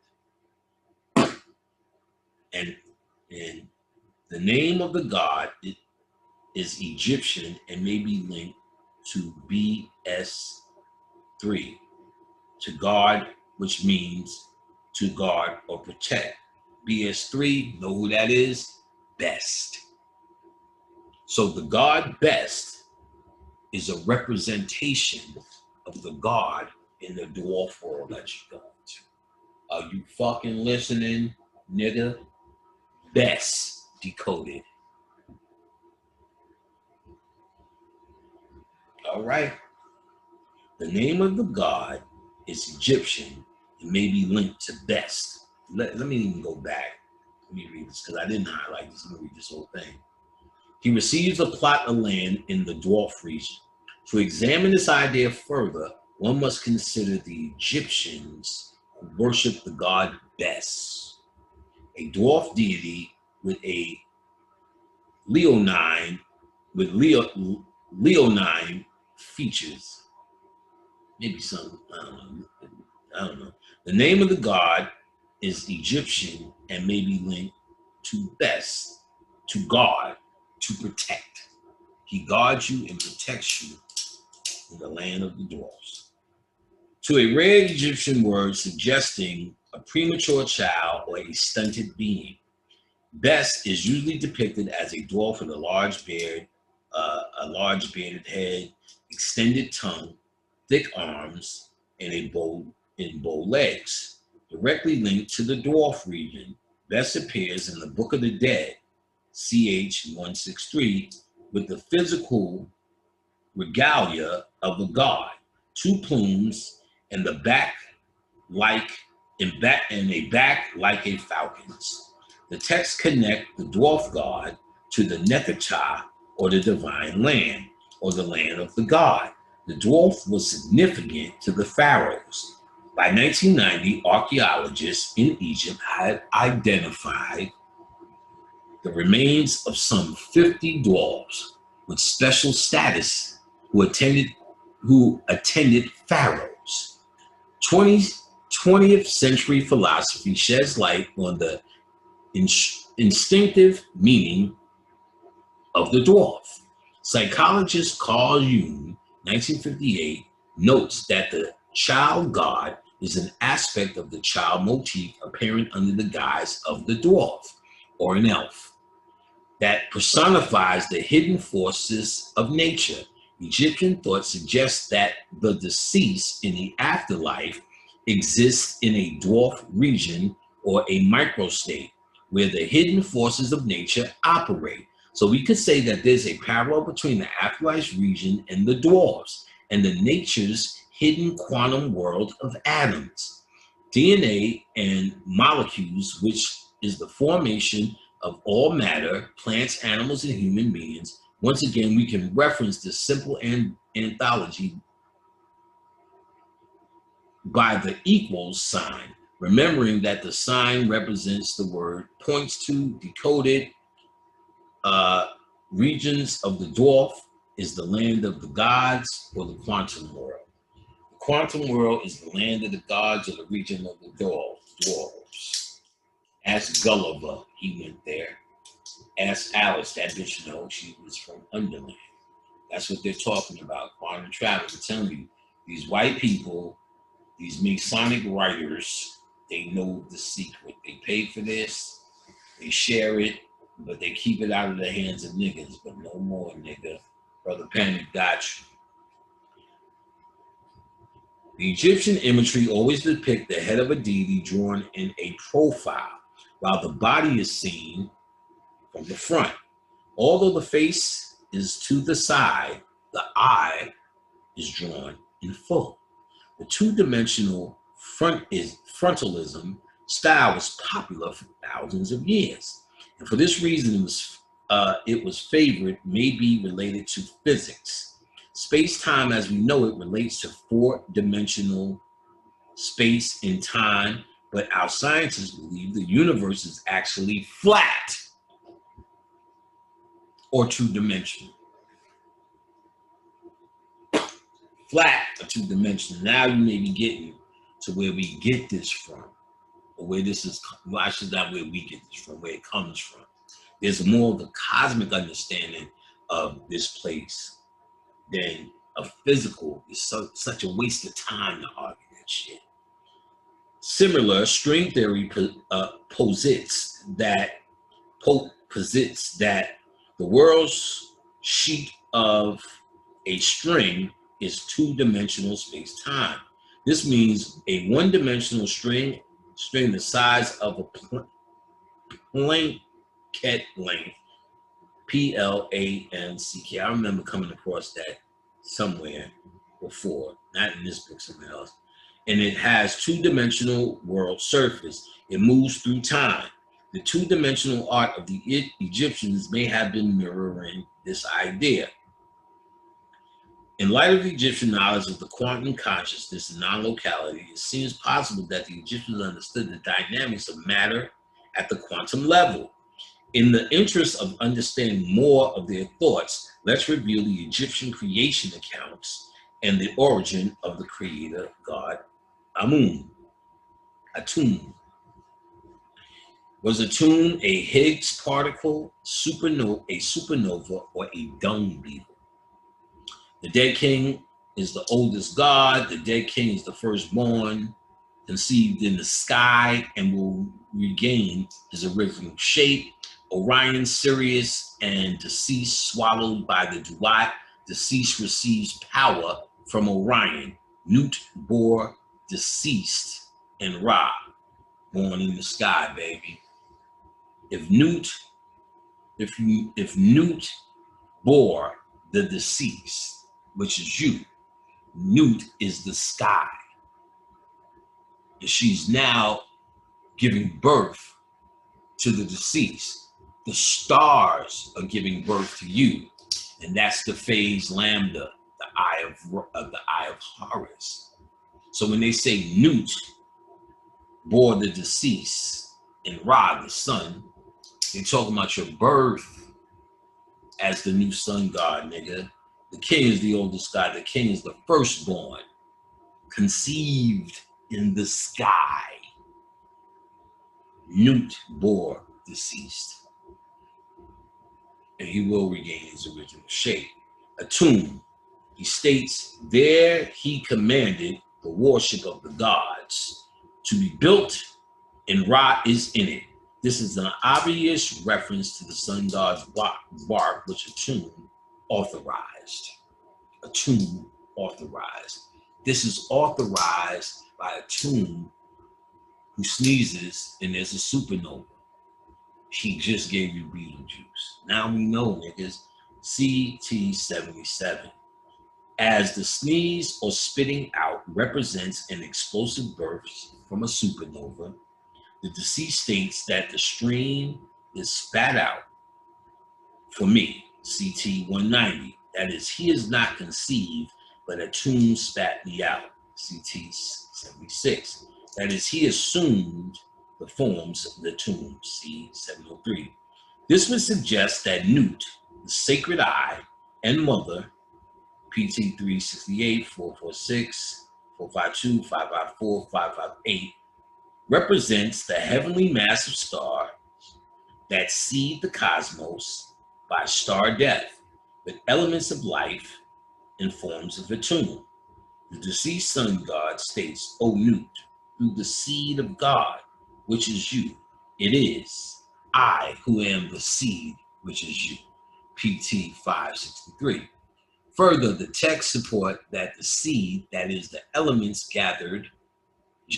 elements generating the deceased sun god, is from Orion, IS-108, possibly Beetlejuice.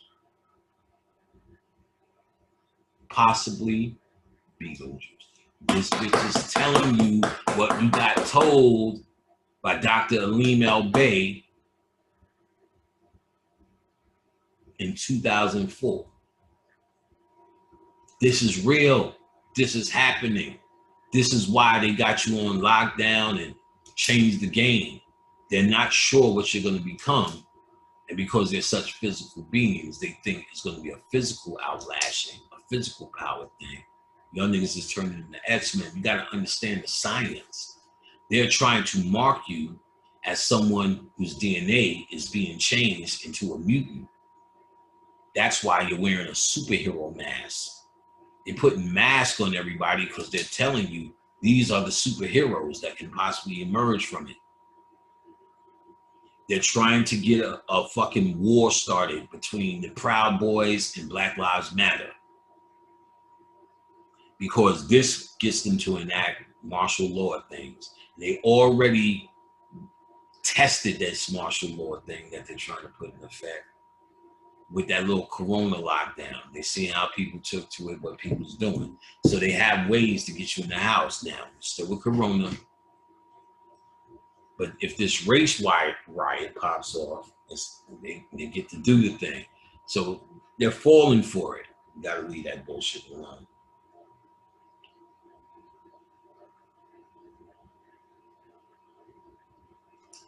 So the sixth dynasty pyramid text implored Nut to install every god who has a bark as a imperishable star in the sky. Drawings of the sky goddess Nut depict her body covered in stars, suggesting she's the spotted effect produced by a leopard's coat.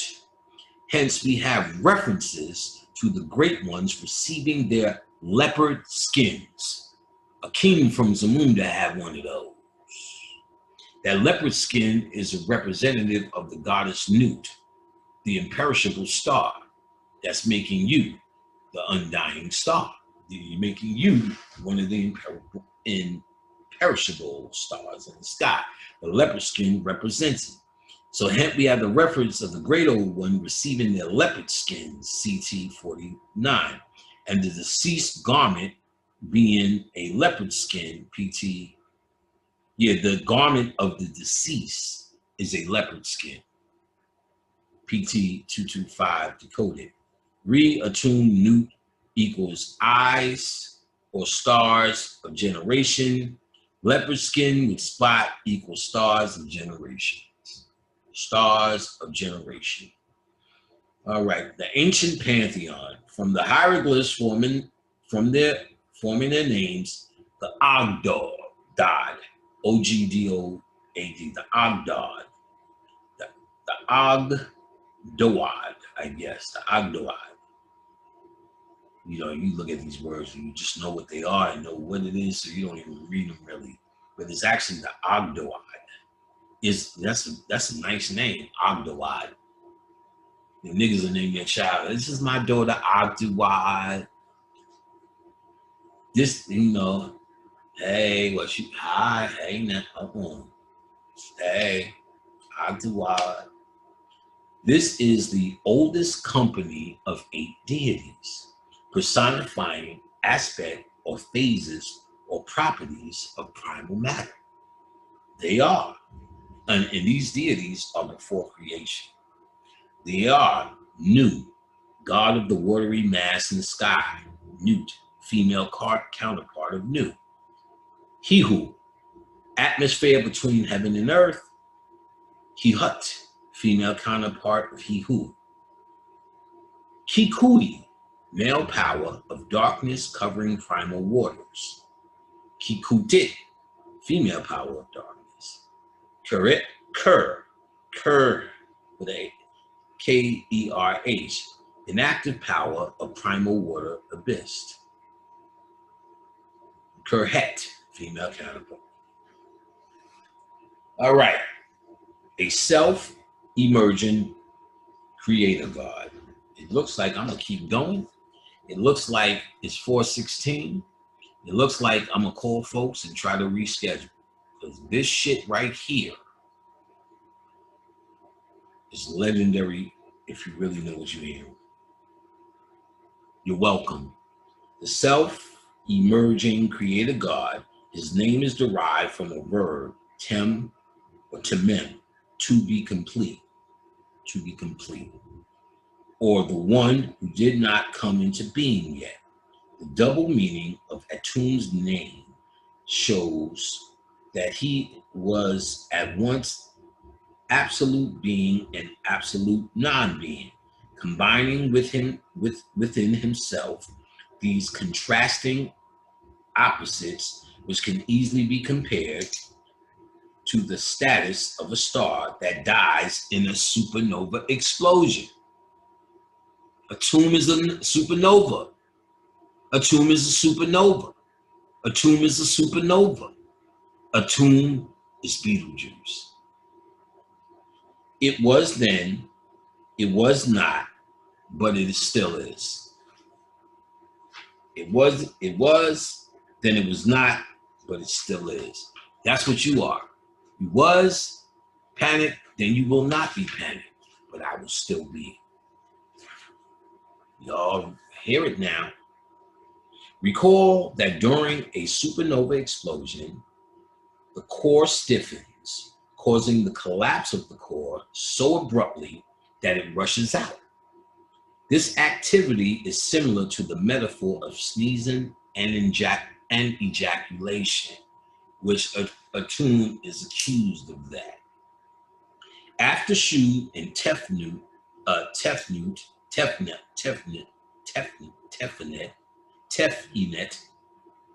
Shu and Tefnet came to Earth, God Geb and the sky goddess Nut, followed by the children of Nut, two pair of twins, Osiris, Isis, Seth, and Nephthys, children of Nut. Thus, the god Atum self-generated the 8 deities comprising the Ein head. The next pair, Atum is busy. The content, so shit starts, it seems, with supernovas. Because it tells you the universe started with Atum. Then that tells you something is right about that Big Bang, perhaps. A star exploding. It's starting a process. Atum sneezing and busting his nut. The core got stiff, nigga. My core is stiff. Time to fucking supernova, baby. Let's get the supernova on. Each time you have an orgasm, that's a supernova. Sounds like, feels like you could create some powerful shit, like Atum, perhaps. The continual reference throughout the coffin text to chaos gods support the idea that the Ogdoad, High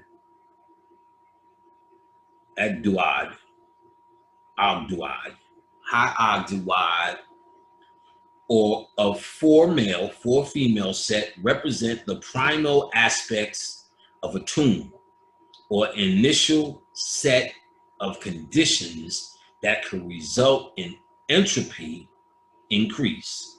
The boundless watery mass, the power of darkness over the watery abyss, the inactive power of the waters and the atmosphere.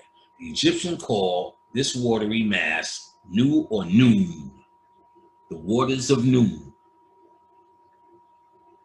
where the sphere of life floated, like a bubble.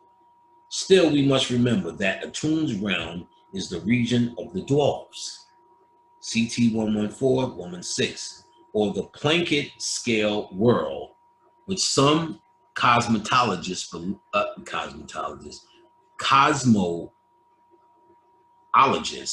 believe existed before the inflationary period that preceded the Big Bang. I don't remember what I wrote a note. 5G, oh, right, and we talked about it. 5G strengthens the magnetosphere. 5G strengthens the magnetosphere. Strengthens the magnetosphere. That's how they're doing it. They're trying to keep that Beetlejuice out. It ain't working, player. Smell the air. Beetlejuice shoe is on that air. So on the physical level, you can smell it. When you go outside, it's clear as fuck. Clear as fuck. I wouldn't be surprised if they started them fires just to put pollution in the air again. They were showing before and after California because nobody was out, nobody was driving, nobody was doing anything to throw smoke in the air for a minute, and then they showed you how clear the shit got. Shoes in the building, son. All right, let's keep it popping here. The game ain't over. He could find no place to stand or sit, Atum, before his throne had not yet been put together. CT 80. So Atum's throne is matter. Matter, they're talking about in the mythology, matter hasn't been formed. They're going to tell you Atum created matter. Actually, I'm going to read this, not the high. This was a time before Nut, or the starry sky, had been created. Before the primal Einhead had come into being. Atum said to Nu, God of the watery mass of the sky, I am on the flood waters, being very weary, and the patricians are in earth. Then the text state that the earth god Geb gathered together Atum's weary members, suggesting the idea of molecular self-assembly at earth. The text state, stand upon it the earth, which issued from Atum, PT222. The idea of this formation of a foundation, a throne, a seat for Atum, can also be found in the second account of papyrus written in Panopolis, priest about written for a Panopolis priest about 312 BCE, entitled The Book of Knowing, the evolutions of Ra and of Omo and overthrowing Apep. So in 312 BC, somebody's writing about how to do this shit. It wasn't common knowledge, but it was shared knowledge among nobles, kings, and those who were worthy. You get it? The book of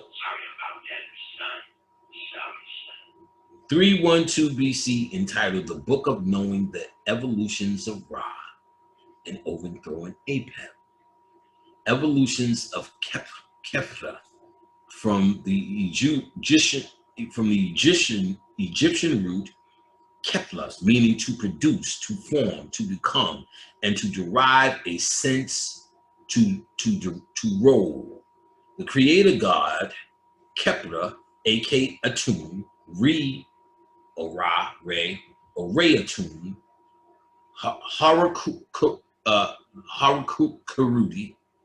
Harakahuti, right, Harakahuti, Kanum, and Ptah, in different gnomes, is symbolized by the coprophage beetle, noted for its ability to lay eggs in dung and then roll it in a circular form. The Egyptians associated the sun disk with the beetle's dung ball. This is bacterial. Bacterial. So that is something we missed. We said the sun, and that's on point or whatever, because certainly, we decoded it, but now she's, oh, that just goes off automatically. She shows you that it's bacterial. And she's going to make a harder point. She's already made the point at the earth being a bacteria ball, that the concept of bacteria is the key for transforming the DNA. And one particular bacteria is the ancient ancestor that you get at a certain spot. When that's, and also when a big deal, when a Orion star, the Orion's right shoulder gets at you, or a tomb comes, this is a big deal. It's a big deal, nigga.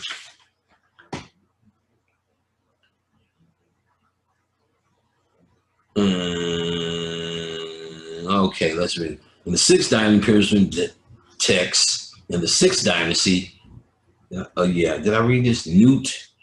Okay, yeah, oh, we're on the wrong page. Give me one sec. Oh yeah, we went over here. So He rose in a circular form. The Egyptians associated the sun disk with the beetle's dung ball, which is bacterial. So we have Kepra as a beetle pushing a dung ball, or simulating the solar wind pushing the Earth system. Uh-oh. Uh-oh. It's a new understanding. Kepra represents the solar wind pushing the Earth, a bacteria ball of shit. Thought I paused, didn't you? Thought I froze.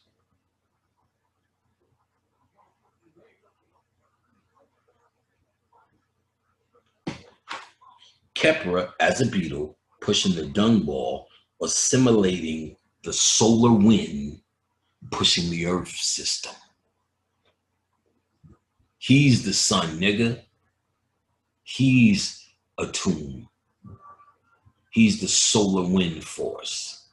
Remember, Atum blows shoot as the cosmic wind force. Kepra is representing the solar wind force, pushing the bacteria cell, the piece of shit called planet Earth. Baphomet. The papyrus texts report that Kepra came into being and raised up the creation of Nu out of a state of inactivity. All alone, Kepra, like Atum in the coffin text account, then could not find a place to stand. The god said, I worked a charm upon my heart. I had a foundation in Ma, and I made every form. So both the coffin text and the papyrus text account claims that the foundation of forms signified by a throne in the former text was necessary to support the god's creation. These meta symbols point to the following ideas. Foundation in the heart equals core elements created in stars forming DNA. Core elements created in star forming DNA. What's star forming DNA? One that's been infected by phase lambda. Creator gods, Atum, Kepra, Ra, beetle, equals creative force from a star, dung beetle ball, bacterial cell, or earth. Let me say that again. Dung beetle ball, which we kept saying was the sun, is actually the bacterial cell of the earth. And the beetle is representing solar wind. Let's go, nigga. Let's learn today. The word Mayat means truth or rightful order. When the goddess Mayat, personified as truth, has referenced in both creation accounts, we could say that the self-emerging god, Atum, or Kepra, is therefore laying down a plan or foundation according to law, truth, and rightful order, Mayat. For his soon-to-emerge creation, before the emission of Shu and Tefnut, Kepra creates a foundation of forms in his heart, signified by a throne for him to sit on. Before the creation of gods or men, then he self-produces Shu, air, and Tefnut, moisture. And from the watery mass of Nu, his eye and generation arises, that is a cold light star that dies, producing the elements in its core and that seed in the universe. DNA is a self-replicating genetic material that is transcribed into an unstable messenger nucleic acid called RNA. Let me say that again. DNA is a self-replicating genetic material that is transcribed When you say transcribe, you're talking to Hootie. That is transcribed into an unstable messenger nucleic acid RNA, which is then transcribed into proteins. That is the central dogma of the gene expression DNA to RNA to protein. We can extend the idea further by following proposal, remembering that equal represents 0.2. Foundation of forms equals throne equals DNA and RNA to protein equals humans. So they're telling you about our creation, talking about DNA to RNA. Objective 4 completed. The textual evidence indicates the deceased possess quantum consciousness and non-locality. Features essential to the quantum, cellular, or dwarf afterlife of the pharaohs. We can also conclude that development of Atum and his creation parallels cellular nucleation. All right, DNA replication and prokaryote binary fission, again indicating that Egyptian afterlife exists at a quantum level. With the completion of Objective 4, we can assemble Matrix 3 to test the validity of our model in Matrix 2. So Matrix 3, Egyptians, science translated into science parallel. Let's go. Architecture of pyramids, edifice of Takara, phase lambda, I'm saying lambda, lambda morphology, Atum, mass generating mechanism, electric potential pulse, Atum and Ogdoad, Higgs field and 8 massless gluons of strong force. Atum's throne or foundation, elements created in the core of a dying star. The basis of DNA. Ooh, shit. Beetle, creation and transformation of creator gods. Beetle dung ball, earth, bacteria cell, breakthrough. Chaos gods, second law of thermodynamics, any real process that proceeds in a direction which results in the entropy increase. Creator God, solar wind, high energy, particle, creative force. Deceased is dead but alive, quantum consciousness. Deceased is everywhere, non-locality. Equipped because of the vulture, human death allows transformation. The vulture is a symbol of transformation, eating the dead to gain life. So when you become the vulture, you become that symbol, and you, as it says, human death allows transformation. Eye of Ra, Atum Nut, generations of stars seeding cosmos with elements from supernova explosions. Heads, tails, faces, heads, tail, faces, vertices is phase morphology. Left to right orientation is left to right cloning orientation, left-handed biological molecule aligned magnetization. Lightning striking cow to produce Apis bull. Cloning by nuclear transplantation to produce bulls with special traits. Local swarm phase progeny. Mayat, laws of the universe of physics, rightful order. Pyramidion, indicator of phase lambda morphology, regions of dwarf plankett length world. Ooh, shit. Let's go.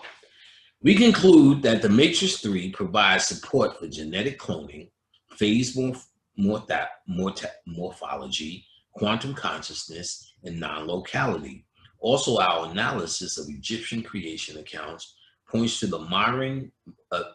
the theories on the cosmogenesis of our universe.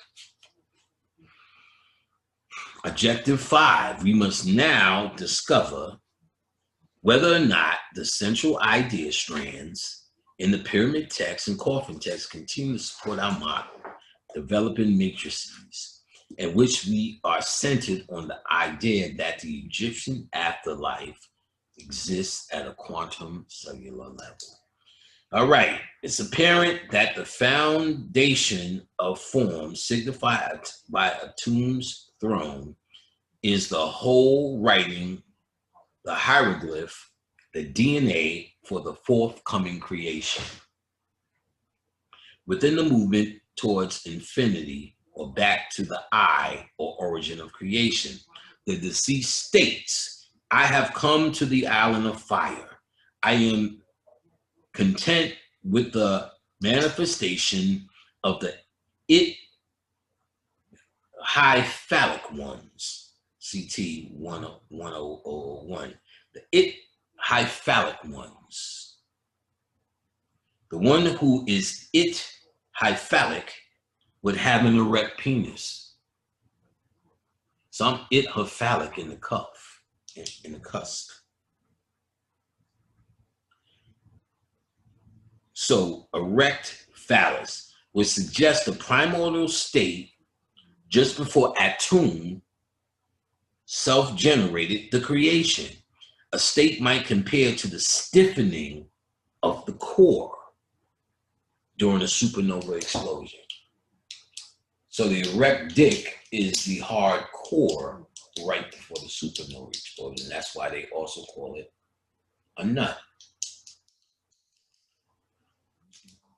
Supernova explosion is the orgasm, son.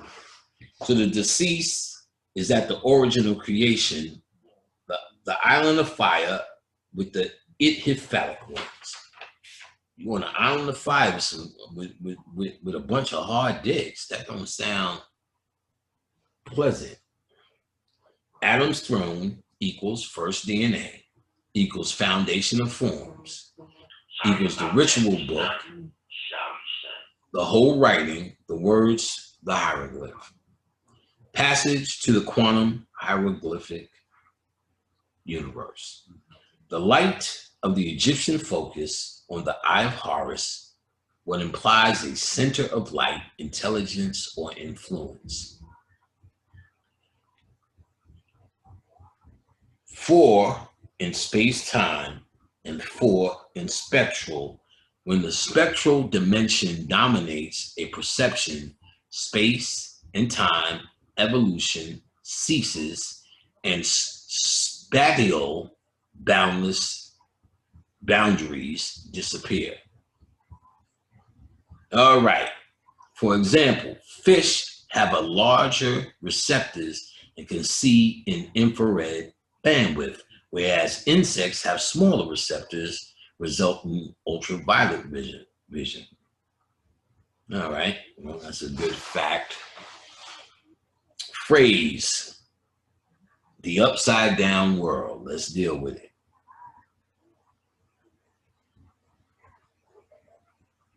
Thought I froze, didn't you? The upside down world. This, again, as we get into it, if you remember Pirates of the Caribbean, to get back into the regular world, they had to turn the boat upside down. Here's why. The dead king will not go upside down. So he was in the locker, he was upside down. Repeatedly, the funerary texts state that man must not go upside down, down in the realm of the dead. You must not. So the funerary said the man must not go upside down in the realm of the dead. Let's see what that means. Carl D. Pribom, MD, explains the inversion process, he's a brain researcher, it says, is a transformation of an image from our world, space-time, through the lens of the eye into a processing domain of at least 8 dimensions on the retina. He further states that the image in the eye allows us to infer that the outside world is similar to a hologram, a 3-dimensional image created with photographic projection. Deceased, what I write on the side, human bacteria consciousness, E. coli. Oh, yeah, we're gonna get it. So in this upside down world, which we're gonna get into more, we can talk now about Dr. Phil Valentine Haru, who explained that this world has folded over on itself. So from the real world in Kabbalah, I've showed it before, the first 3, the Trinity is up, the next one is down, because this world went upside down. Then there's another tree.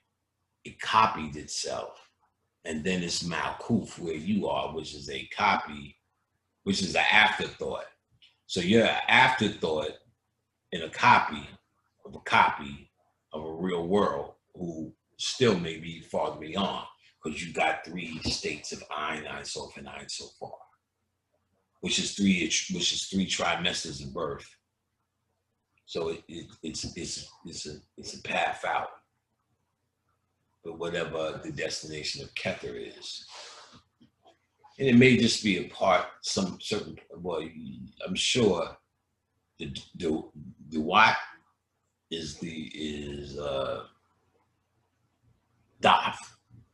You know what I'm saying? Let's get to it, baby. You know what I'm saying? This is coming up on 12 hours. Daddy's home. I want to see a nigga do a 12-hour joint.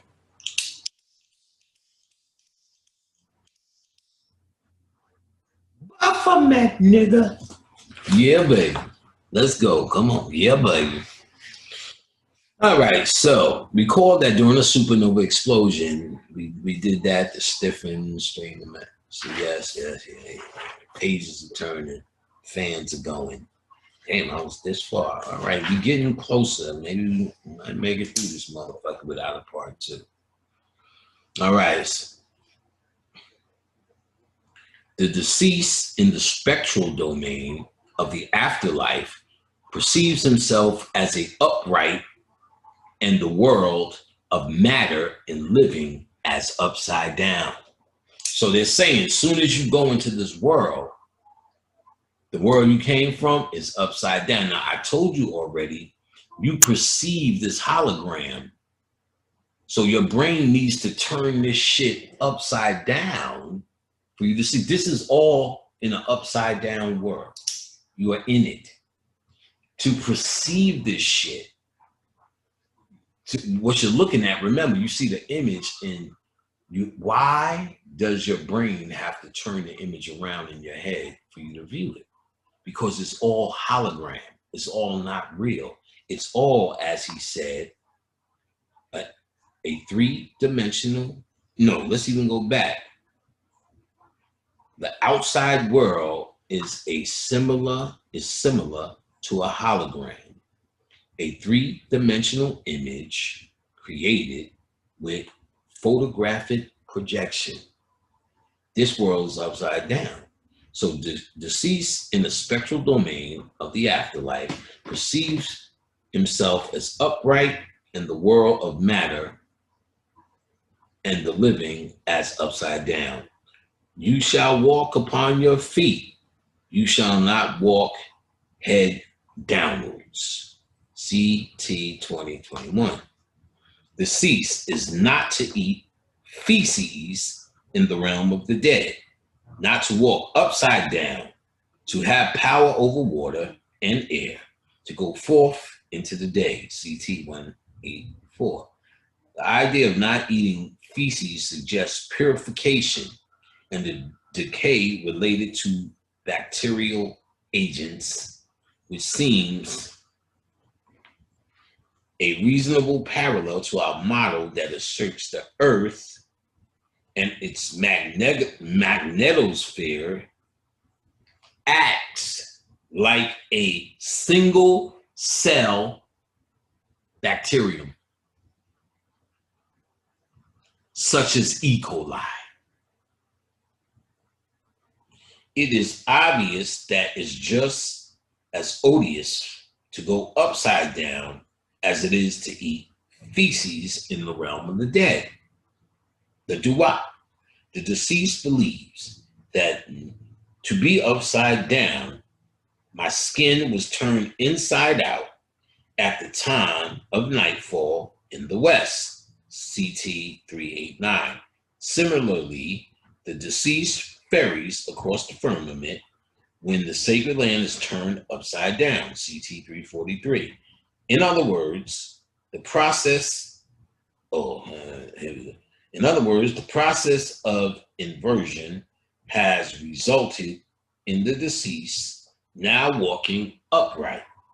The great West is he who stretches out my bones and extends my limbs so that I may walk on my feet like Osiris.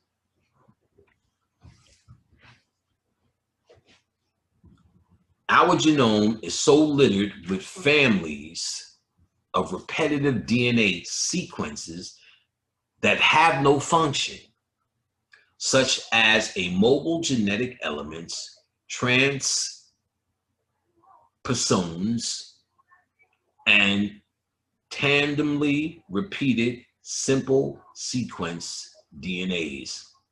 According to Desmond Nicol, senior lecturer at the University of Paisley, Scotland, 97% of human genome has no known function. This is what they call your junk DNA. 90% of human genome have no function. She bumps it up to 98 in her lecture and tells you how when you turn upside down in this world, the DNA switches. The junk DNA becomes online because now you're in the right place. And the DNA, that the two strands here, becomes what needs the dead king that needs to be inserted into the lambda phase takeover. And with the junk DNA is years and years in a library of bacteria and viruses. Over the years, the lights that came and changed us, to build us, to make us who we are. Beetlejuice is an Orion light. That's important shit. They're trying to fucking get you out of the light. Nigga, go crazy in it. Let's go. Come on, where we at? So 90% of human DNA in the genome has no known function. Of course, if we were in the afterlife viewing the viral part of our genome, it would be upright. And the rest of the genome would be reversed, transcribed and backwards. Reverse transcription results in complementary DNA that is actually transcribed backwards and upside down. Finally, the funerary text reminds us that Seth, who turned the land upside down, CT 942. So Seth turned this land upside down. Seth, or Set, is the god of confusion and disorder. That's where you're at. Whose disagreement with Osiris resulted in the injury of the eye of Horus, which the Egyptians might say resulted in the upside down human creation. Equipped with the new death vision, the deceased, a specter in the spectral domain, perceives our world of matter as upside down. So in this world, you perceive the world as matter as upside down. Your DNA is actually upside down. And your junk DNA that was inactive comes online. All that work you did over the years.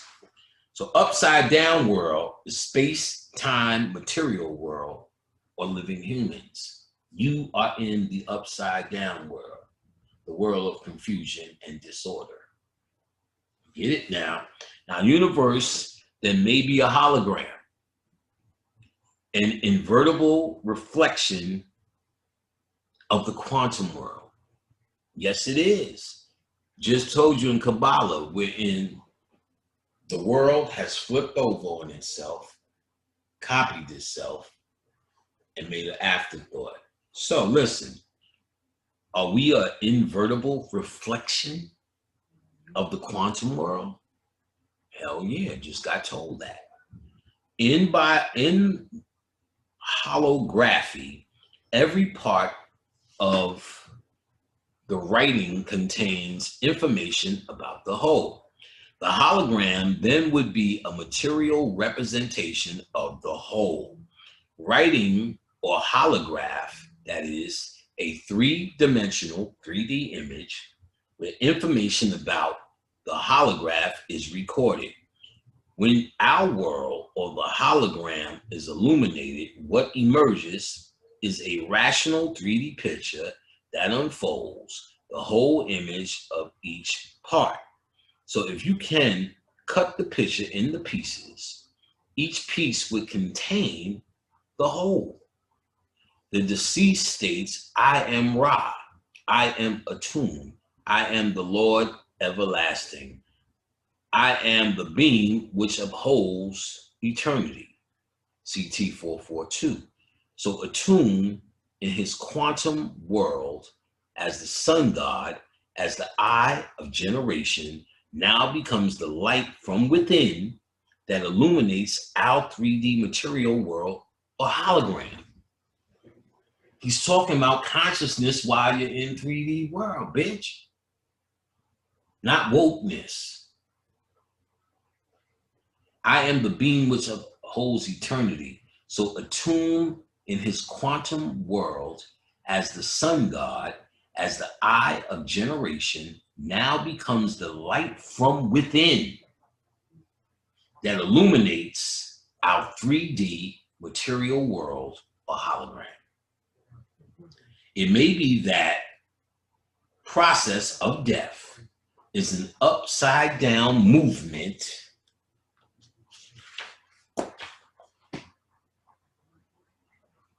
of one's consciousness or genetic essence.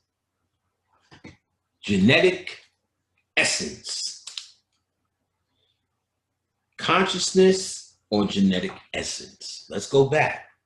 It may be the process of death is an upside down movement of one's consciousness or genetic essence from the space-time realm of matter to the spectral domain of energy, an order of frequencies that is disturbed, enfolded, and holographic. The Fourier transformation can be simply described as making a big, small, and a small, big. Described as making the big small and the small big. Here we go with Alice in Wonderland. As Hermes said, what is below is like what is above. Likewise, Robert Bauval, which I know his work, he was one of the dudes, what did he say? That was a breakthrough. I think it was him and Anthony West that got a geologist to study the Sphinx and determine that it was that and the pyramid was much older than white people was trying to pretend, and that the Sphinx is even older than the goddamn pyramids. And so Robert Bauval, what page was I on? Was one of I think well, I know John Anthony West did it, but I think she speaks on what he broke down. Let's see. Ooh, oh, I think I see 2 pages where the whites are, so we almost close to the whites getting their medicine. So let's see. Robert Bauval has confirmed that he was the one who confirmed or realized that the pyramids of Giza are lined up with the Orion's belt. Boom, that's what he did. Robert Bauval has confirmed that the alignment of the 5 Egyptian pyramids mirror 5 of the 7 stars in Orion's constellation. Apparently, the pharaohs understood that the whole is enfolded everywhere, and that our brains are part of the universe, which has a holographic mode of operation. So it's saying your brain is a part of the game, but it's operating in the hologram. Our universe above, hologram. I just told you you live in a goddamn observatory. You ain't ready, man. Our universe is a hologram. The quantum world below. Hologram, whole writing. All right. Firstborn DNA. Firstborn DNA is called a prokaryotic cell. The interesting to the whole one, the development of the first cell. From this, we can see that the prokaryotic cell developed 38 billion years ago. A anaerobic prokaryotic cell bacterium that does not have a membrane around its nuclear region. But acrobatic eukaryotes do have a true nucleus surrounded by a membrane. So reconstructing early events in the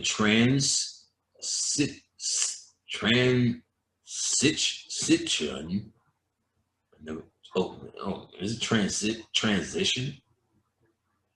Yeah, you mean 12 hours, baby. We had 12 hours. It started at 5. It's 4:59. No tap, nigga. So reconstructing early events in the transition from prokaryotic to eukaryotic cells is problematic for evolutionary biologists. After reviewing the timeline and reading the Egyptian text, we could say that Atum's DNA was first born. Then the prokaryote cell DNA developed, followed by the eukaryote cell DNA type. So Sun, Star, Atum, Ra, Atum equals firstborn DNA. Earth equals the prokaryote DNA. Humans equal eukaryote DNA. You hear? So, but let me see. No. Sun God and sun beetle equals high energy particles and phase lambda. Beetle dung ball, a prokaryote cell or the earth. Phase lambda, let's get it. A beetle laying its eggs in dung. Then the beetle is phase lambda, inserting its DNA into an E. coli host cell. You are it. Phase. This is that phase lambda. The lambda decision circuit includes 12 gates, including the Egyptian rationale for the title of their Book of Gates, which has 12 gates similar to the Amdot's 12 hours of division. We will investigate the lambda decision circuit in these supportive texts in part 3. The lambda genome is 48.5 kilobytes long, encoding some 46 genes, which can synthesize about 50 proteins. In the tailed phage, the genome is encapsulated in an isohedral head or a protein shell called the capsid. The subunits of the capsid are located at the vertices or face of the icosahedron. An icosahedron is 20 equilateral triangles arranged around the face of a sphere. As discussed, the Egyptian pyramids reflect the same basic triangular design found in phase lambda. Phase lambda is linear with a short, complete, complementary 12 base pair BP, single strand SS regions. When lambda DNA infects a E. coli cell, it circularizes the cohesive 12 BP ends, connecting, and then the phage decides on one of two different strategies: the lithic cycle or the lysogenic cycle. Get to know that. The lithic cycle or the lysogenic cycle. This is what happens when phase enters the DNA, which will happen at the cusp. That's where you get your juice. So two things can happen in your cells. One is good, one is bad. But this is based upon your readiness. Your readiness is dictated by you really being through this place. Is your heart lighter than a fucking feather? No, it's not. You want to be a fucking businessman, don't you? You want rap to come back, don't you? Don't you? You want to get an impossible whopper, don't you? Yeah, you can't do it, brother. You can't do it. You got to be conscious. You got to be the true initiate to get there. That's what they're talking about.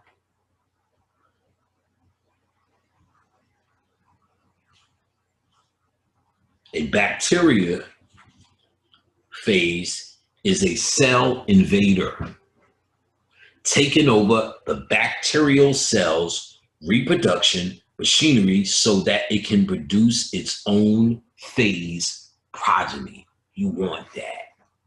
You want that. When the phage destroys the bacterial cell during reproduction, this is the life cycle of lysis. LYSIS. Know that. Or the lithic pathway. And when the phage resides in the host cell, DNA, like a quiet parasite, this is the lifestyle of the lysogeny or the lysogenetic pathway. The whole cell is called lysogen, and the quiet phage is called prophase, because the prophase inserts into a break in the host chromosome between the B-gal and the bio-operons. The bacterium reproduces the DNA of the silent phase invader with its own DNA, passing the hybrid or recombinant DNA on each generation.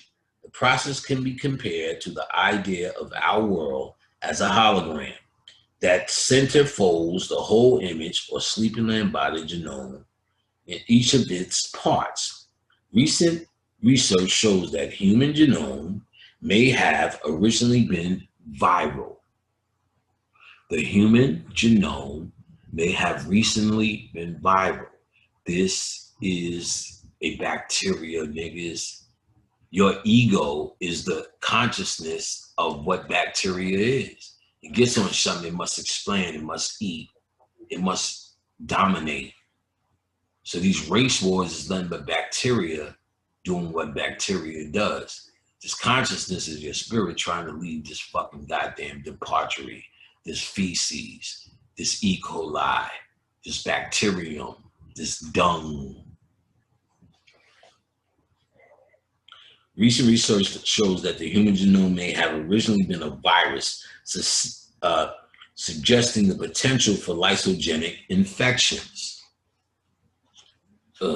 Right? So, okay. The return to the eye or the holograph.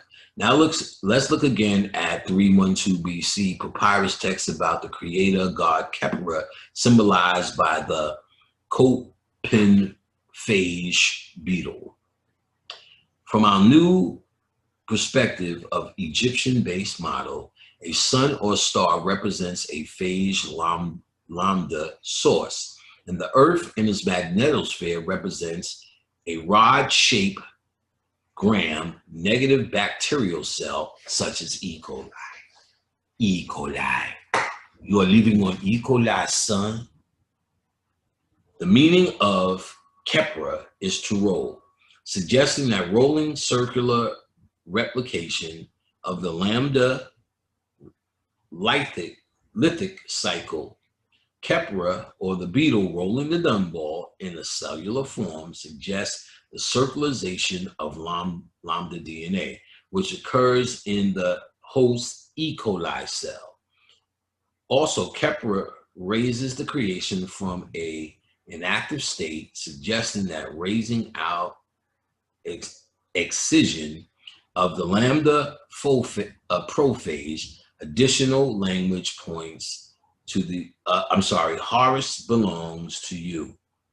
The reversion of the god's offering. PT 199. Excision can be considered reversion because when the lambda prophage exists, it reverses the integration pathway or leaves the cell by the pathway. It uses to center prophage site bacterial geneticists called the site-specific recombination. So we can decode these signs as this. The title of the Book of the Gates equals 12 gates of Lambda decision circuit. Meaning of Khepra, to roll, equals rolling circle replication. During in circular form equals circularization of DNA in the host cell. Raising creation from a state of inactivity equals exorcism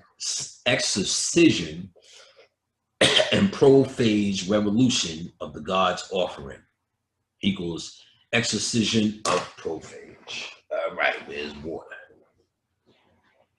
Ooh, this shit is starting to get real.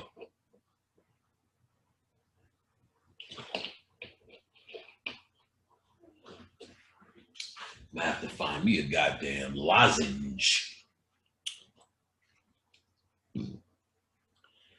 So the deceased restores the eye of Horus. The deceased restores the eye of Horus. A major goal in the Amdot is reestablishing the first eye of Horus. And the gods who were within Osiris when he came into being, the first time a reference to the first iron head of the 9 gods in the origin of time, or the emergence of the first cell. Boom. Deciphering I as cell. I as cell. Then the activity of the I or cell or DNA transcription, replication, and translation into protein. This highlights the creative power of the sun and the stars. As the first eye of Horus, showing that Horus lineage is solar or cosmic, having the upper Egyptian origin like his father, Osiris, the upper room.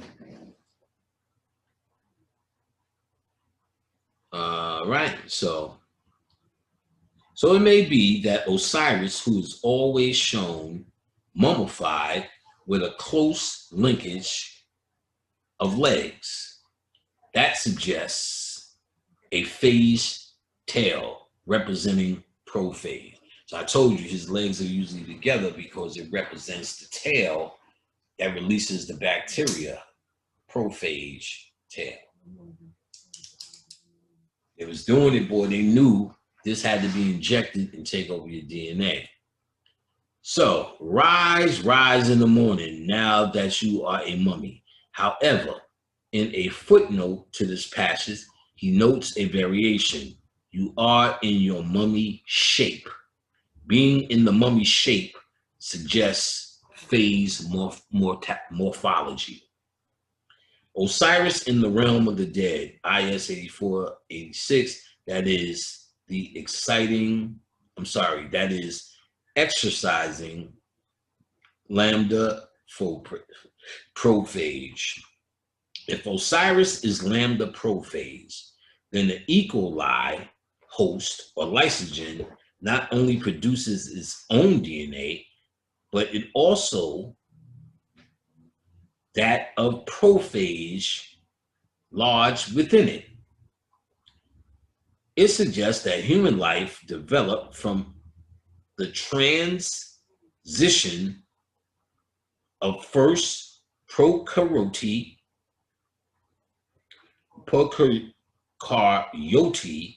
to our eukaryote cell type.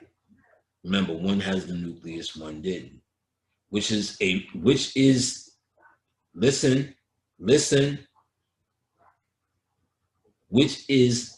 viral heritage of lambda prophage, dominant in each cell. Then at human death, an option exists for the exorcism of the original prophage by means of lithic lifestyle through horizontal gene transfer via lambda vector into and out of a host cell. One microscopic scale, the world represents movement of one's consciousness. As Goethe would say, one's immortal part out of magnosphere to the stars. Woo, getting it now. Research on human genomes shows that due to viral genomes inserts events, genetic material from inactive viruses accounts for roughly 3% of the human genome. Hundreds of other genes encoding at least 223 proteins seem to have come from bacteria. Nigga, you a virus. Human thought is virus. Nigga, you a bacteria, you a sickness. The Egyptians do that. You have to get up trying to play cute with your new boots. Nigga, you a virus, nigga. Better learn this shit, nigga. Trying to walk around here with new boots, bitch. Just knock it off. Your new boots. As discussed from the afterlife view of the deceased, this process would be a left to right orientation that was not upside down and backwards. The pharaohs are suggesting that human death results in a return to the quantum world and origin of time, where horizontal gene transfer is possible through the induction of lambda phage in the first prokaryote cell. One could say that the lysogenic lifestyle allows the sleeping lambda, that is, Osiris, to reside within each living cell, each living being.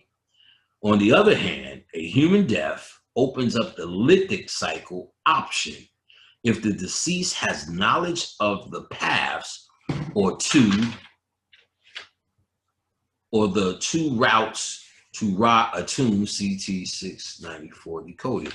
Osiris equals lambda prophage, closed legs. Since our expiration supports our model that the sun god Ra operates like an incoming phage lambda into the E. coli earth cell, for simplicity, we can say that the union of the sun god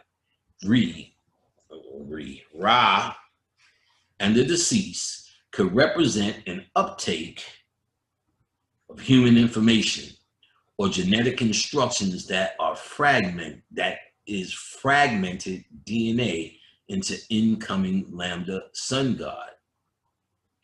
This is similar to types of horizontal gene transfer. Our modern bacterial geneticists also call transformation and transduction. Today, researchers use bacterial viruses like phage lambda as cloning vectors. So they're fucking with phage lambda to make clones, or whatever cloning vectors are. Put simply, they insert erroneous DNA fragments into the lambda. Oh yeah, so they doing it. They're making clones. Genome. This phase then becomes a carrier molecule or a server that transfers or ferries the recombinant DNA into the host cell. You heard, son? It seems as if the pharaohs understood their afterlife as a secret cloning experiment for the kings and nobility. They did their best to prevent the plebs, P-L-E-B, or common folk, from having this knowledge. Keeping knowledge secret from the masses was a method of screening human DNA. With this knowledge, the kings and nobility possessed directions, guidelines, such as going to the polar cusp of Earth to meet Ra for the transformation that screened out most of the population.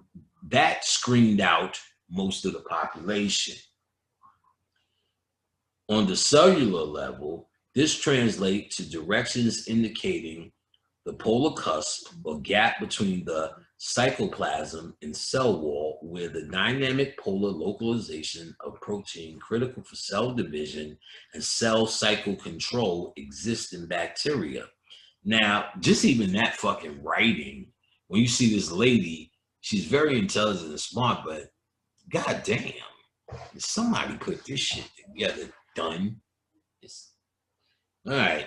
By being in this enriched protein localization area or origin for replication, the genetic heritage of DNA of the deceased, that is, of the kings and nobilities, may have transformed into a different product than if the deceased had been in any other location in the earth cell. For instance, in the afterlife, floating around the Earth's equator, a different location than the polar coast may result in an elemental recycling of your hydrogen, carbon, nitrogen, and oxygen, HCNO, back to our upside down human world. Just what the knowing Marcus de Sade predicted. So, if you don't go to the cusp, it's telling you with the example of floating around near the equator may result in you returning to the upside down world based upon your certain elements getting sucked out of you, son. You heard? All right. Smells good. However, we must remember, where we at? Nonetheless, it may be possible that providing knowledge to only a select few, the pharaohs were screening human beings and manipulating genes in their quantum afterlife. And this is what I'm telling you. Why I feel I'm so comfortable at saying this information that was sacred and kept for the select few. Before you was in a different time where people weren't conscious, but they understood more and maybe would try this. So if you weren't properly trained and understood as a shaman or a spiritualist in those temples, it probably was, they felt it wasn't for you. You wasn't ready or whatever it was. So it became secret knowledge. Only those who went through certain shit would get it. Makes sense. So I'm telling you now, by telling you to your face, niggas ain't staying for 12 hours for this. They got to, I did this so extra long, and I'm keeping going because I want the regular nigga out of this. When they see how long this is, the regular nigga, this will be invisible to. Invisible. The ones who will follow me this long on this video, whether it takes days or whatever it takes, my 5-hour videos take days. Whatever it takes, they're gonna watch it. That's what this message is for. And it still remains hidden knowledge. Niggas can try it, but try again. It won't work. Going to the cusp, baby. All right, where will we at? All right, here. However, we must remember the pharaohs view the deceased as Osiris. For the earliest evidence equates the deceased pharaoh with Osiris. We have identified Osiris as a representative of Lambda Prophage, the deceased as the genetic insert which the incoming sun god Ra, who now becomes the lambda vector that ferries the human genetic insert through the duat or through the prokaryote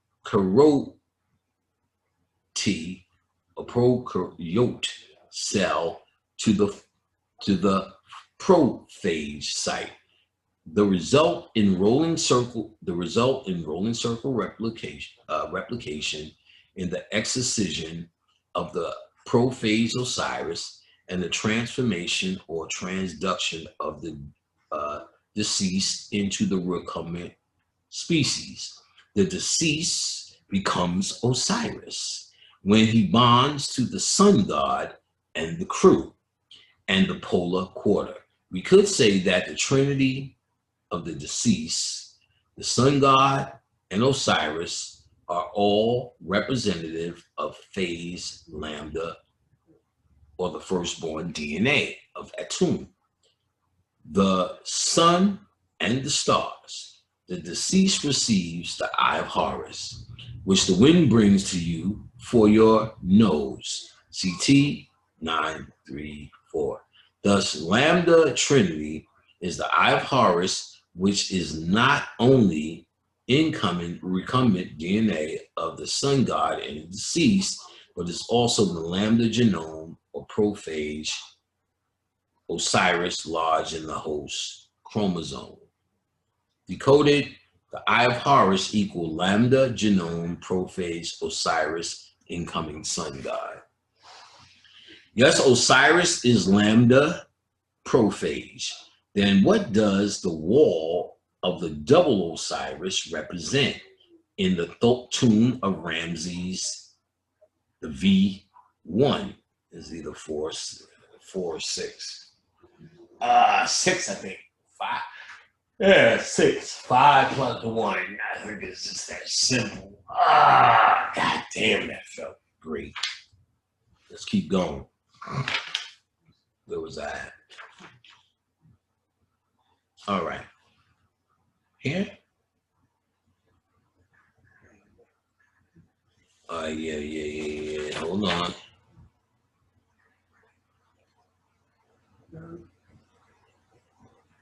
Oh, where the fuck was I? Okay, on this page. So, yeah, here we go. That's when you know shit is sitting starting getting tired, baby. That's all right. We gonna get it. Get it, baby. We get it down here.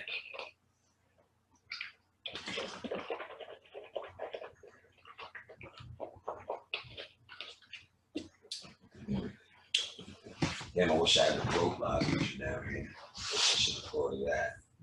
I got chocolate shit. That shit just makes the throat fuck up. That's okay.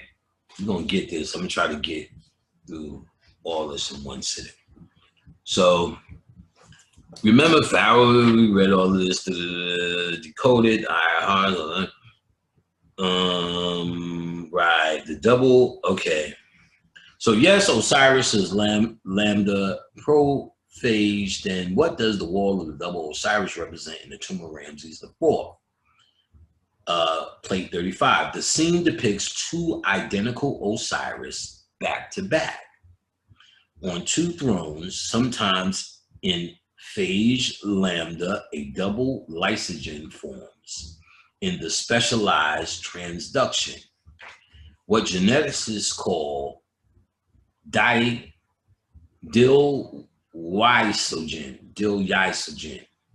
So it seems the pharaohs were aware of the dilyoisogen, or the phenotype of a strain that contained two lambda prophages. He coded the double Osiris, double lysogen, or dylysogen. Eye of Horus. King's strength is Eye of Horus, Eye of the Great Lady, Nut.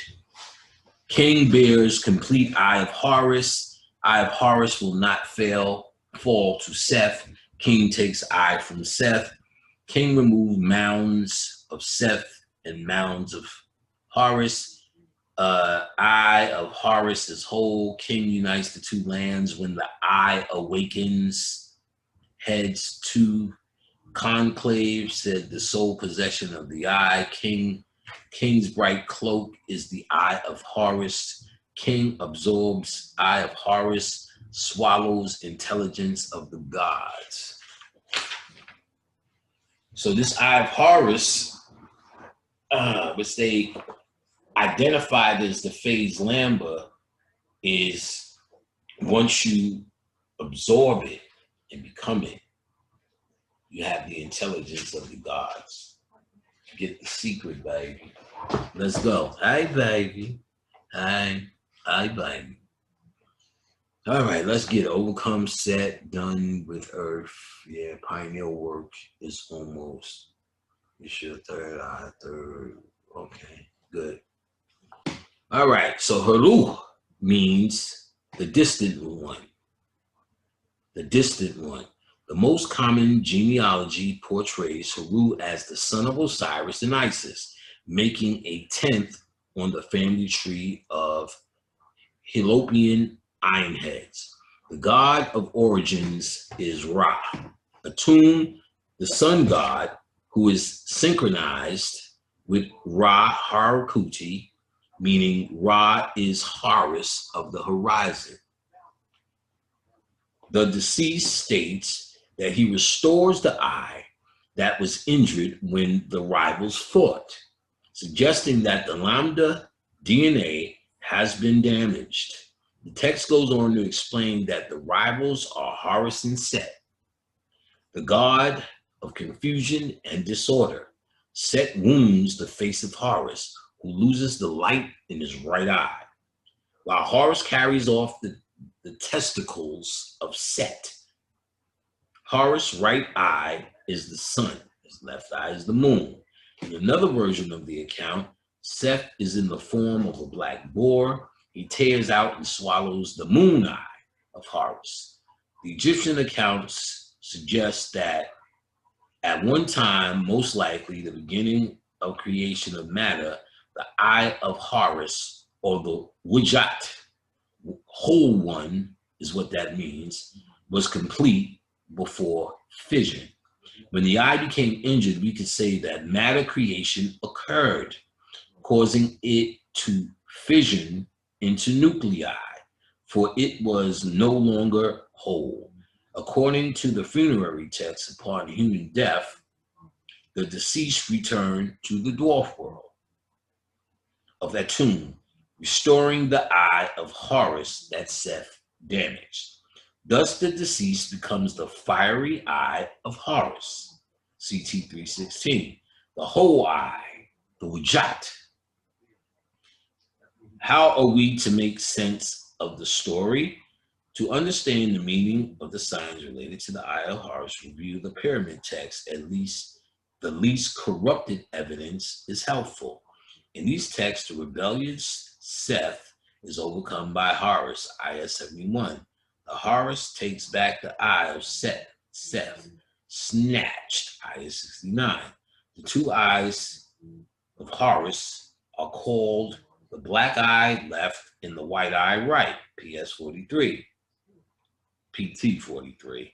The deceased king is offered the eye that was wrestled from Set, PT 54, PT 56, 57, M, 57S, 59A, 97, 135, 160, 161, 162, 357. Let's read that line again then. The deceased king is offered the eye that was wrestled from Set. The deceased king is offered the eye. That's the phase lambda process beginning. So important. You see all the text that I read out. That's a part of it. However, both eyes were brought to the king, PS 57A, 50, and 57, as an offering. For Horus, as victor, has united them to you, for they are complete, PT 106. In other words, because Horus overcomes Seth, the injured eye reverts back to Horus, PT 199. The eye of Horus is the great left eye in a healed condition, PT 301. It is worthy of note that in the study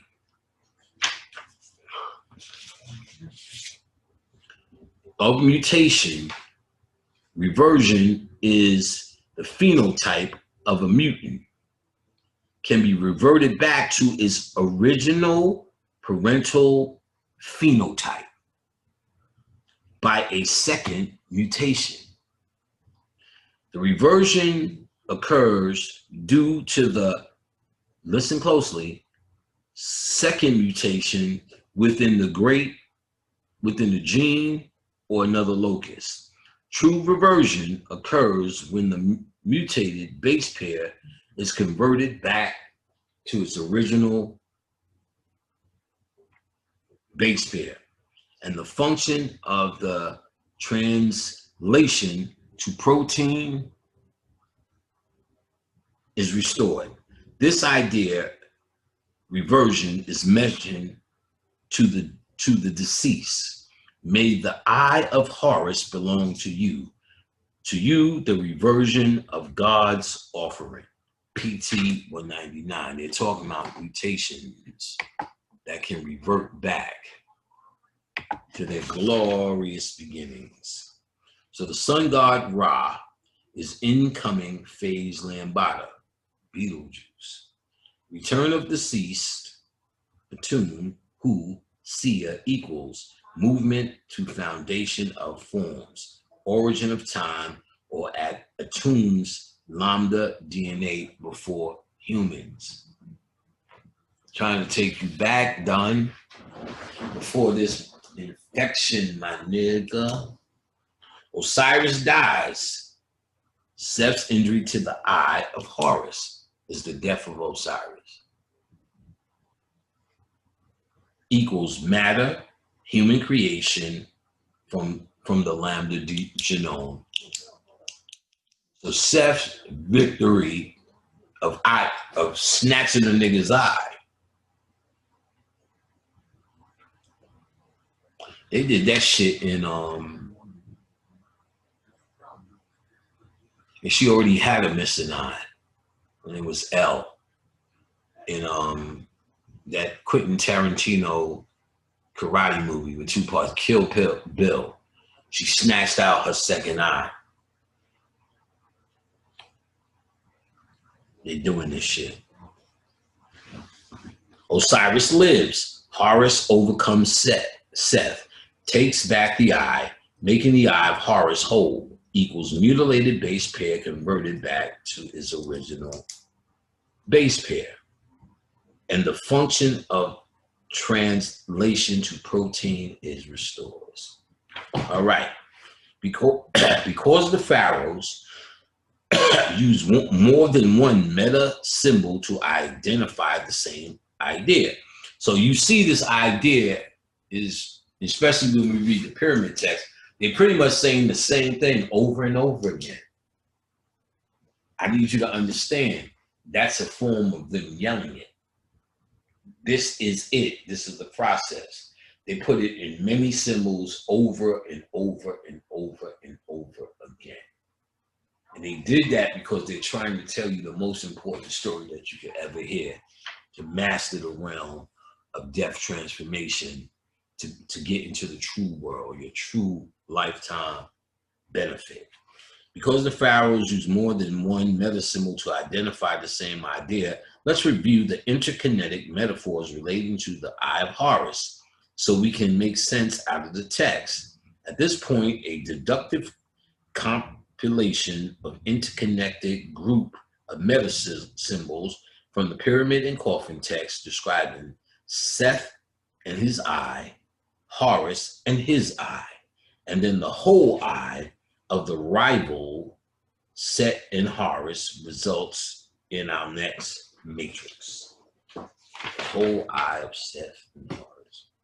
So the eye of Seth, red, green, Lower Egypt, black bull, lesser iron head, hidden nine, black left, empty, green, sweet, southern land, vanquished, rebel Seth, southern lower mounds, left arm, hand of earth, destroyer, Lower Egypt.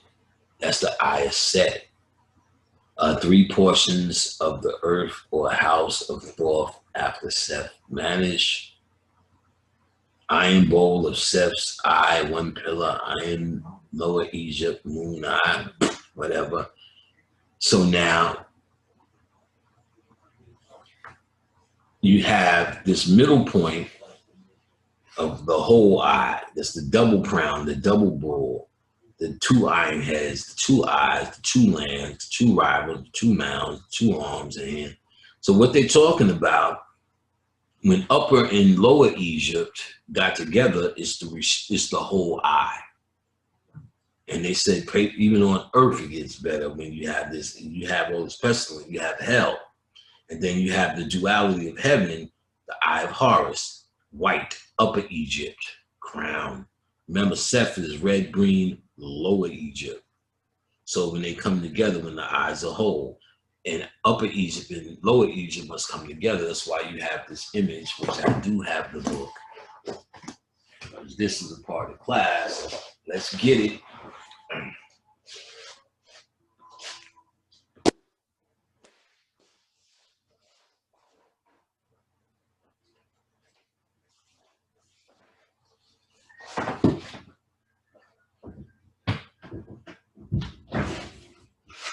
Hey, where the fuck are you? I don't have the fucking book there. What the fuck, nigga? Oh,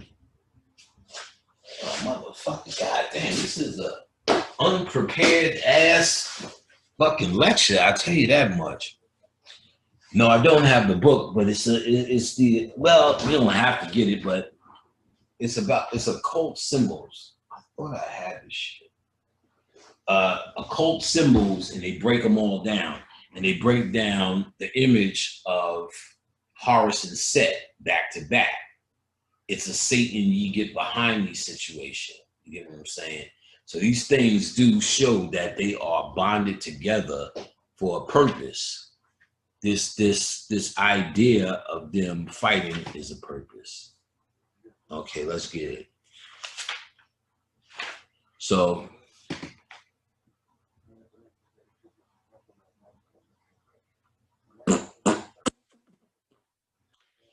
the deceased states that he restores the eye, which was injured when the rivals fought, suggesting that the DNA has been damaged.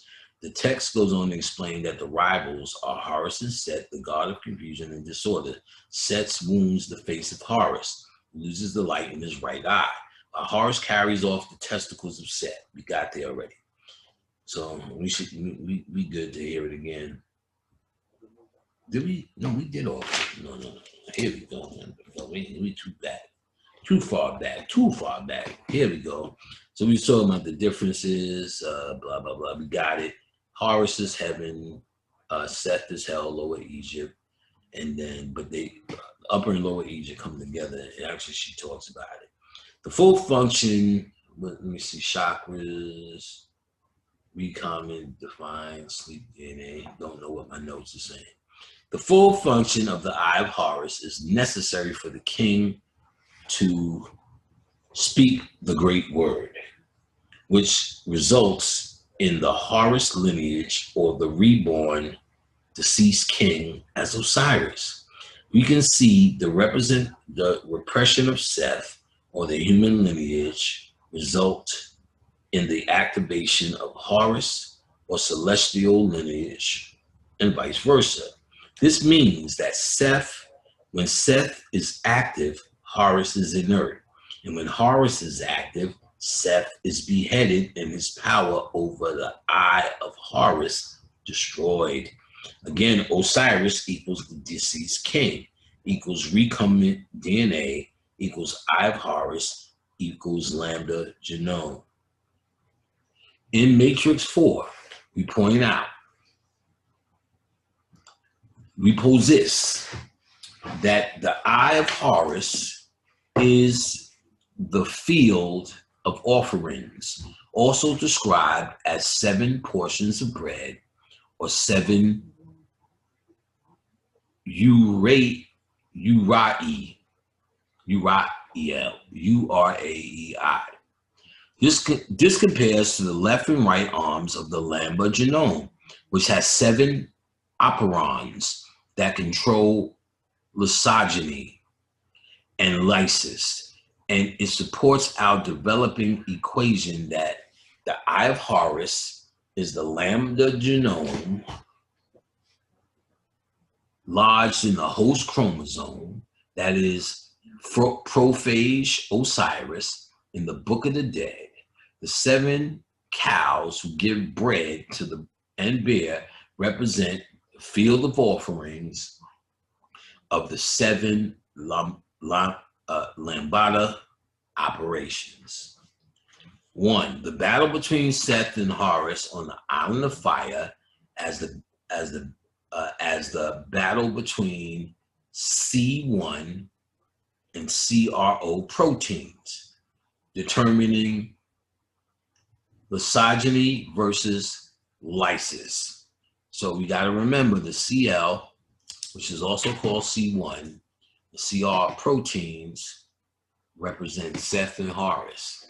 So she's breaking this down to proteins, Seth and Horus. 2, the thief of fire, or Seth snatching the eye, as CL protein operates the right operator site first. CL protein. The ascendancy of the right arm of Horus over Seth is CR as CRO protein, dominating the right operator sequence first. Then let's deal with the geometry of Horus's eye. 1 half, 1/4, 1/8, 1/16, 1/32, 1/64. You've all seen it. This mathematical pattern suggests the process of DNA replicating into 2 daughter cells, each retaining 1/2 of the original sense DNA strand, which gradually diminishes the original DNA. Yet the mathematical progression also represents the radioactive decay series. The statistics governing radioactive decay predict the decay pattern of a large number of radioactive nuclei. The decay, where we at? The decay constant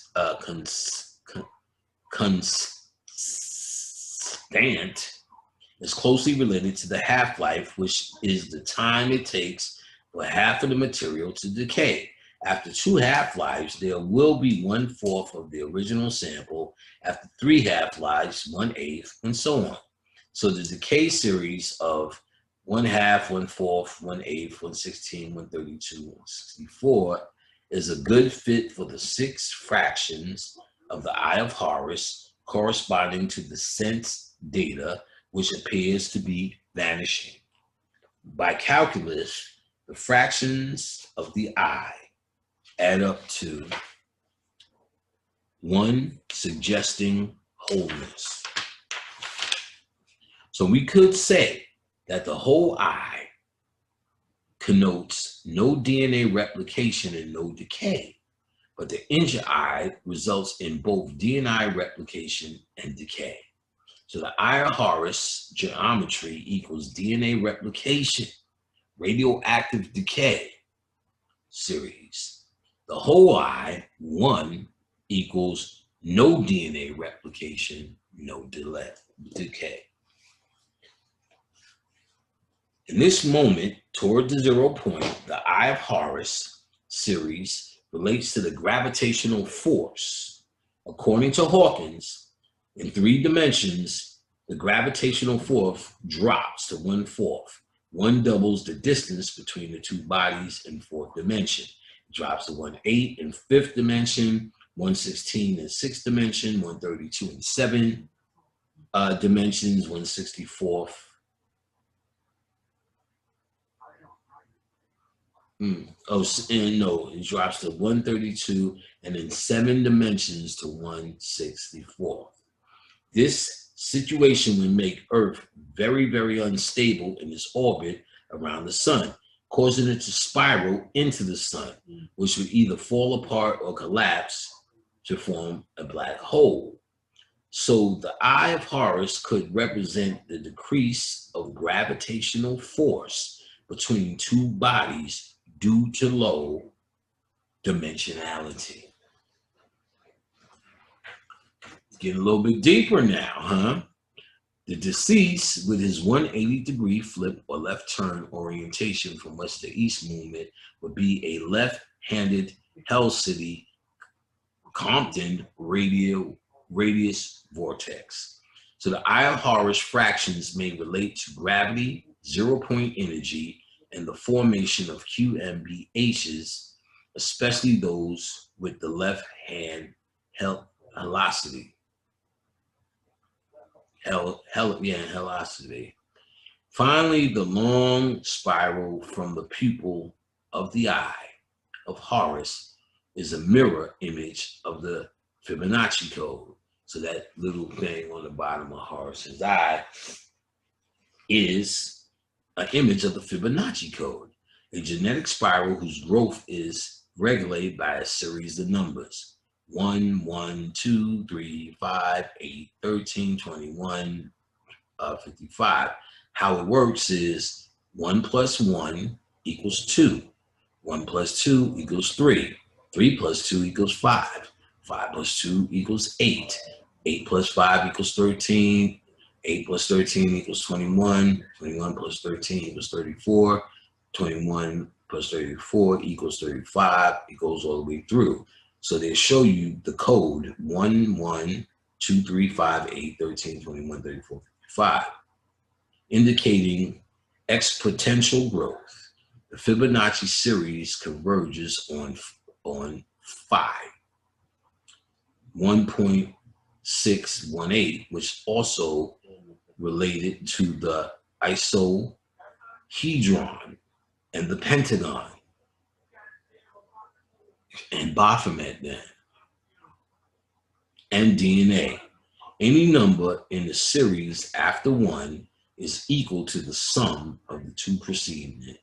Adjacent numbers approximate the golden ratio, so we could easily identify a series of numbers with the exponential growth of human and other species in nature.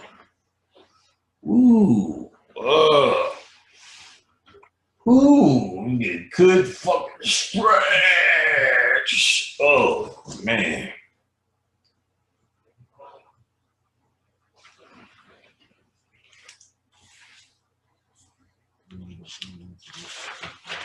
All right, where were we? Yeah, we did this one. I was on this page.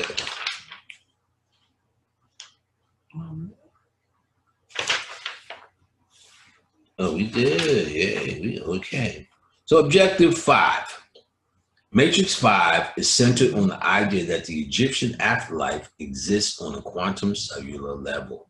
It is based on phase lambda genetics. Therefore, it supports our initial model image 2, which continues to have coherence. This brings us face to face with 20th century molecular biology, bacterial genetics, and supermolecular chemistry. The science ground foreshadows the complicated Amdad Book of Gates and supports the Egyptian idea that the life after death, that there is life after death, life after death. So for case of understanding, and before we discover how the deceased restored the Eye of Horus, the next chapter provides a brief view of bacterial genetics. So Matrix 5, a tomb's, let's get it, a tomb's throne or foundation or formation, ritual book, the whole writing, the words is the hologram information transfer process, first DNA of solar origin. Book of Gates equals the 12 gates of Lambda decision circuit. Eye of Horus geometry, DNA replication, radioactive decay series, Clifford algebra, diminishing gravity, statistics, movement of ZPF, formation of QMBH, Eye of Horus spiral, Fibonacci spiral based upon the golden ratio, Eye of Horus whole, left and right, arms of Lambda genome, lithic lifestyle, Geb, earth beetle, dung beetle. He is the parakaryote host cell. Kepler, indicator of rolling circle replication and lithic lifestyle of phase lambda, also circulation of lambda DNA. You seen that shit, you just go like that was going to sleep. Shit is real now. I feel like I'm in the same spot forever.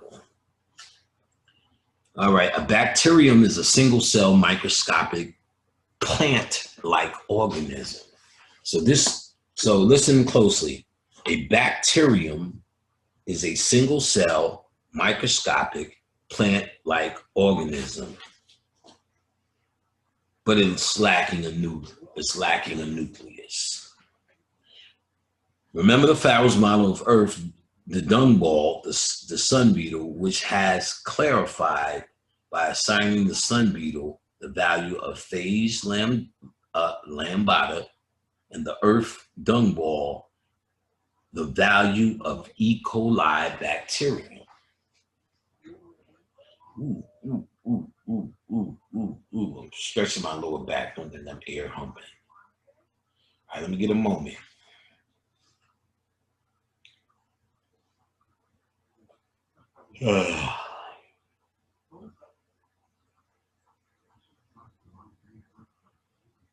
All right.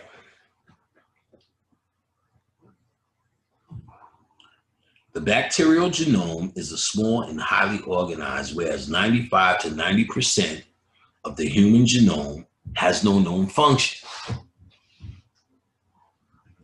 Bacterial genes have regulatory sections of DNA organized into operon, units that control transcription. An operon is a gene cluster served by one promoter. RNA polymerase can bind to the promoter region on a regulatory gene and can make the repressor molecule that blocks binding of RNA polymerase. Bacteria have 3 ways of making recombinant DNA, which is the fusion of DNA from 2 separate individuals. Again, bacteria has 3 ways of making recombinant DNA. which is the fusion of DNA from two separate individuals. I told you about gene transfer and why they want you to separate. Because this light, if someone gains this light, I think they're talking about this gene transfer through our aura. But this particular light, you know what I'm saying? They want you away, they want you masked, they don't want you to breathe it in. They want you to breathe in your own carbon monoxide because you're breathing in shoo, nigga. The cosmic wind bringing it on air. You will breathe the goddamn Beetlejuice in. That's what they get. Wear a mask, wear a mask, wear a mask, wear a fucking mask. That's what they're doing to stop the bacteria, the virus. But the real virus is what we're looking for here. The bacteria genes have regulatory sections of DNA. We got that. Bacteria have three ways of making recombinant DNA, all right? They are transformation, transduction, and conjugation. The AMDOT specifically states that the sun god will make his transformation. We could say that both transformation and transformation is occurring in the Egyptian afterlife. First, the deceased merges with the sun god. The naked DNA or genetic heritage of the deceased is taken up in an insert in the Lambda vector, sun god. And then the recombinant DNA is injected into the bacterial cell, the place of mooring, an attachment site to the bacteria, Earth. So, DNA, union of the deceased and the sun god, is taken up by the host cell for genetic transformation. A phase lambda invades the host cell and takes over the replication machinery. So you're trying to get this phase lambda to do its thing because it's the true changer of the DNA. And here they're talking about it. However, recombination only occurs if extra DNA is present due to transformation, transduction, and so on. Put simply, one cell dies, the donor, releasing a chromosomal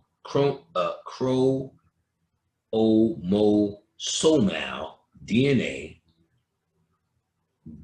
broken into short linear fragments, and another cell recipient takes up the released DNA, now having a couple of chromosomes plus a fragment recombination for DNA repair. All of the damaged cells can now happen. Damn.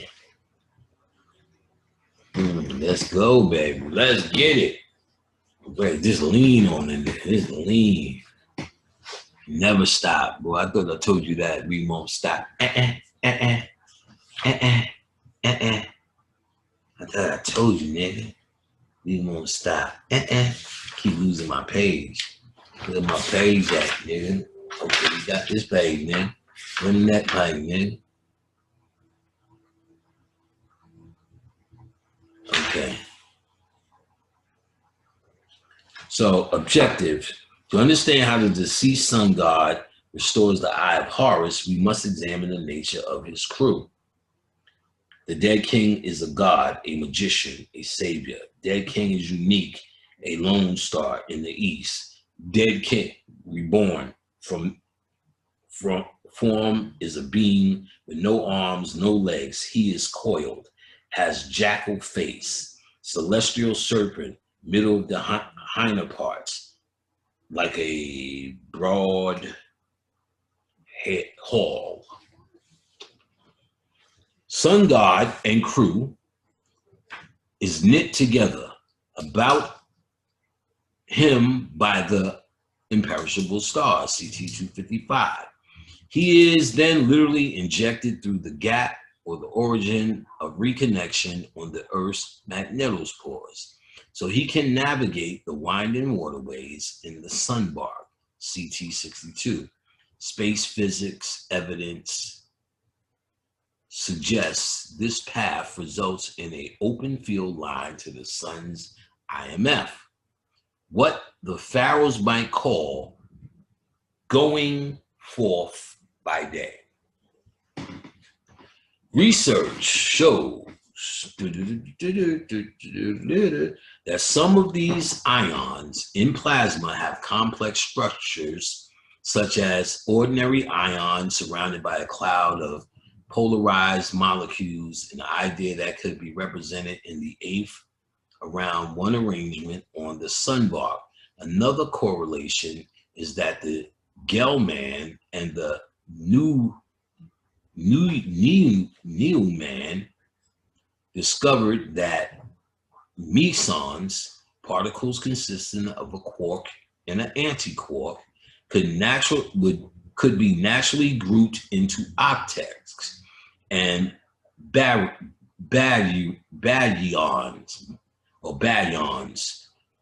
particles built from three quarks, into octets and decuplets, which is called the eightfold way. The deceased possessed jars of electrum, CT-84, and the Lord of Electrums, CT-486. I don't know, maybe you need the Lord of Electrums to get back on that beach. Yeah, I'm starting to hallucinate. Yeah, I like this. That was a hallucination line.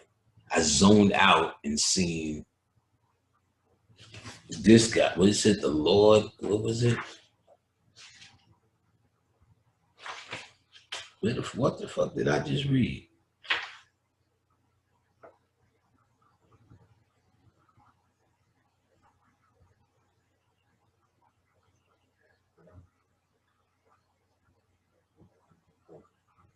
Shit, let's go. I don't even care. Hallucination, let's go. Let's keep this going. On the quantum level, the supermolecular Sunbark operates similar to the lambda DNA injected to the whole cell. DNA replication in the cell. An E. coli bacterium has a special polar receptor site for lambda absorption called the lambda B receptor. In fact, the receptor site for lambda B absorption, called the lambda B receptor, one called bacteria such as E. coli, also have mechanism, whereas gene transcription is initiated by available iron complexities on the cell surface. The iron is essential for E. coli, and references to iron are widespread in the funerary text, which research shows iron nuclei are present at the polar cusp because what is above, what is below. It translates to iron being present at the Earth cell's poles.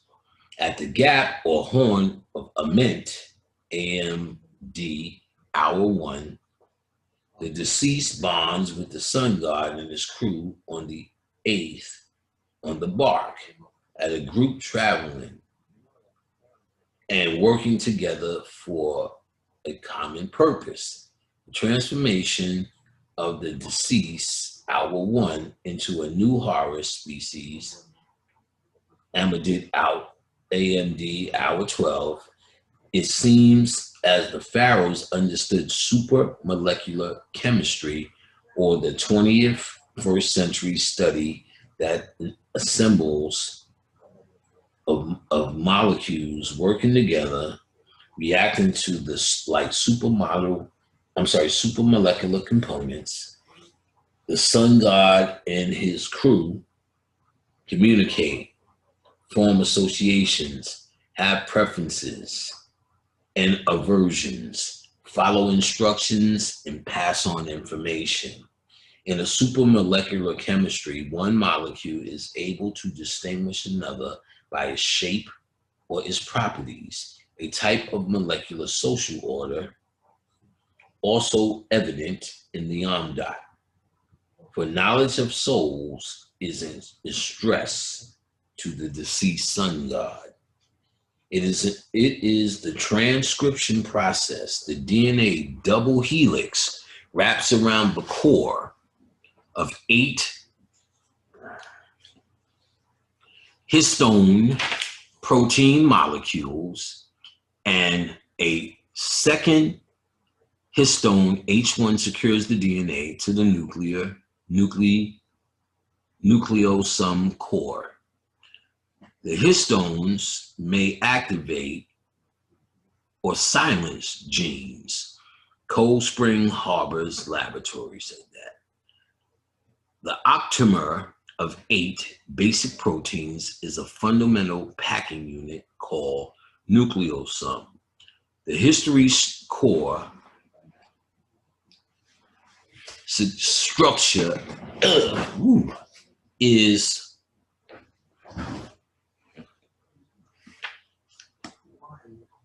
where we at. The histone core structure is anchored on the backbone of the chromosome and is evolutionarily conserved across the spectrum of eukaryotic cells. That's with the nucleus, humans. Histones, like the hydrogen, where we at? Histones, like the hydrogen ions in our microscopic model, are positively charged, so they can interact with negative charged DNA, and they can exercise control of gene activity. Deceased king's form is that of Anubis, having a jackal face and a celestial serpent middle, a spirit as a door bolt. Ooh, excuse me. All right, so the deceased king's form is that of Anubis, having a jackal face of a celestial serpent middle and a spine as a door bolt. Ooh, shit. IS 54 and 89, a possible reference to the second histone that bolts the DNA to the core. Oh, who's still with me, niggas? You still with me, niggas? Let's go. So molecular reconnection. I told you this shit was a lot of shit. Without doubt, numerous deities and serpents recognize the dead sun god, who also recognizes the names and functions of all deities and serpents in the Duat. New chemists call the quantum capability molecular reconnection. Supramolecular chemistry set up molecular systems systems that can differentiate from one specific kind of molecule from many others.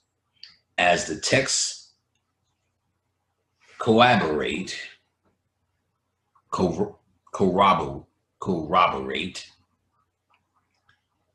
when describing deities in their dwarf world, Duat, the pharaohs took advantage of the same strategy to distinguish different atoms and molecules as distinctive anthropomorphic epithets, symbols, and definitive drawings.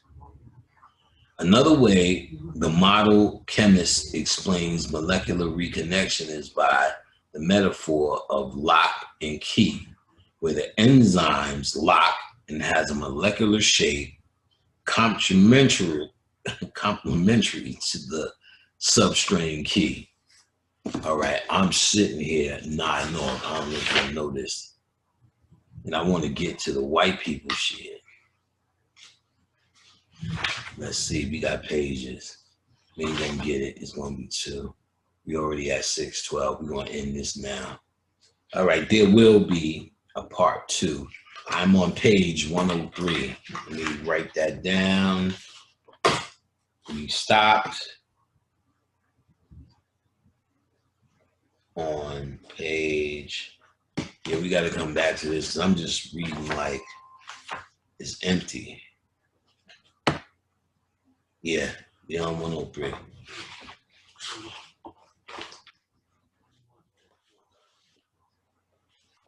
And we got to keep going. Like I said, there's a lot of information. I don't want to just start reading it in monotone as I'm falling to fucking sleep. It's 6 a.m. I started this at 5 p.m. I want you to see what the spirit is doing here. This is real exciting shit here. And this is something you're going to suck on for a long time. Shout out to Baba Kalindi for helping the blockage. And you can see this marathon. We want to dedicate it to Baba Kalindi. We want to dedicate this to Dr. Africa. It's their spirit that pushes me through this shit like this. Because I'm going to be a regular nigga after this moment. I'm still good.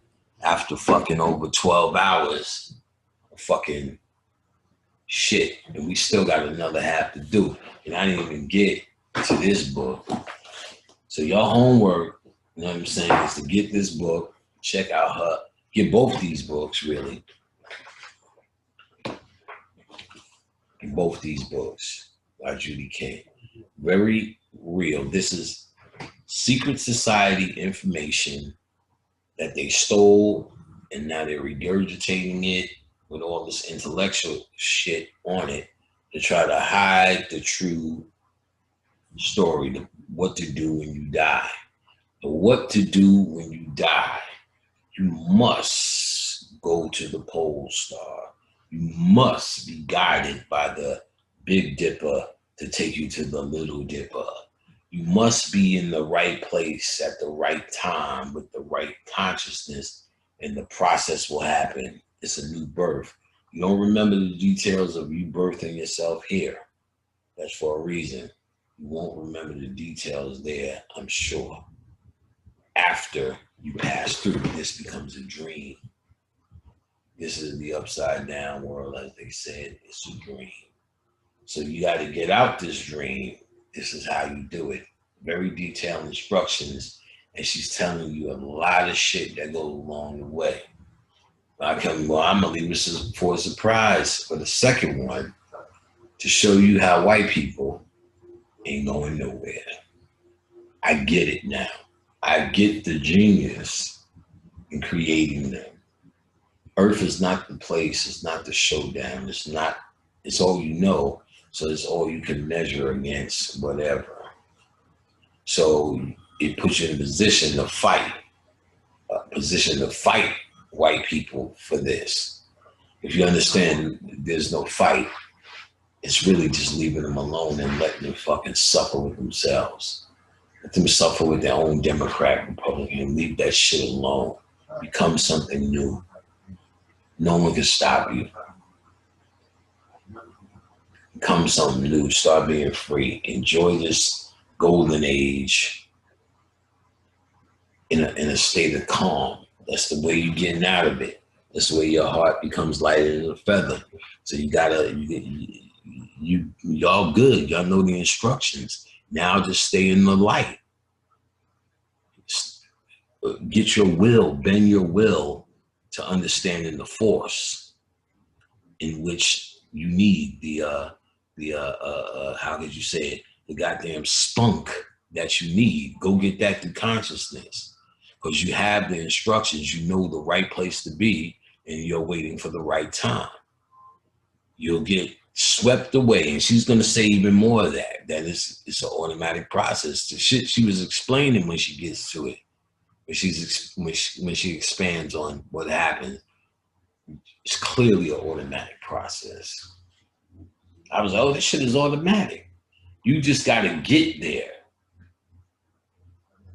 And they do tell you, which we're going to get into, how you can fail over there. And they talk about why Isis is on the Sosis boat. She's on the boat because if your DNA is failing, one of the things you get is a lactic something from the left. That's why Isis is having Horus on the left breast. So the Eye of Horus, if the DNA gets damaged in the process or there's something missing, that's what's said. If they said something's missing and they're talking about light things you're supposed to go through to get there. There's 3 ways they talk about that can skip that part of that strand. But if a lot of that skipping is happening, they said by the time it gets to the 12th gate, there's not enough true repair. You go back. So there is a path for going back after you get there and the process starts. But there is Anubis, Isis, and there's one other, talk to B.O.B., there's one other third body that oh yeah, I'm falling asleep. Yeah, one other third body, man. What the fuck? So this is it, nigga. You can see, nigga, I'm done, nigga. I've been doing this shit since 5 o'clock, nigga. Oh yeah, yo, Lean. I think I got the record right now, my nigga. Saying, what you want to do, brother? Challenge. Lecture challenge. Let's see, you can lecture longer. Phil probably, Bobby and Phil, I think they up to 8 and 9 hours live lectures. Somatic Death and Bobby did something. Now Panic did on YouTube. Truth be told, I wasn't standing up at a lecture. I'm in the comfort of my boudoir. But it's still a long ass lecture. You see, I'm starting to zone out. You know what I'm saying? I should go to sleep in front of you niggas. Just never know. Let's see what happens when I zone out. If I keep talking, I might say some spiritual shit and talk to somebody. Ooh, mama. Ooh. Now see, I'm starting to wake up in my head now. Feels like y'all looking at me. Oh yeah. Oh, I'm fucking tired. Ooh, Dr. Africa. What berry shall I eat, Dr. Africa?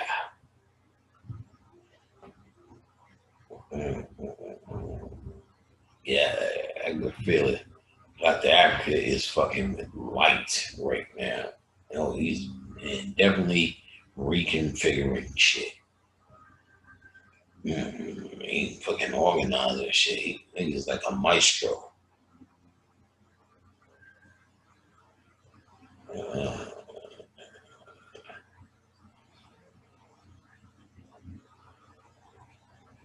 Whoa.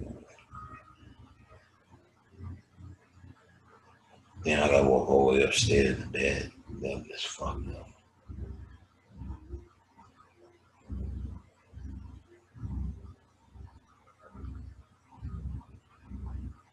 Whoa.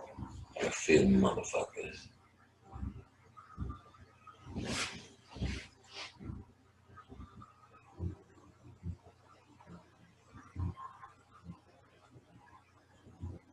I don't even know why the camera's on. I'm just trying to collect myself. I'm coming back. All right.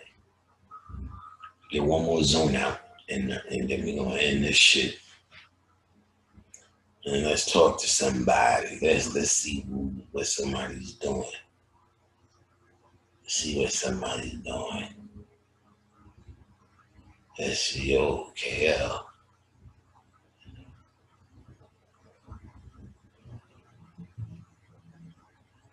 Yeah, he said he got something handled for me. Thanks, Don. There's an RS shit handled.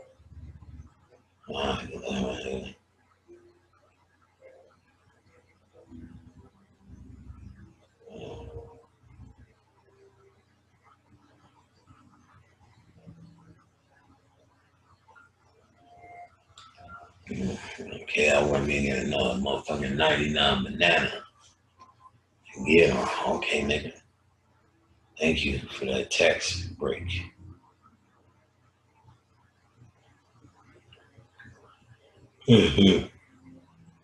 Oh, fuck.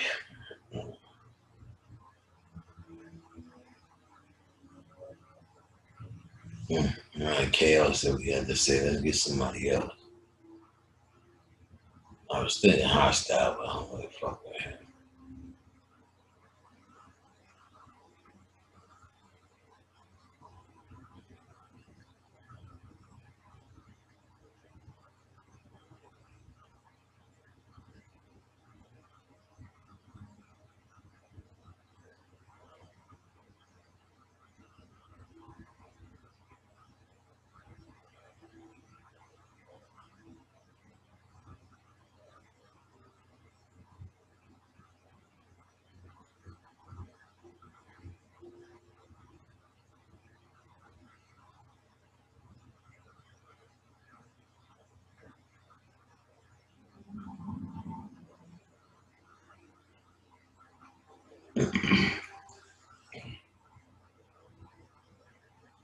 Bye, niggas.